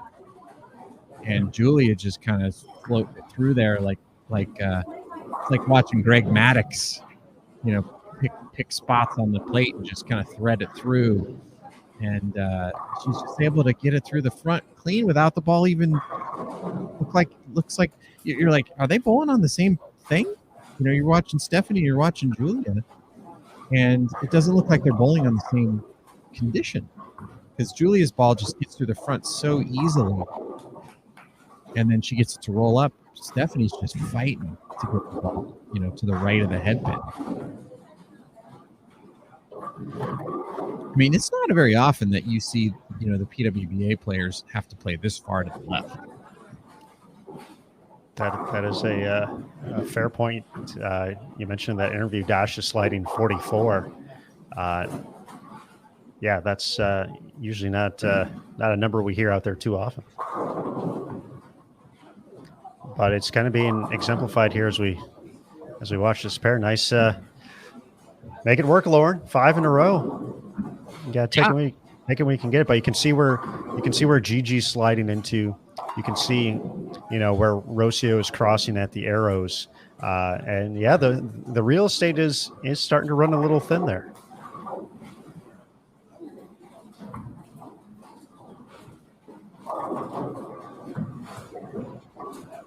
But Rocio, what a day for Rocio, and still has some work to do. But it's very quietly just worked her way through this pattern. I think it's one of the more, even though she's still looking to get there, but 180, 160, then 227, 214, 229, 214, 214. Yeah, and she's another one of those players that are world-class touch player. Mm-hmm, absolutely. She just has so many tricks to get the ball through the front part of the lane. And for her, she bowled against a lot of men. She bowled, at high level competitions against men. And, if you're going to do that, you've got to find ways to trick the ball through the front. If you can't just throw it 23 miles an hour or throw it 30 feet in the air and still get the ball to hook back, you have to find ways to get the ball through the front part of the lane without hooking and still be able to get the ball to hit. And Rocio is one of the best in the world at that on the PWBA tour. Still has a chance to shoot 269 this game. Brianna Cote is working on a couple there before the 3-6 in the 8th.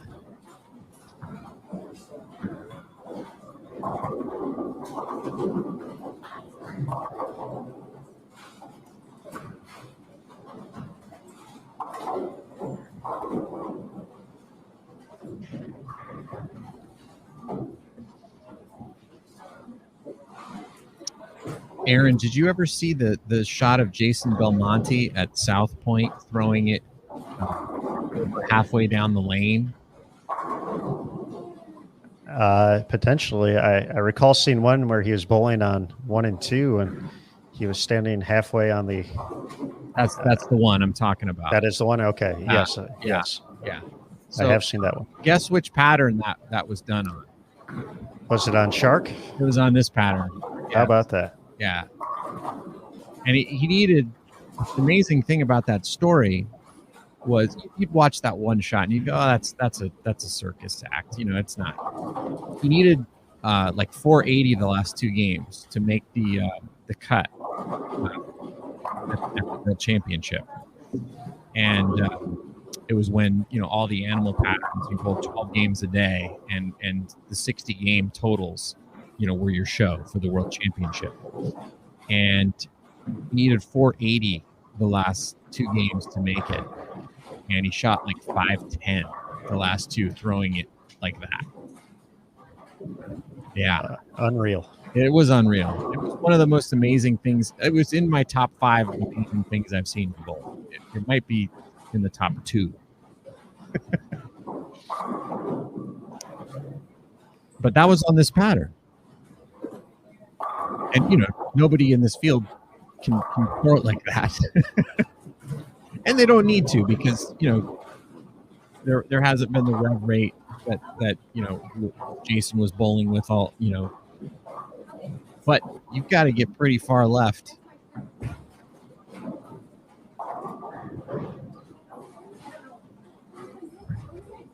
The nice thing about the ITRC is there's no ball return in the way. And it would be cool if all bowling centers, were built like this, where the ball return were completely off the approach. You could just stand as far left as you want.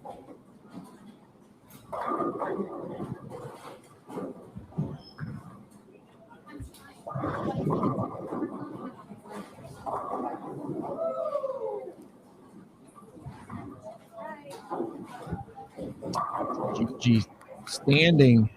It's like she's standing about 50.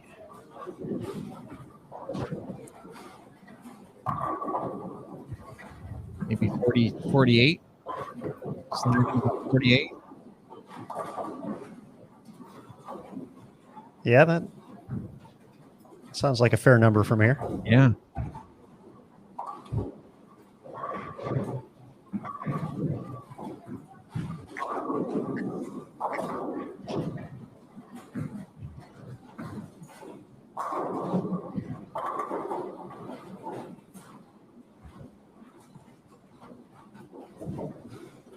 Just so you know, JT, this cut number isn't getting any more well defined.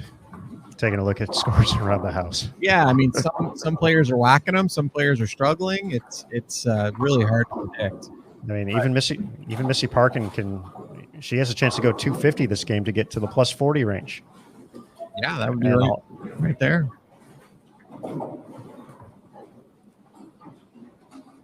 She had a really rough start. Mm-hmm.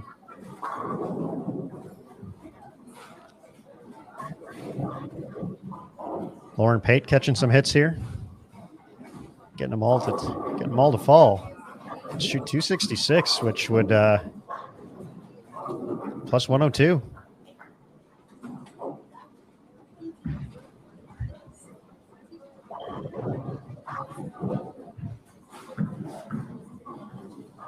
But Rocio has really bowled a phenomenal game so far up to this point on 11 and 12.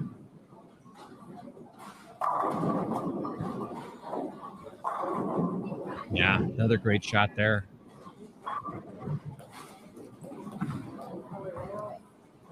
So she's jumping ahead of the number. Lauren Pate's going to jump ahead of the number. Misaki can get right around there with the first one, or double in the 10th. Stephanie Johnson can get to plus 70 this game.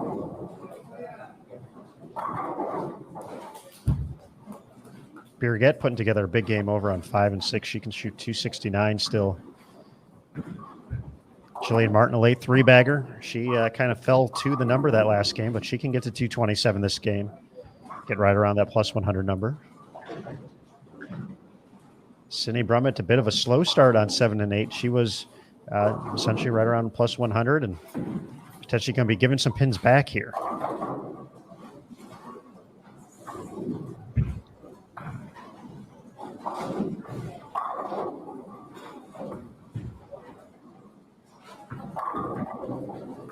Yeah, it's going to be pretty wild next game.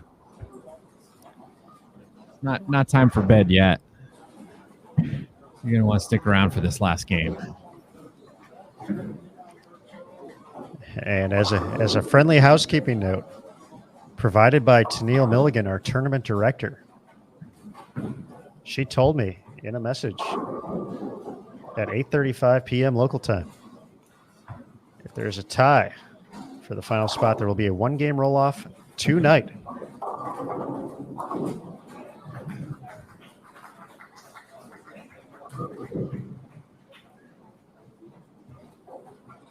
So a few numbers in the books already from A Squad. Eagerly awaiting this final update and this final game.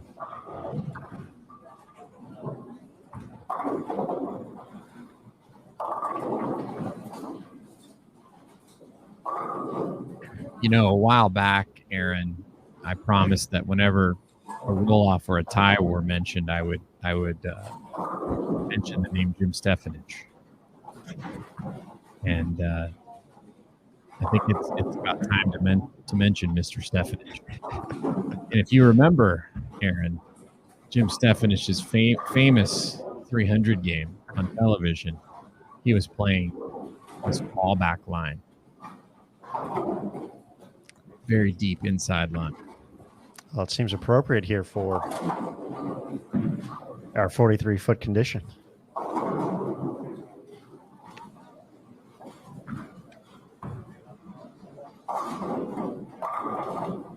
Ooh. 215 for Misaki, so she's going to move up to plus 42. Yeah, she's right there.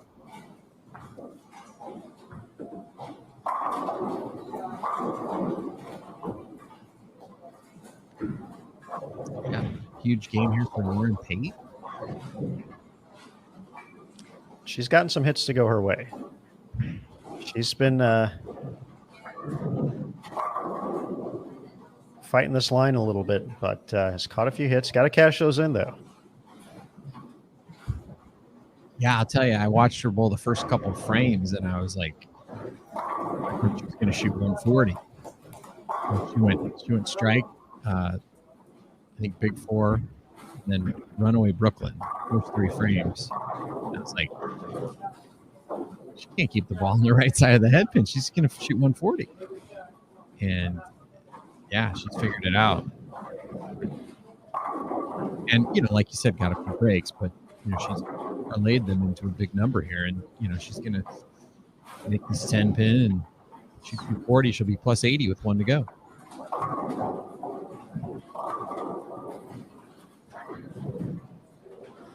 Steph was hoping for the hit there. 2-0 out there with the 7 pin left standing. Can get to plus 49. Yeah, that would have been a big, that would have helped a lot. It's much better going into that last game, 70 over versus 50 over. Oh, come on. Come on, 7 pin. Well, at least it was the second shot in the 10. That's true. That would have been a killer on the first shot. But that was an absolutely brilliant performance here in game 8 from Rocio. She's going to hop into the number. 266 from Birgit. She's going to get to plus 172. Pretty large. And unless Julia Bond throws the next few strikes, Birgit will be leading or reclaim the lead here on this squad. Missy Parkin, 234 to get to plus 23 with 1 to go.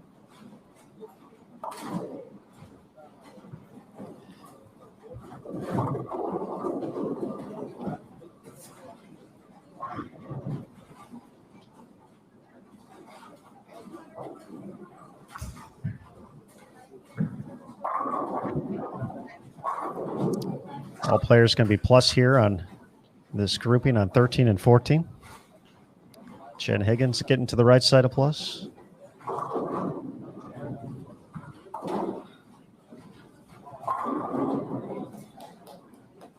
Rocio now at plus 88.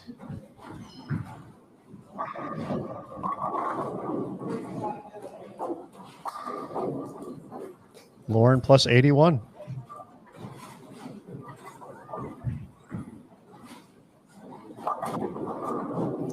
Gigi getting a break there on the 248. I would have made the 24810. What do you think the 24810 conversion percentage is, Aaron? Compared to one of the other ones, or just in general? Well, the 2810, you remember, was 1.6%. So you add that 4-pin in there.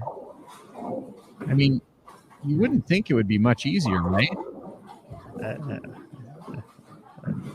It is much easier, though, with the 4-pin added. And you know what? When I was growing up, it was basically the same as the 2810 because we didn't know if you hooked it at it that the 4-pin would take that back pin out. I would bet it's, based off of those numbers, it's 10 times easier. You're about right. It's 10.6% conversion percentage for pros. Yeah. Well done. It took me 17 games of qualifying to Well, make a correct prediction. You've probably been tracking it while qualifying has been going on, and that's a large enough statistical sample size to. I've seen it picked up at least once today. I know that for a fact. I saw Liz Culkin pick it up today. You've watched enough bowling today to have a large enough statistical sample size. All right. This is it. Let's see what we got here. Just scrolling through live scoring as we wrap up this game. Valerie Bercier is going to be, she's maintaining. She's going to be north of plus 100. Taylor Bailey's going to be at plus 50, right in the mix of things. Liz Johnson, if she can throw 3 in the 10th, she can add 60. She'll be at plus 41, right in the mix of things. We mentioned Birgett, plus 172, well ahead of pace. Missy Parkin, plus 23. Jillian Martin, plus 84. Sydney Brummett, with one more strike in the 10th, can get to plus 100 or stay at plus 100. Danielle McCune, a chance to double in the 10th to get to plus 50 and change. Stephanie Zavala is going to be in the plus 30 range, plus 31. Julia Bond can max out plus 157 this game. Rocio now plus 88. Misaki plus 42. Lauren Pate plus 81. Stephanie Johnson plus 49.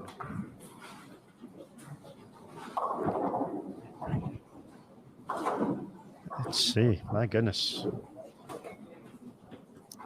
Let's see. We still got some bowling at 7 and 8. Sure, let's go 7 and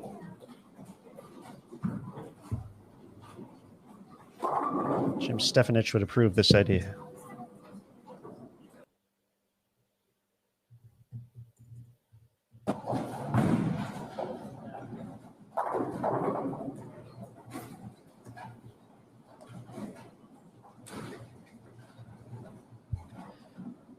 So 10th frame, game 8, still wrapping up here.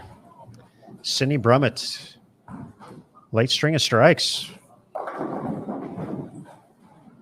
Not going to get the second hit, but kind of based off where that game was trending, chance to get to 190 here. I think Sid will take that, move on to the next pair.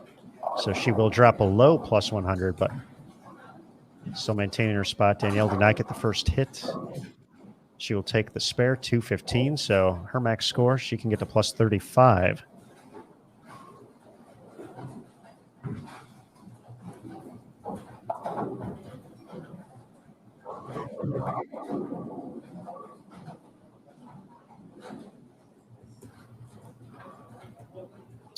Yeah, and you know what's even more surprising about Shannon O'Keefe is, you know, she's in danger of putting herself in jeopardy and missing, you know, the cut in the Bowl TV Classic.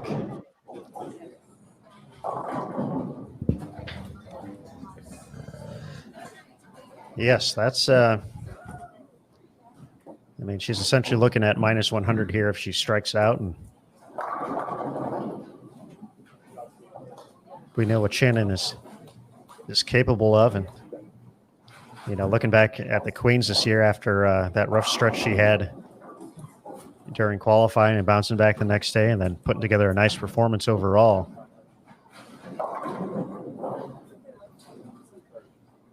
But definitely one of the surprising moments here, certainly at the Go Bowling Classic.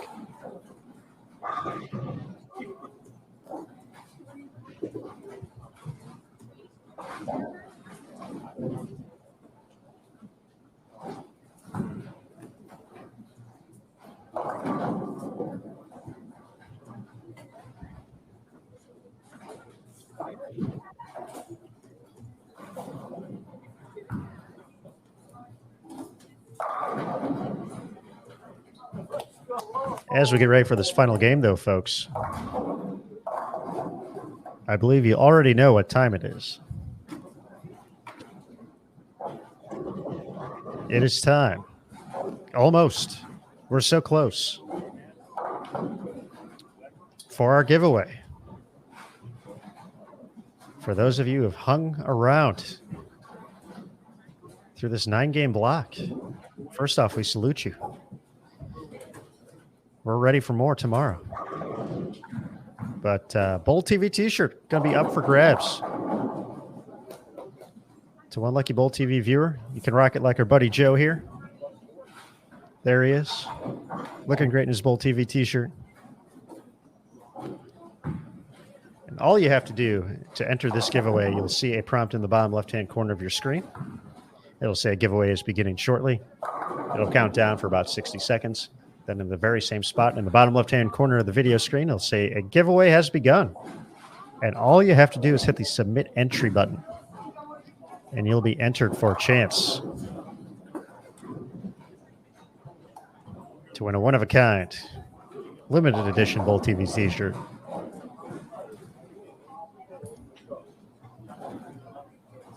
So we'll be starting that up momentarily. Let's get with the next strike here on lanes 5 through 8. Whoever throws it. Could be Sandra right here. Oh.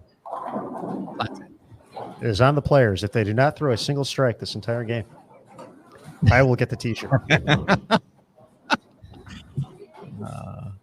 rooting for that. I feel there are several people on this pair who would disagree. Yeah, there are.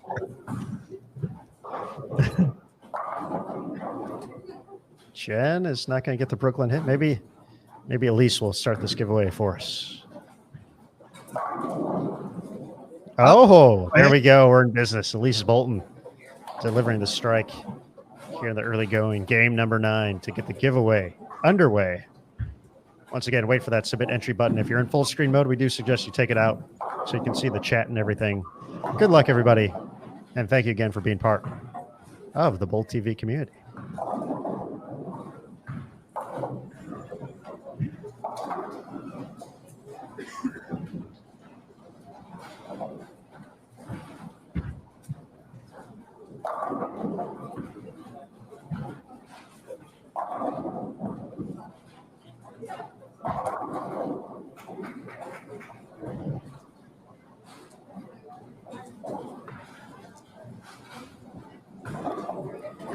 Taking a look at our pairing sheet here across the house for our final game over on our PWBA 1 through 4 channel. That's where you'll find Rocio, Melanie McDaniel, Brianna Cote, Gigi Mason, as well as Jen Higgins, Lauren Pate, Misaki Mukutani, and Stephanie Johnson. On our PWBA 5 through 8 channel, which we currently are broadcasting here on our commentary station, Kelly Kulik, Jen Hokersack, Sandra Gongora, Valerie Bercier, Elise Bolton, Stephanie Schwartz, Taylor Bailey, and Liz Johnson. Over on PWBA 9 and 10, Birgit Norreichs, Jillian Martin, Missy Parkin, and Brianna Clemmer. And then on 11 through 14, Sydney Brummett, Shannon O'Keefe, Danielle McEwen, Tanya Ramanpour, Kayla Crawford, Caitlin Johnson, Stephanie Zavala, and Julia Bond.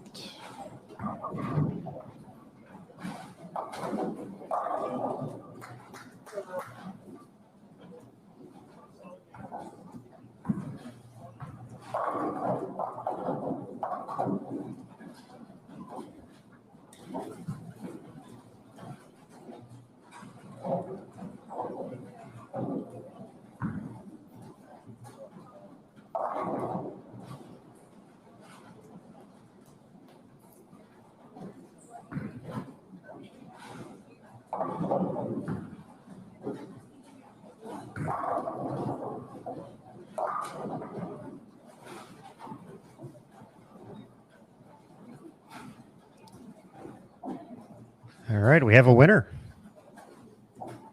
for our Bowl TV T-shirt. Kathy A. Kathia. I'm not sure.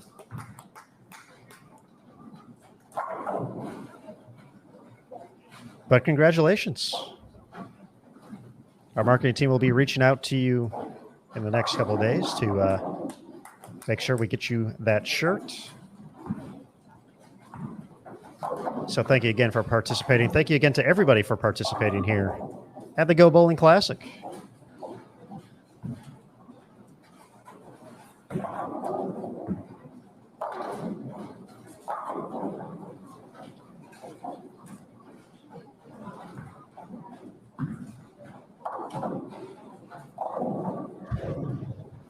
Well, we got an early prediction from Mr. Von Kruger.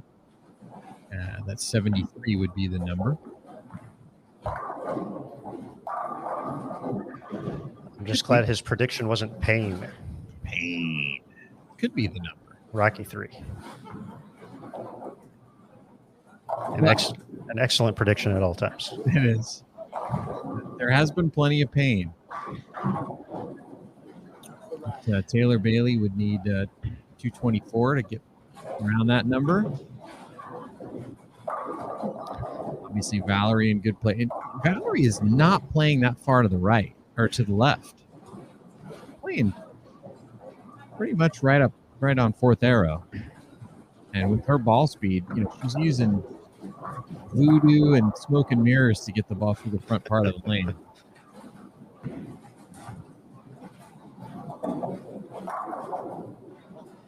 That voodoo and smoke and mirrors has her in fourth place overall, plus 136. Scores are updated after 8. Dasha Kovalova from A Squad continues to sit at the top of the leaderboard, plus 229. Birgit moved up to plus 172. Julia Bond, plus 146. Valerie Bercier, plus 136. Daria, who's in the books already, at plus 108. Sydney Brummett, 6th, plus 98. This is where it gets fun. 7th, plus 88. Rocio on the squad. Verdi in the books, plus 87. Jillian Martin on the squad, plus 84. Diana Zavialova in the books, A Squad, plus 82. Lauren Pate on the squad, plus 81. Jordan Richard, plus 73, the number. Shalyn Zolkeefly, Aaron McCarthy in the books. First players out at plus 63 and plus 53, so they're hoping for some help. Taylor Bailey, the first player out at plus 50. Stephanie Johnson, plus 49. Misaki Mukotani, plus 42. Danielle McCune, plus 35. Stephanie Zavala, plus 31.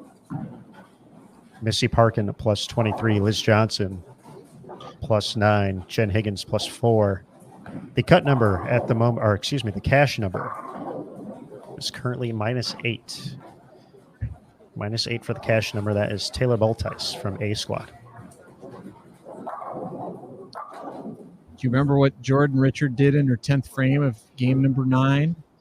She threw it great, working on a strike and wrapped a 10. Yeah, cost her 20 pins.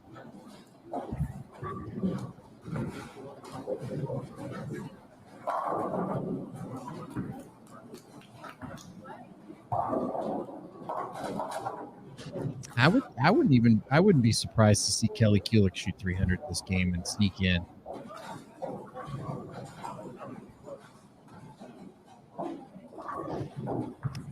Kelly currently at minus 14. Yeah, JT, when you mentioned her start, I did take a quick look at that and was pretty surprised to see how rough the back half of this block has gone for her. She started off, she was at plus 71 after 4 games. 2-0, 203, 234, 234, as followed with 166, 180, 194, and 175.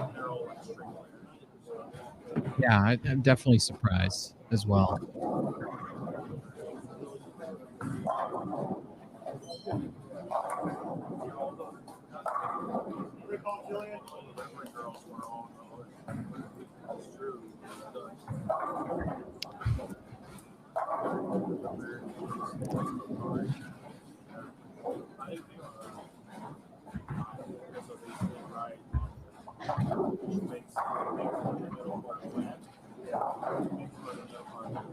Oh, this is going to be fun down the stretch here. Yeah, just kind of getting a feel for what's going on. There are quite a few players that can shoot 240 or better this game and still make the cut. Danielle McEwen, Stephanie Zavala, Missy Parkin can shoot 250 or better and get herself in. Liz Johnson has an outside chance.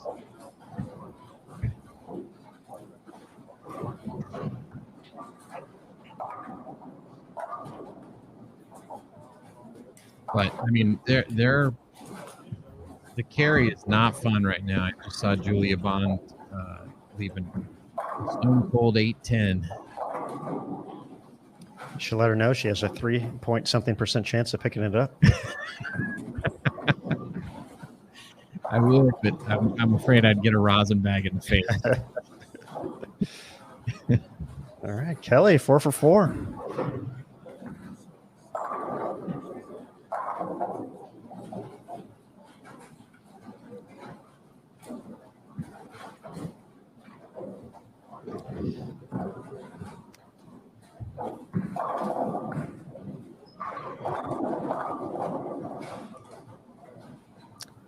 Early double from Liz. This would just have to be cruel to be watching on A squad. Yeah, it would certainly. Jordan, she threw a great last game and left that nasty break at 10. There's just no way around. Just why couldn't that stupid pin have fallen? I'd be sitting pretty right now. I'd be going to bed, getting ready to bowl tomorrow. But because it didn't now, and I'm sure I'm not making it better by talking about it because I'm sure she's watching and listening right now. But I'm praying for you, Joe. Rooting for you.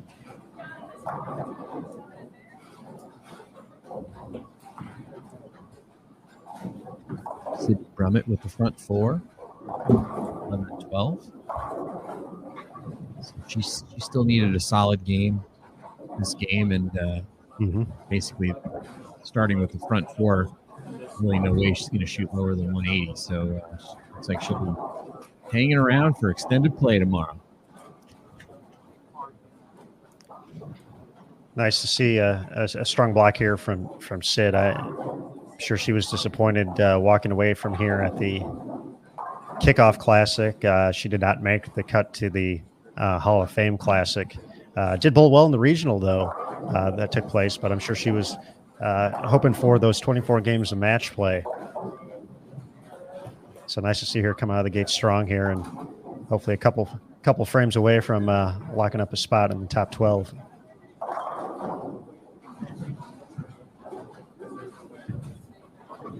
Yeah, and I liked what she said yesterday in the podcast about. She said, "I've never really been a fast bloomer. It's always taken me time at each level to kind of get my bearings and to have success. And so I really feel like she's one of those players that we're just waiting for that success to come, and it could happen anytime."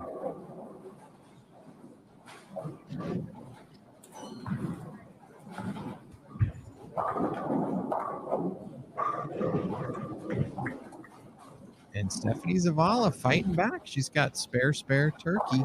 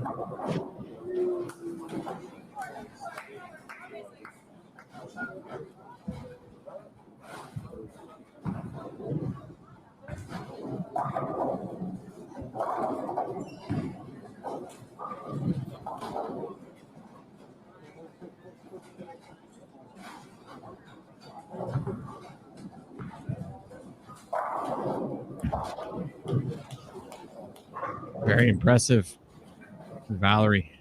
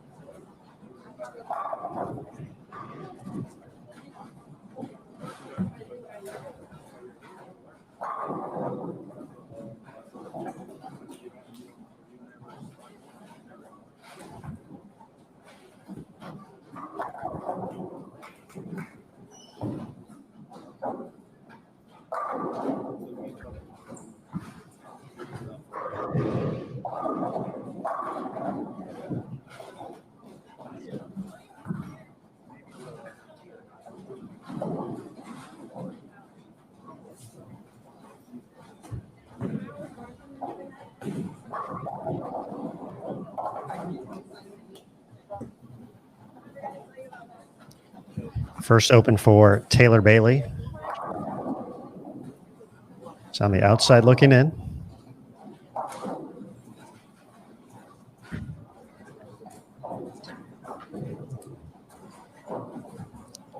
Have to get to 223 or higher to surpass Jordan Richard, currently the number, which is in the books.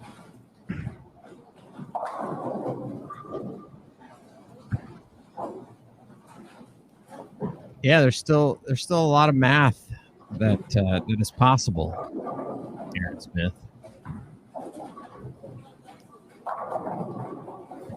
Still a lot of players that are alive for a spot in tomorrow's match play finals. 259 slot there for Danielle.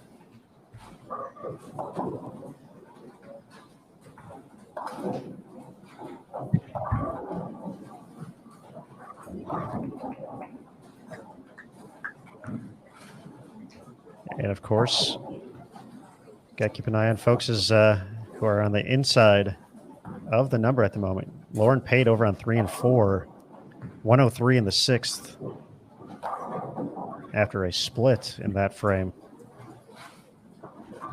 Misaki, a pair of early opens. She's rebounded with 3 in a row, looking to get into the number. Stephanie Johnson working on a double. She missed a single pin, however, in the 4th frame.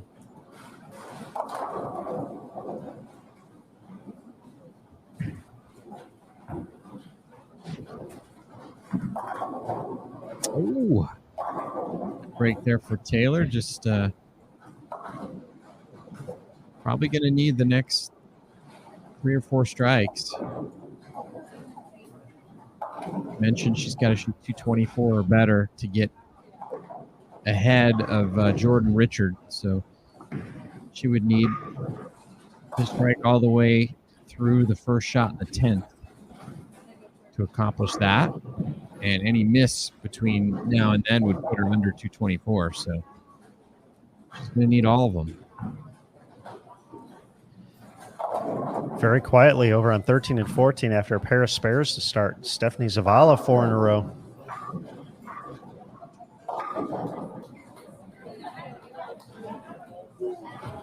She started this match at this game at plus 31.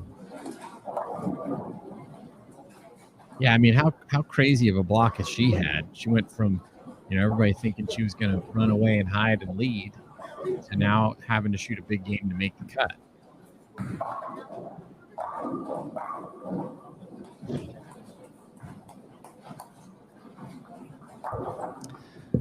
Liz with that strike there still has 269 out there, plus 78.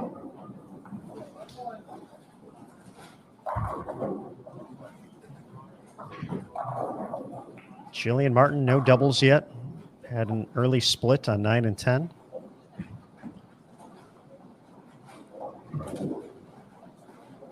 Looking to maintain her spot. Dasha Kovalova is going to be your tournament leader heading into match play tomorrow. Birgit will not be able to run down plus 229 number at the top of the leaderboard. So Dasha Kovalova leading the way.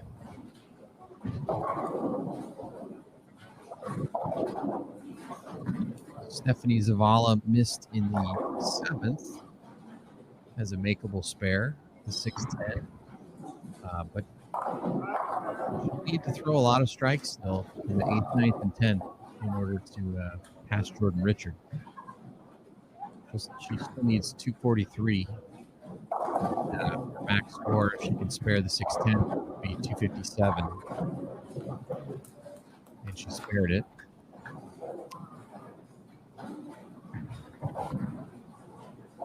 So basically, she could miss in the 8th and then go off the sheet for the next 3.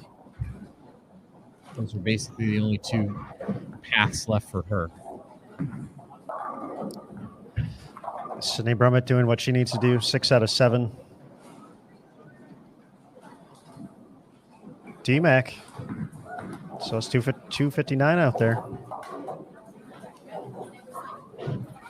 Yeah, and there was a stretch a couple of years back where I was keeping track of Danielle's final games. You know, when she needed a big game, the last game, to make a cut or to make the show or to make, you know, the next round. And her average was over 260 in those final games. That's not bad, JT. She was so clutch.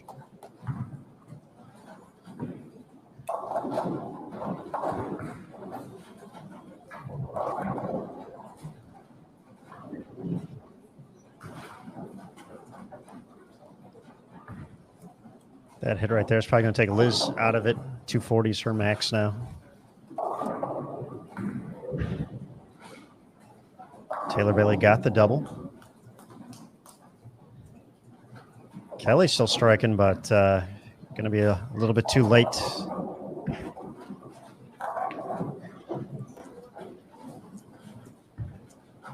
Yeah, I mean, she could still get there. I mean, if Lauren Pate drops out, Kelly goes off the sheet, she gets to 65, and nobody else passes her. Still possible.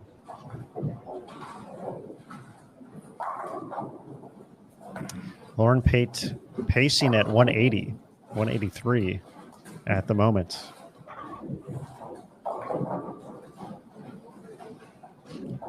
Rocio clean through 7, no doubles. Just filling frames.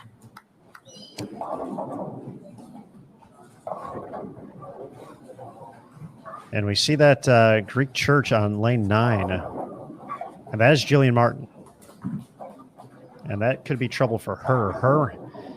If she's unable to pick that up, she's going to be at... Uh-oh, for Taylor. Goodness. Jillian will be right around 108, 109, 110. That would put her max at 200. Yeah, so there's a lot of players right now that, you know, are in must-strike situations, you know, in order to stay ahead of Jordan Richard. Oh, she got 4. And she almost made it. Zavala left a big 4 in the 8th. And so assuming she takes 2 of those, her max score is going to be 231, and that would put her at 62. So that would eliminate her. I think that's going to potentially knock out Taylor Bailey here.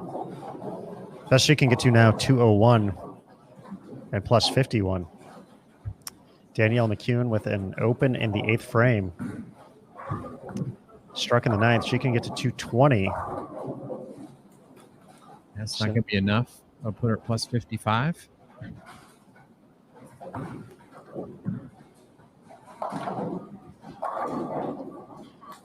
Looks like Misaki Mukotani can max out at 215. She was at 42. Sudden, I'm liking Kelly Kulik's chances. Stephanie Johnson is in strikeout territory here. She can get to 225. Rocio doubled. So Rocio's a couple marks away from locking herself in.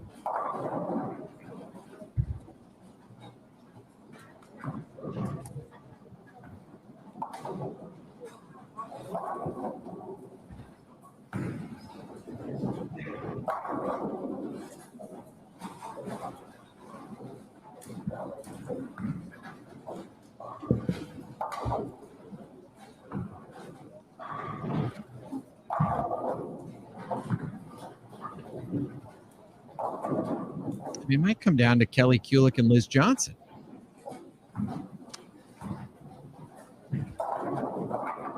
Wouldn't that be appropriate? And crazy and awesome all at the same time. Liz can get to 58. Kelly can get to 65. But she's got to have this one here in the ninth.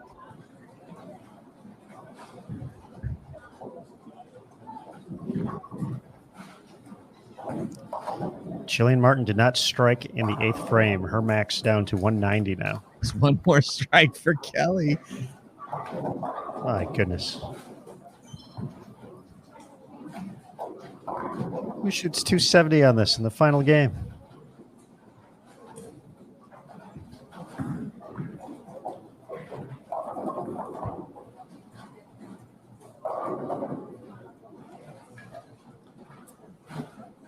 So for Jillian right now, with a spare, and if she strikes out, she'd be at plus 74. She would stay 1 pin ahead of Jordan.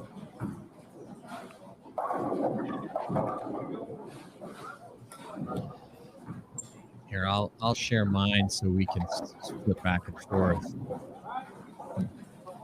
But looking at everyone else on B squad so far, Birgit's going to be good. Julia's good. Valerie's good.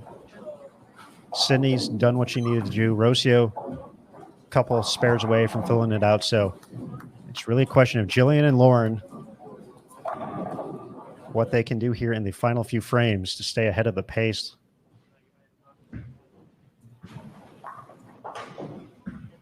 And then who can make a run? Lauren struck in the 9th. So she can get to 202. I mentioned Stephanie Johnson. She left a single pin in her 9th frame. So her 225 is done. Her max now 205. So she's probably going to be just short.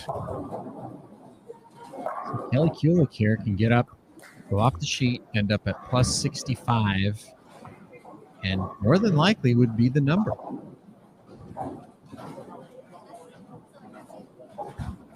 And if Jillian can't get the job done and Liz goes off the sheet with Kelly, they would be your final two. Oh, man. Just got that one a little right. It made it back up the hill, but didn't have enough mustard to push that 10 pin out.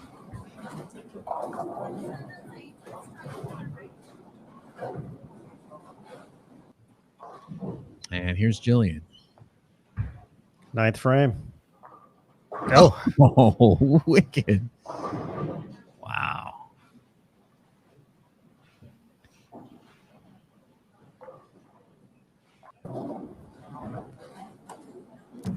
So Liz stepping up for frame number 9, far right of your screen. You can still get to plus 58.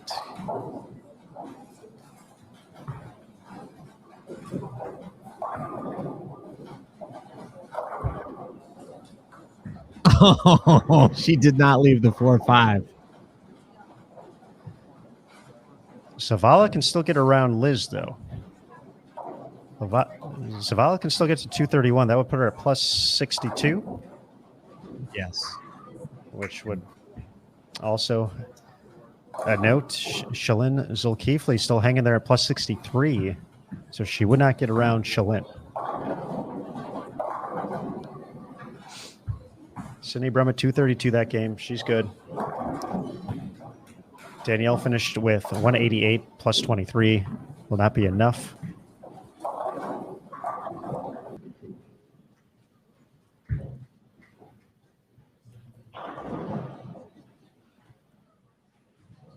Heading over to 13 and 14 to watch Stephanie Zavala's 10th frame. A couple of huge shots coming up for her.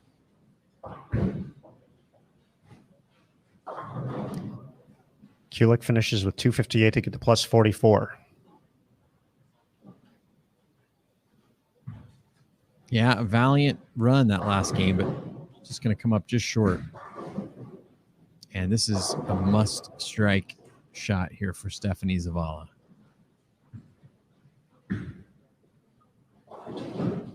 Just can't get it to push, and she can only get to plus 49 now.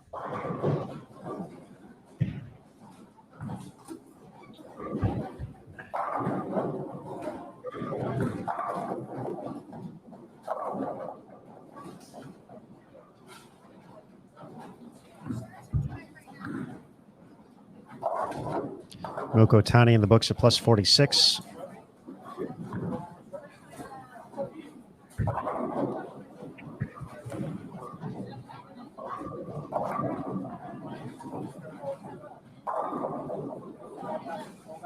Jillian Martin can still get to 63.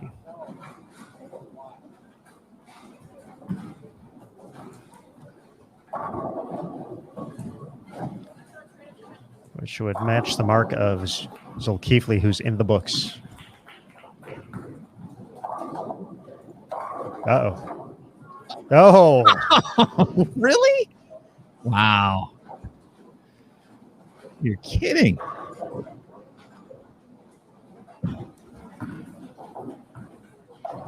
And Jordan Richards looking at that saying, hey, at least that wasn't to go by me. Because if that was to go by me, I would not be happy right now. It's a cruel, cruel game from time to time.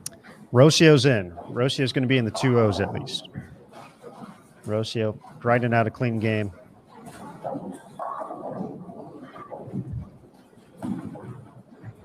Jillian not quite up yet.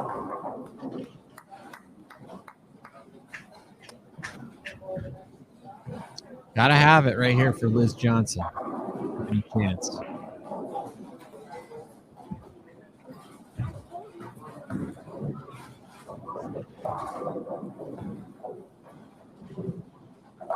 Just creeps high, and that's gonna take Liz out of it.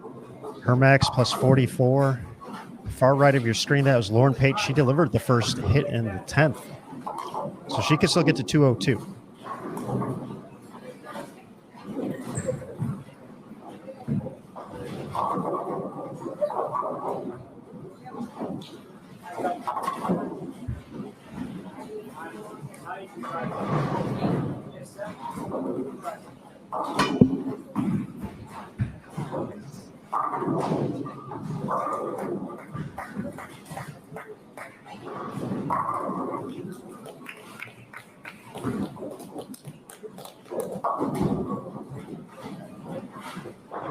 So Lauren Pate, this one essentially to stay in.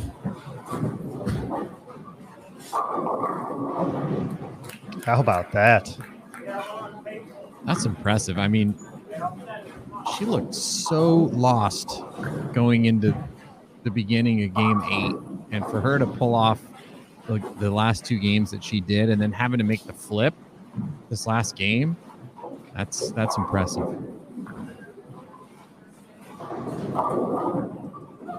Zavala finished at plus 49.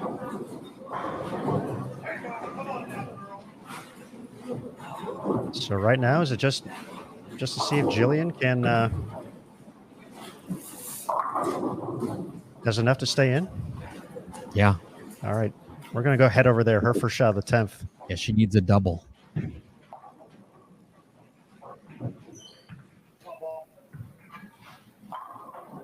Oh. 10 back. Wow.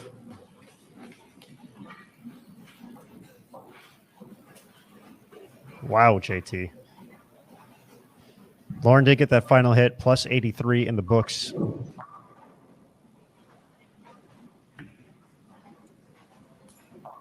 Bercier finishes at plus 126. Rocio plus 101. Birgit plus 149. Brummett in the books at 130.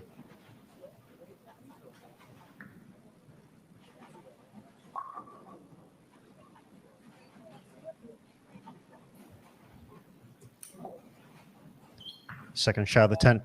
Martin asking for push, doesn't get it. 4-7. That drops her down to plus 53 max score. It's just going to be a little bit short.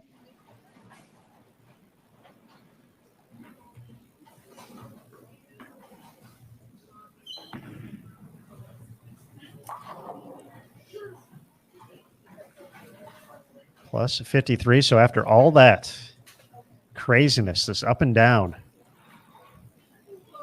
we're splitting the 6 and 6, aren't we? Plus 63 is going to be it. It is. Yep.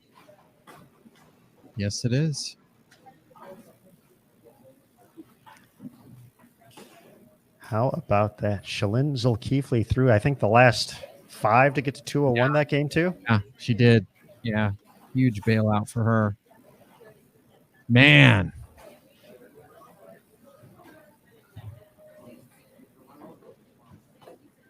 Wow. Wow, wow, wow. Lauren Pate, the strikes down the stretch to seal her spot in the top 12.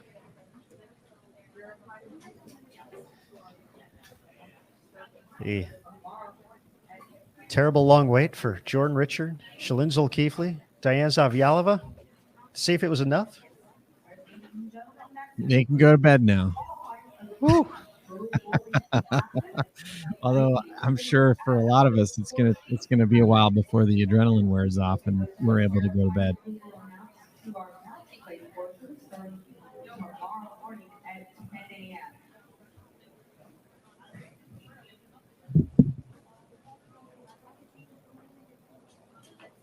Heard Tennille make the announcement, 10 a.m. The start time locally, 11 a.m. Eastern. Looks like we got someone getting ready to join us here. So let's bring her on to Bowl TV. Julia Bond. Hi, Julia. Can you hear her? No. Uh-oh. Can't hear anything. Julia can't hear me. That's not good. I can hear her loud and clear. That's fine. Oh, I'm not plugged in. Oh. Here I am. Hi, Julia. Hello. Take 2. Yes. Excellent. Hello. Great to see you. Nice bowling today. To move on to the round of 12 here at the Go Bowling Classic. It seemed like that pattern got a little bit tricky in the middle of the block there, but you were able to find something a little bit late to put yourself in a comfortable position heading into the final few games. Talk a little bit about just the ups and downs of the block and navigating this 43-foot condition. Right. So my first game was fabulous. So it's nice to have that great game to kind of loosen the arm swing and everything like that. And then the games following were okay, but I got onto a pair that kind of messed with me visually, and I just kind of lost my angles and lost my shapes a little bit. And then hopped on 1 and 2, and for whatever reason, I feel like a lot of people don't like 1 and 2. And in the past, at camp, I would hate 1 and 2, but for whatever reason, the past 2 times that we've been here, 1 and 2 is that's what gets me into better scores. And sometimes you just hop on a pair and you just see it. The picture makes sense, the ball motion makes sense, and if you can take advantage of it, and that's what I did on 1 and 2, and I got back into that picture again and was able to make my shots and adjustments. And then hopping on to 13 and 14, that's another pair that I think people would tell you is very tough. And so I had to strike the first frame, and then I followed up with a pocket 8-10 and a pocket 7-10. And I was telling Curtis, I don't care who you are. If you leave those back to back, it's hard to kind of loosen up a little bit. But, I made the best shots possible with what I had left. So, to get 170 out of it and picking up my spares for the back half, so be it. It sounds like Tennille is making the announcements right now for the cut number. So we'll get to that in a quick second once she's slowly getting down there. I heard Verity Crawley's name, so we're getting into 8th, we're getting into 9th and 10th over here. We believe it's going to be plus 63, the number. But one of the things that JT and I were talking about on the show, or during the show, was that the ultimate goal is to find a spot on the lane, whether it's a little bit earlier, a little bit later in the lane, to where you can create a little room to the right for the ball to hook back and find a little hole as well to the left. And people talk a lot of different ways about how to get there, but we talked about your touch allowing you to kind of create different shapes throughout the course of the lane. And, we're basically saying, your touch is probably the top on tour in shot making. What is it about it and how you kind of see the picture that allows you to use that part of your game to your advantage to be able to find ways to strike when other people are struggling? Very good question. So that's something that even Jim Callahan and I have talked about is, that touch. Sometimes I kind of call it like finesse. And I'm kind of that in between of kind of like a field player, but also kind of like technical. And so like for me, again, I'm very visual. And so and again, I feel like I talk about this all the time, but if you can see that shape and if you can see, again, everyone has a ball motion that's appealing to the eye. And so for me, I've, been very good at once I see that shape, like I'm happy, I'm good. And so I've always been very good at getting the ball through like the fronts and the mid lane. And so for me, it's all about what's going on like down lane. So what bowling ball can I get that shape with? Or like even playing with my speed. Today, I thought speed was very important. For me, myself, I couldn't throw it as fast as I normally would have liked to. I had to kind of be a little bit softer. So that's another thing where that kind of touch comes into play. Ooh, Jillian. But so, yeah, that's kind of how I do it. I'm very good at getting it through the front. So normally I don't kind of have to deal with all that junk in the front. So I'm more kind of like thinking about like what's happening like down lane and like where do I need to get at the break point and my speed.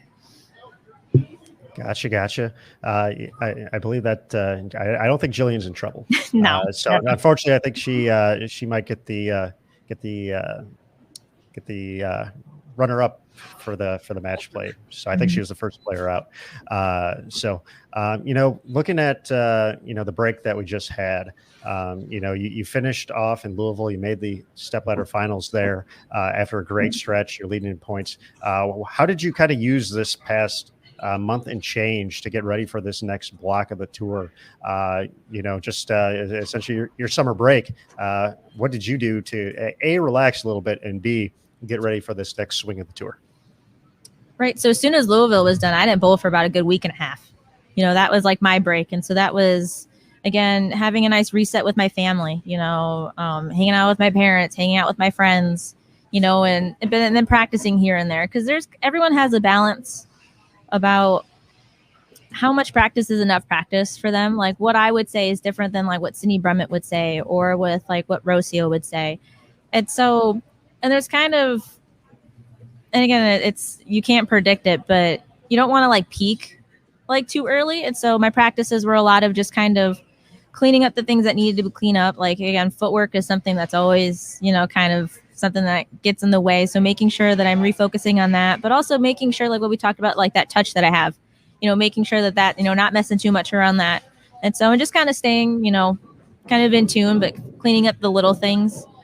And then, but yeah, again, balance, everybody's different. So that for me, it was just not trying to do anything too different, refocusing on myself and, my support system, because, I'll say it again and again, that for me, that's something that's very important, is to make sure that I have that circle, around me, and that everything's fine and that I feel good about where I am in my life. And that's very much the case right now. So I'm very fortunate, to be in that place. Mm-hmm.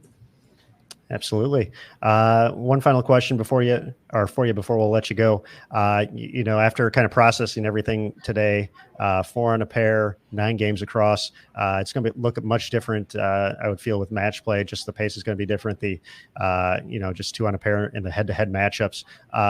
What type of adjustments do you see making heading into the next round to hopefully continue your run here and put yourself in another stepladder finals appearance? For me, it's being more focused on my pacing, making sure that I'm still within my process and doing the things that I need to do to be ready for my shot, and not letting what's going on around me, dictate the pace. I'm in charge of my pace, no one else outside that controls that, making sure that I'm doing what I need to do before my shots. And again, and maybe that means just a little check-in, with myself or the ball reps or with William, my coach who's here with me, So, and again, same thing, not trying to change too much, not trying to do anything different, just making sure that like I said, I'm in my process and I'm staying present and doing the things that I need to do in order to be, Julia Bond.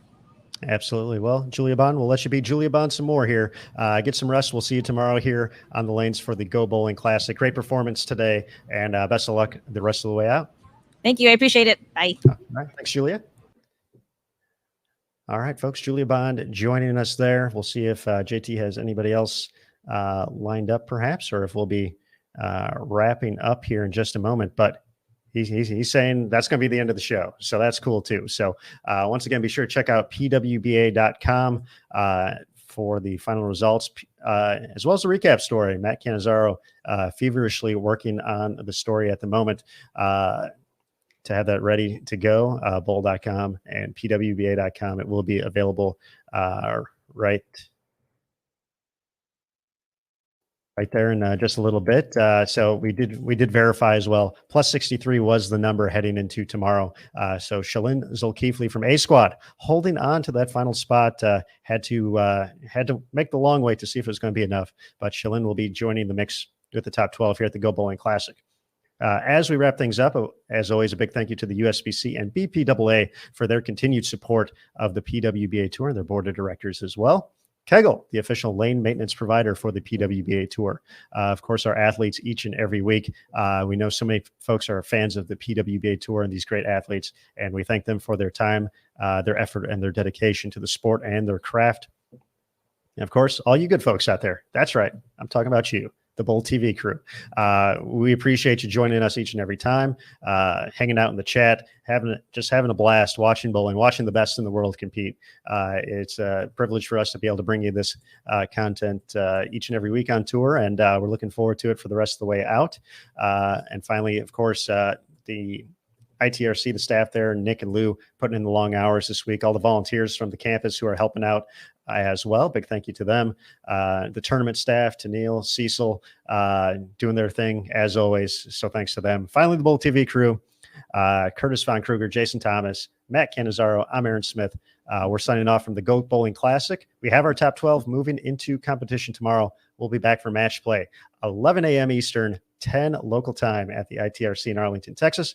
But for now, we are going to go ahead, say goodnight from 18 games of qualifying over 2 squads. Let's get it. We'll do it again tomorrow, folks. So have a great evening. And remember, on Bowl TV, bowling lives here. We'll see you tomorrow.